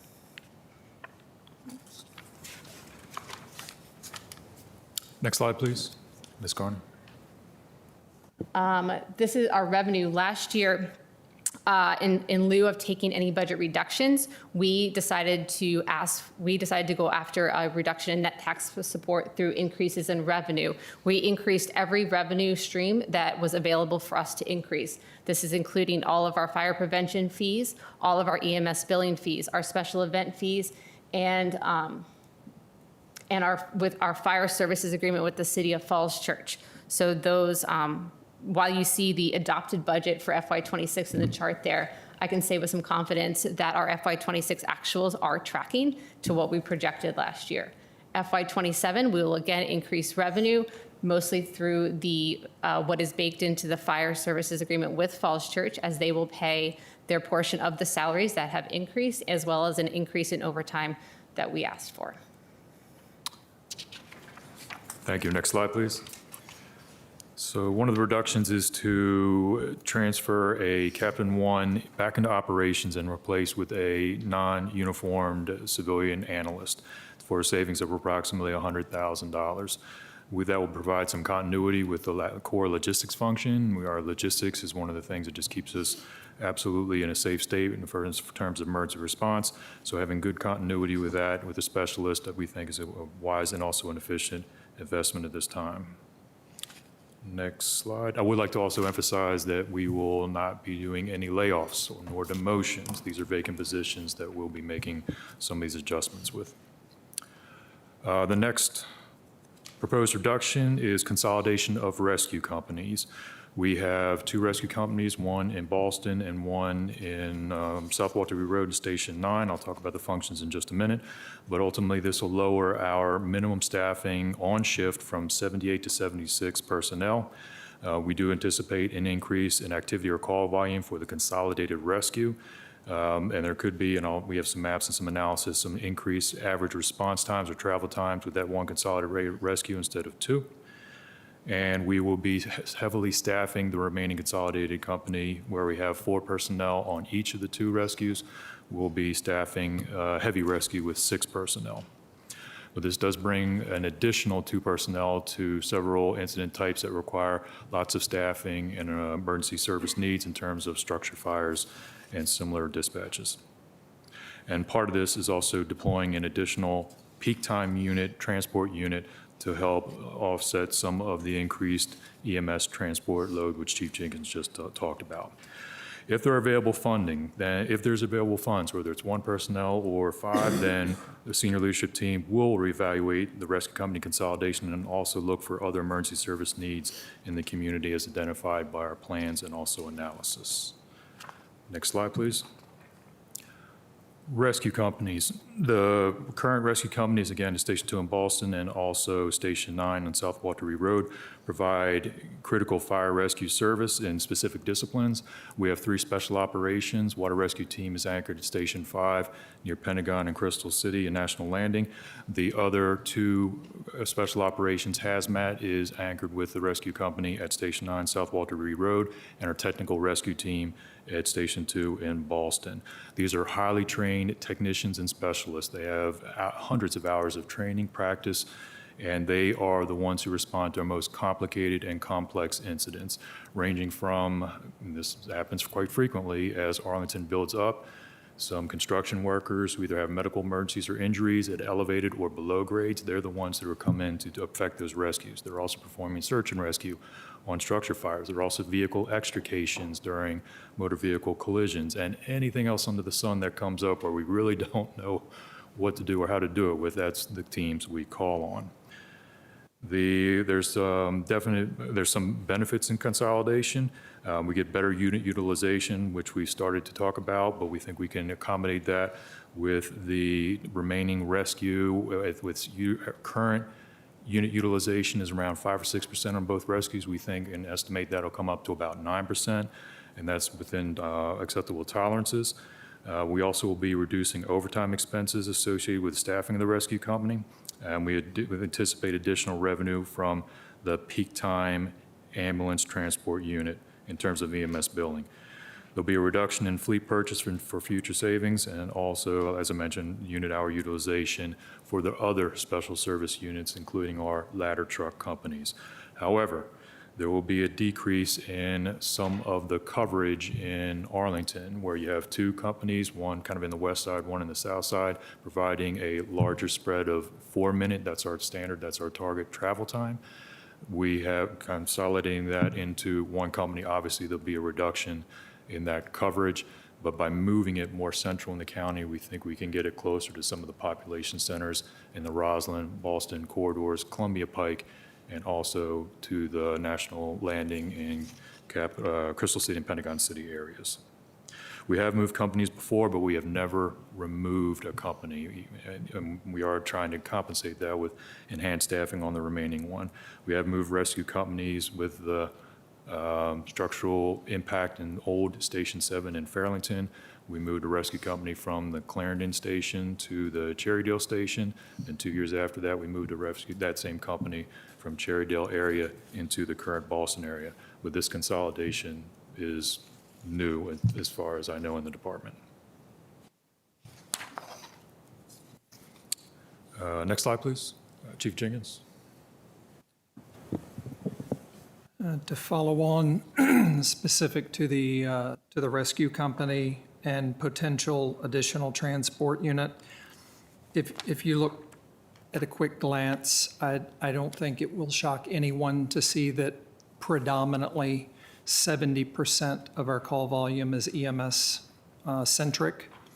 That's rather consistent year by year. And when you look at the breakdown between daytime versus nighttime, although nighttime incidents can be more challenging and can be more at risk, the vast majority of volume is during the daytime, which speaks to the need, again, reflecting on our transport units, many of which are at capacity or at the point of evaluation and needing additional capacity. That's what this is getting at, is the significant volume of incidents during the daytime and overall 70+% of the volume being EMS. And just a note that the transport unit, should this come to fruition, would not impact minimum staffing because the FTEs would be in a day work capacity. Hence, they would be in service on said transport unit during the peak hours. Thank you, Chief Jenkins. Next slide.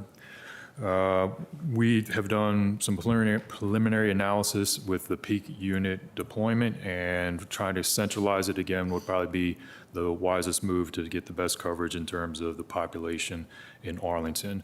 We'd like to note we will not require or not requesting an additional physical vehicle or transport unit.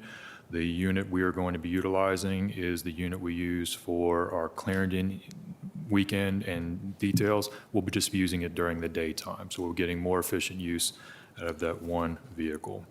And like we discussed before, centralizing the consolidated rescue into our Station 1 on South Glebe Road seems to be the optimal location for coverage in Arlington County for fire and rescue incidents. Next slide, please. And we base this on, and I'll turn it over to Chief Jenkins, we base this on some prior analysis in the multi-phased accreditation process, which Chief Jenkins is leading. Chief Jenkins. I'll start with, again, thanking you for the support. Going back to 2023, we produced a community-driven, community-focused strategic plan. The first strategic plan this fire department has ever produced was published in early 2024. So we thank you for the support in that, as well as the community who participated. As a follow-up to the strategic plan, we began work on the community risk assessment, which again feeds the standards of cover. It took a year to produce this document. This document is what we leverage now to place the right people in the right seats on the right resources in the right locations in this county for optimal coverage to mitigate said emergencies. The next step in this endeavor will be the self-assessment manual, where we will continue the efforts, likely starting this back up in the fall of this calendar year into early 2027, which will be the final component for accreditation. The first time this fire department has been at a point to be considered for accreditation. So again, I say thank you. When you look at the standards of cover, the follow-up, these are the recommendations that came out of the work that went into the standards of cover. We've touched on the unit hour utilization. I'm not going to beat the drum again. You've seen the red. You've seen the majority of our transport units in red. They're already taxed. The planning for the new fire station on Columbia Pike, close to Bailey's Crossroads, again, a high volume, vulnerable, at-risk population where Fairfax County often assists Arlington County in that particular area. That's on the CIP, already planned. Traffic preemption devices. I'm not going to go too far into the weeds. This is the focus on response times. Whether infrared focused or GPS focused, it's to make stoplights green so that we're minimizing time en route to said incident, so our response times are most efficient. The reallocation of resources, that's ongoing. That should be a continuous assessment. Do we have the right people and the right resources in the right places at any given moment with the changing environment? And future potential for an additional fire station on the east end of Columbia Pike in future years to lessen the call volume for 105 in Crystal City to 101, 109 in the Green Valley area. Thank you. Thank you, Chief Jenkins. I'll ask Chief Reeves to come to the table, and I'll turn the next 3 slides over to Ms. Carney to share some of our progress. It's on. Okay. Good afternoon. Thank you. I do want to say thank you for the additional recruit school. With that, we've been able to increase our staffing. That at the beginning of April, we should have full staffing for the fire department for the first time in probably forever that I can say. So thank you for that. Yes. So we graduated 18 in July of 25. We're going to graduate 26 in April, and then we're going to start another recruit school May 4th. And in that recruit school, we have 20 final offers out, and 9 of them have already started with us to prevent them from going to another department. So they're super excited. We're excited to have them. Our 20th lateral will be graduating tomorrow. So again, thank you for allowing us to start that program. 20 is great, and then we have 6 more applications that we're reviewing right now. So we continue to have interest. Our salary is helping. So again, thank you for the additional money for that. And then our retention is lower. We've not been, other than planned retirements, we've not been losing as many people as in previous years. Thank you, Chief Reeves. Next slide, and Ms. Carney. So bringing it back to the numbers, that has led to lower overtime costs. Our overtime is already trending down, and we haven't even graduated the last recruit school. So our overtime started trending down in both hours and dollars, starting in the fall when we graduated the previous recruit school, and it continues to trend downward throughout 26. We started FY 25, we did about 18,000 hours on average per month, and so far in 26, we're at 15,500 on average overtime hours per month. Just as a side note, 86% of our overtime hours are dedicated to operations. They're holdovers, callbacks, and pick list overtime. You see a spike there. That is when we have our 2 largest special events. So that month will always continue to spike up a bit as we help the Marine Corps Marathon and the Army 10 miler. All right, you can go back. Great. All right. So as you can see with the slide with our graduation classes, we are finishing up 84 or 85 right now, and then we'll start recruit school 86. The estimate was 15 to 20. We are aiming more towards 20 for the attrition that we know is coming up with retirements, service-connected disability retirements that are coming up. And then we anticipate 1 recruit school each year for the next 2 fiscal years. But our graduation rate has increased significantly since starting in my position, that we've gone from 71% graduating to now 96%, and then hopefully for the same for April 3rd. Thank you, Chief Reeves. Thank you, Chief Reeves. As Ms. Carney mentioned also, we arrived at full staffing a little early, so we'll be able to bring down hopefully some of the costs in terms of initial training costs, but also balance that with laterals. Our preference is having reliance on recruit classes versus laterals, but it's a good option to have to make sure we are full staffing, and our target is to be fully staffed on graduation night, as it takes 6 months to train new firefighter recruits.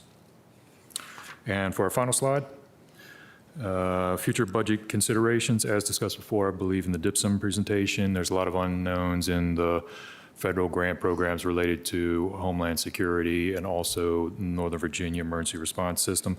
We're monitoring that. We're trying to work through all of the key partners from the federal to the regional side, trying to see balance between emerging threats and also some of the funding available that we can locally benefit from, but we need to regionally deploy. We'll also look at EMS ambulance billing fees in FY28 as we did in FY26. As Chief Jenkins mentioned, we still have a coverage need in the west end of Columbia Pike, but as many members of the board and also the manager has asked us to start to look at our future deployment, reimagining what emergency services, prevention services look like. We've started to do that internally, and we're going to accelerate that, so we'll probably be able to have additional options as we move through successive fiscal years, recognizing that cost of fire stations and fire facilities, like everything, is extremely high right now. Focusing on meeting the needs in the partnership with collective bargaining, the compensation discussions we'll have, along with the 4 other reopeners in FY27 and also FY28. We'll be having those discussions soon, and keeping the eye on responder safety in terms of carcinogen exposure and also our gear, which holds carcinogens. That's right now a necessary evil. It provides us with thermal and also kinetic protection. However, the second there's something brought to market that we test, evaluate, we will be trying to make a wholesale switch out, which would be a multi-million-dollar effort, but it's very critical to see if we can get better and safer protective equipment. So with that, glad to answer any questions. Heads on a swivel. I don't see, Vice Chair Coffey. You thought we were going to have no questions? No. I thought we were going to have questions. I missed your light last time, so I wanted to make sure I got it. So let's see, I'm trying to get organized here. Slide 11, two related questions. I know this is, expressing that we're in the evaluation benchmark for how much our EMS units are responding at almost half of our locations at this point. Evaluation is great. I also recognize that these are things that are not immediate changes. Even if we conclude that more needs to happen, it's not like we wake up even in the operating budget, because there are capital needs that respond to that. Is our plan for addressing this really focused on the West End Columbia Pike expansion, or do we need to be thinking about more than just that in order, because obviously 4 locations are not all Columbia Pike related. So kind of what is the game plan for looking at this on the longer term, both operating and then we'll have capital discussions this summer? So we anticipate more people in Arlington, or this is going to correspond to more calls for emergency service, especially on the medical side. The answer is yes and yes. Any unit we can deploy in the county is going to have a help. If we dynamically deploy it into an area of more need, we'll get there faster. But we do have a known need in the West End of Columbia Pike, but maybe we do something different in terms of requests for the facility. We have some incredible fire stations in partnerships in the Roslyn area to Station 8 that's opening, but maybe we do something smaller, something more efficient. So anything added to the system, especially on the medical side, will provide better community service. Got it, thank you. And relatedly to this slide, but also to the rescue consolidation, can we get this type of utilization over time for the 2 rescue units, just so that we can kind of see what's going on in the data? Can you forward to slide? Do we have a backup slide? Yes, it'll be Ding, ding, ding, ding, ding. slide We've been at this too long. 30. Ding, Slide ding, 30. ding. Oh, come on.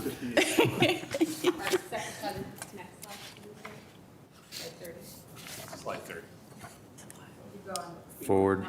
Wow, we didn't know there were so many backup slides. Wow, okay. So highlighted in light blue, the utilization for Rescue 102 and Rescue 109 is between 5 and 6%. Just below that, you'll see our truck companies, Truck 106 Falls Church, Truck 104, Tower 104 in Clarendon, and also Truck 105 in Pentagon and Crystal City. They're averaging anywhere between 4 to 6% also. So we think there may be in the consolidated unit, a corresponding increase in utilization and also similar utilization increase in our truck companies. But we also want to dial this in. Chief Jenkins, why don't you talk about the importance of making sure we dispatch the right unit on the right type of incident? Chief, though, what is the percentage that the unit is considered underutilized or well enough? You mean for or rescue? Yes. For rescue, now specifically. We'll go back to the other slide in just a minute. There's a section above the graph that reflected the red for the transport units. We'll go back there in a minute. I think it's important to, again, unit hour utilization is primarily focused on EMS and transport units because their time on task is so much longer than other resources. Our engine companies, really the workhorse of our fire department that run nearly every call, regardless of type, they run the incident and they go in service, and then they turn around and run another incident. High call volumes. When you look at our rescue companies, these are unique resources. These are folks with specialties, and the skill set that they have takes years to develop, and they respond on unique and the most complex events. High-angle rescues, we touched on that earlier. Hazardous materials events, confined space. It's a good thing we're not seeing those kinds of incidents every day.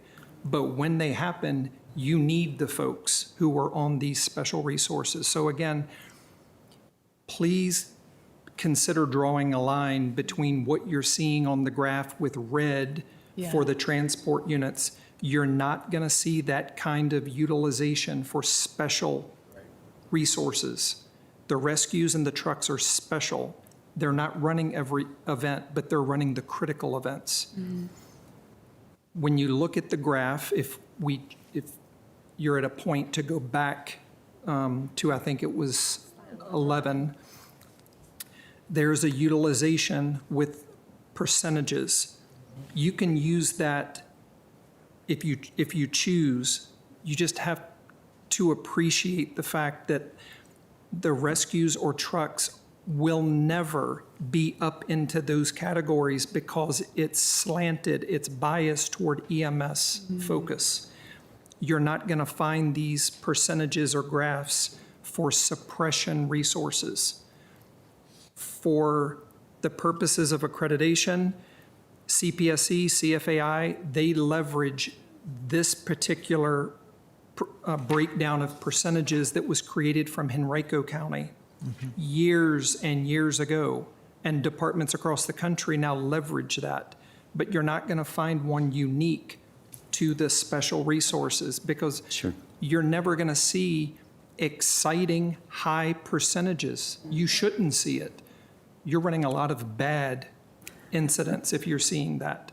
So it's more important to focus on reliability, that those resources be in service and available for that critical call. Does that make? Thank you. That is. It makes, I was after, I mean, I don't want to interrupt Ms. Coffey's line of question. I was after to see what's the criteria to say this is something we can consolidate. This is a little bit below the threshold and it's better to go somewhere else. Okay. Thank you, Mr. Karantonis. Vice Chair Coffey. Yeah, thank you. I think the other big change that we're seeing is recruitment, but also really importantly, retention. You know, I know you mentioned that it's not just that we're bringing people in, but also we're seeing fewer people leaving outside of, you know, retirements and medical needs and things like that. Is there anything you want to say about things that might be driving people staying with us longer, or changes that have been made within the department that are bringing people to stick with us?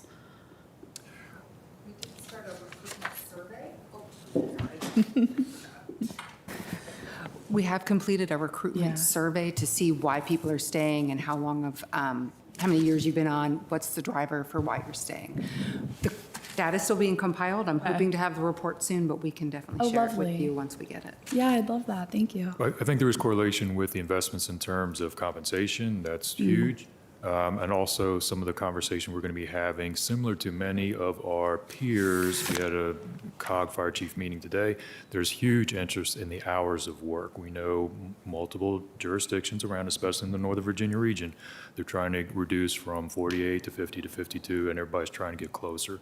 So those, I think there's a lot of factors, but probably those 1, 2, or 3 are primary in terms of work-life balance and also compensation. Thank you, Vice Chair Coffey. I just have a question on the rescue. It seems from the conversation with the local and the firefighters, 2,800, seems like there are sort of limited number of scenarios where you would need 2 rescues. And those, I think they identify was tall buildings, structural building collapse, perhaps metro. And those are the primary 2 that I recall. There may be others, and I could look at it in more detail. Oh,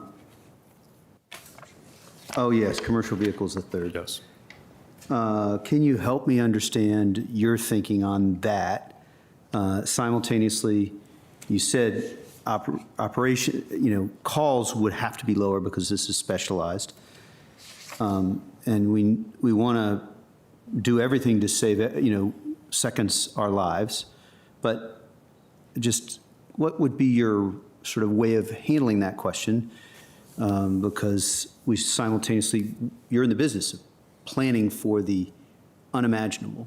But at the same time, we don't have 25 fire stations across the county, and there's reason for that too. So can you give context to what you would say, perhaps to not rebuttal, just sort of to give context and your perspective on that? Yeah, and I'll start, and then I'll turn it also over to Chief Jenkins for his perspective. We're managing risk, and yes, there could be a complicated, catastrophic incident that would require a hazmat response along with a technical rescue response. It could be we need the capability to get there fast, assess, stabilize, contain, control, and rescue who we can. Then we are calling in as many resources as needed, and it could be multiple companies, rescue companies, all the way up to a full FEMA urban search and rescue deployment. So having the ability to go first and get there first, obviously two would be better, but we also are keeping the core hazmat and also technical rescue capability. We're not losing it, we're distributing it across maybe multiple units. And I'll turn it over to Chief Jenkins to explain further. I don't want it to be lost on anyone that having 2 heavy rescues provides redundancy. That's 8 specialized individuals. So going from 2 to 1 that's not optimal. But facing what we're facing with proposed reductions, it's the least amount of impact is the easiest way to frame this. The risk is still present. The possibility of having a technical rescue event as well as a hazmat event, it is possible. Is the likelihood of that happening? The probability just isn't there, but it can happen. So it's a matter of doing the greatest good with what we have and taking 2 resources with 4 each. And if we were to have to go to 1, it's now increasing the FTEs on 1 resource, and at least we have 6 highly specialized, unique personnel on 1 resource. But what also comes with that is they will not be dispatched on the more non-emergency or mundane type of responses daily. They would be kept in service for the most severe, most critical types of events. Sure.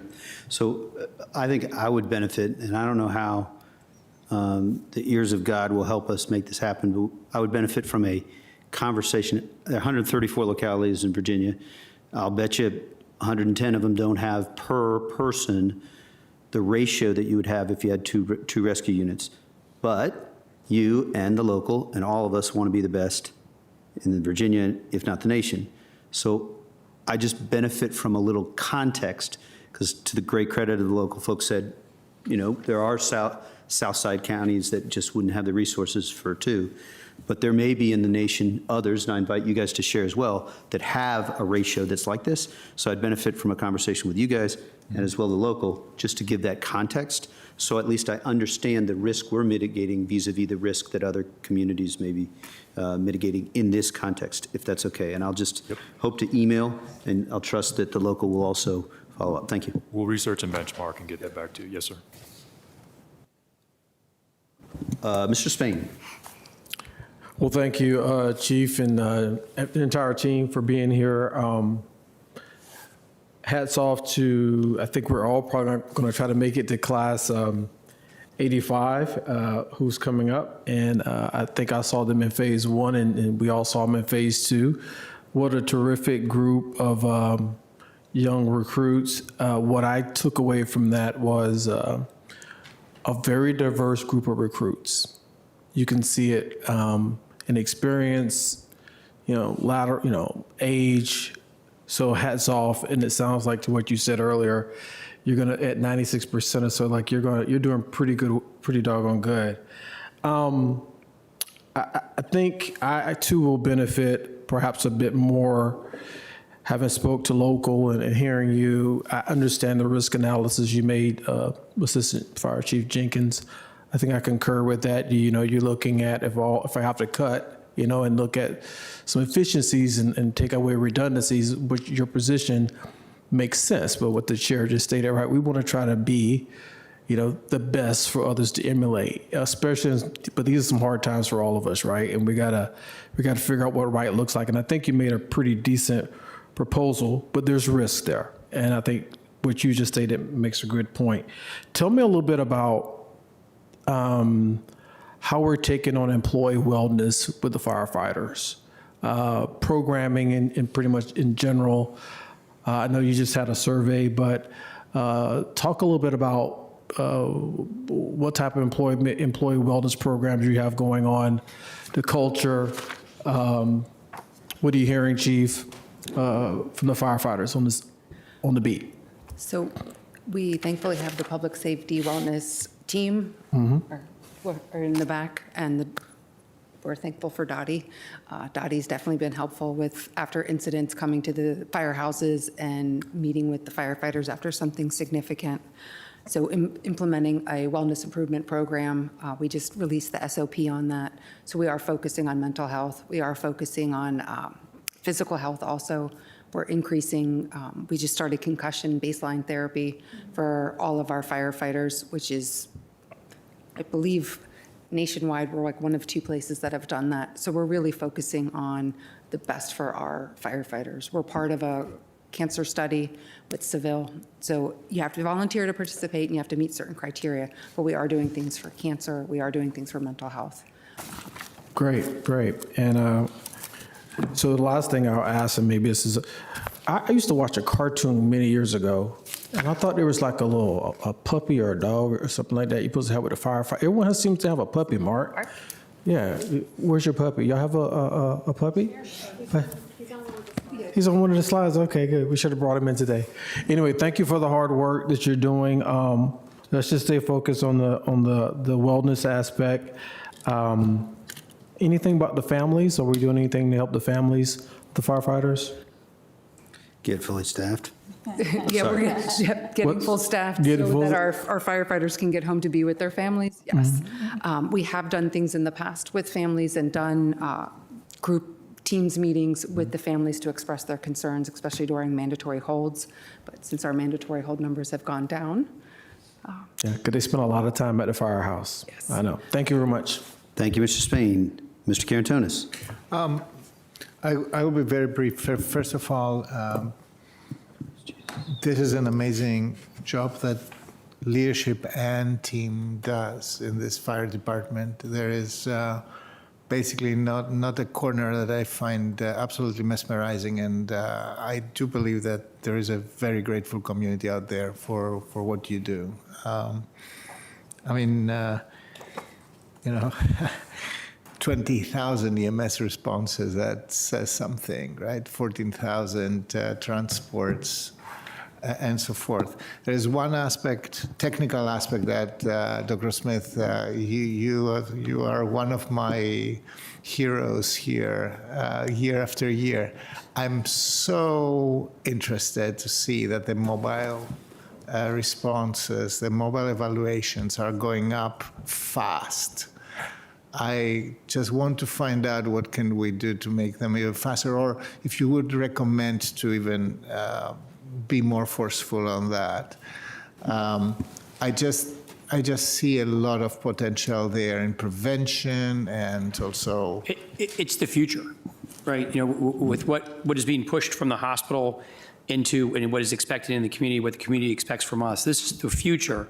As much as there are some people who think, we don't need a nurse practitioner, why do we need that? Well, we do. We need a PA, because when you look at the unit hour utilization slide for the ambulances, that's the time that the ambulances are unavailable.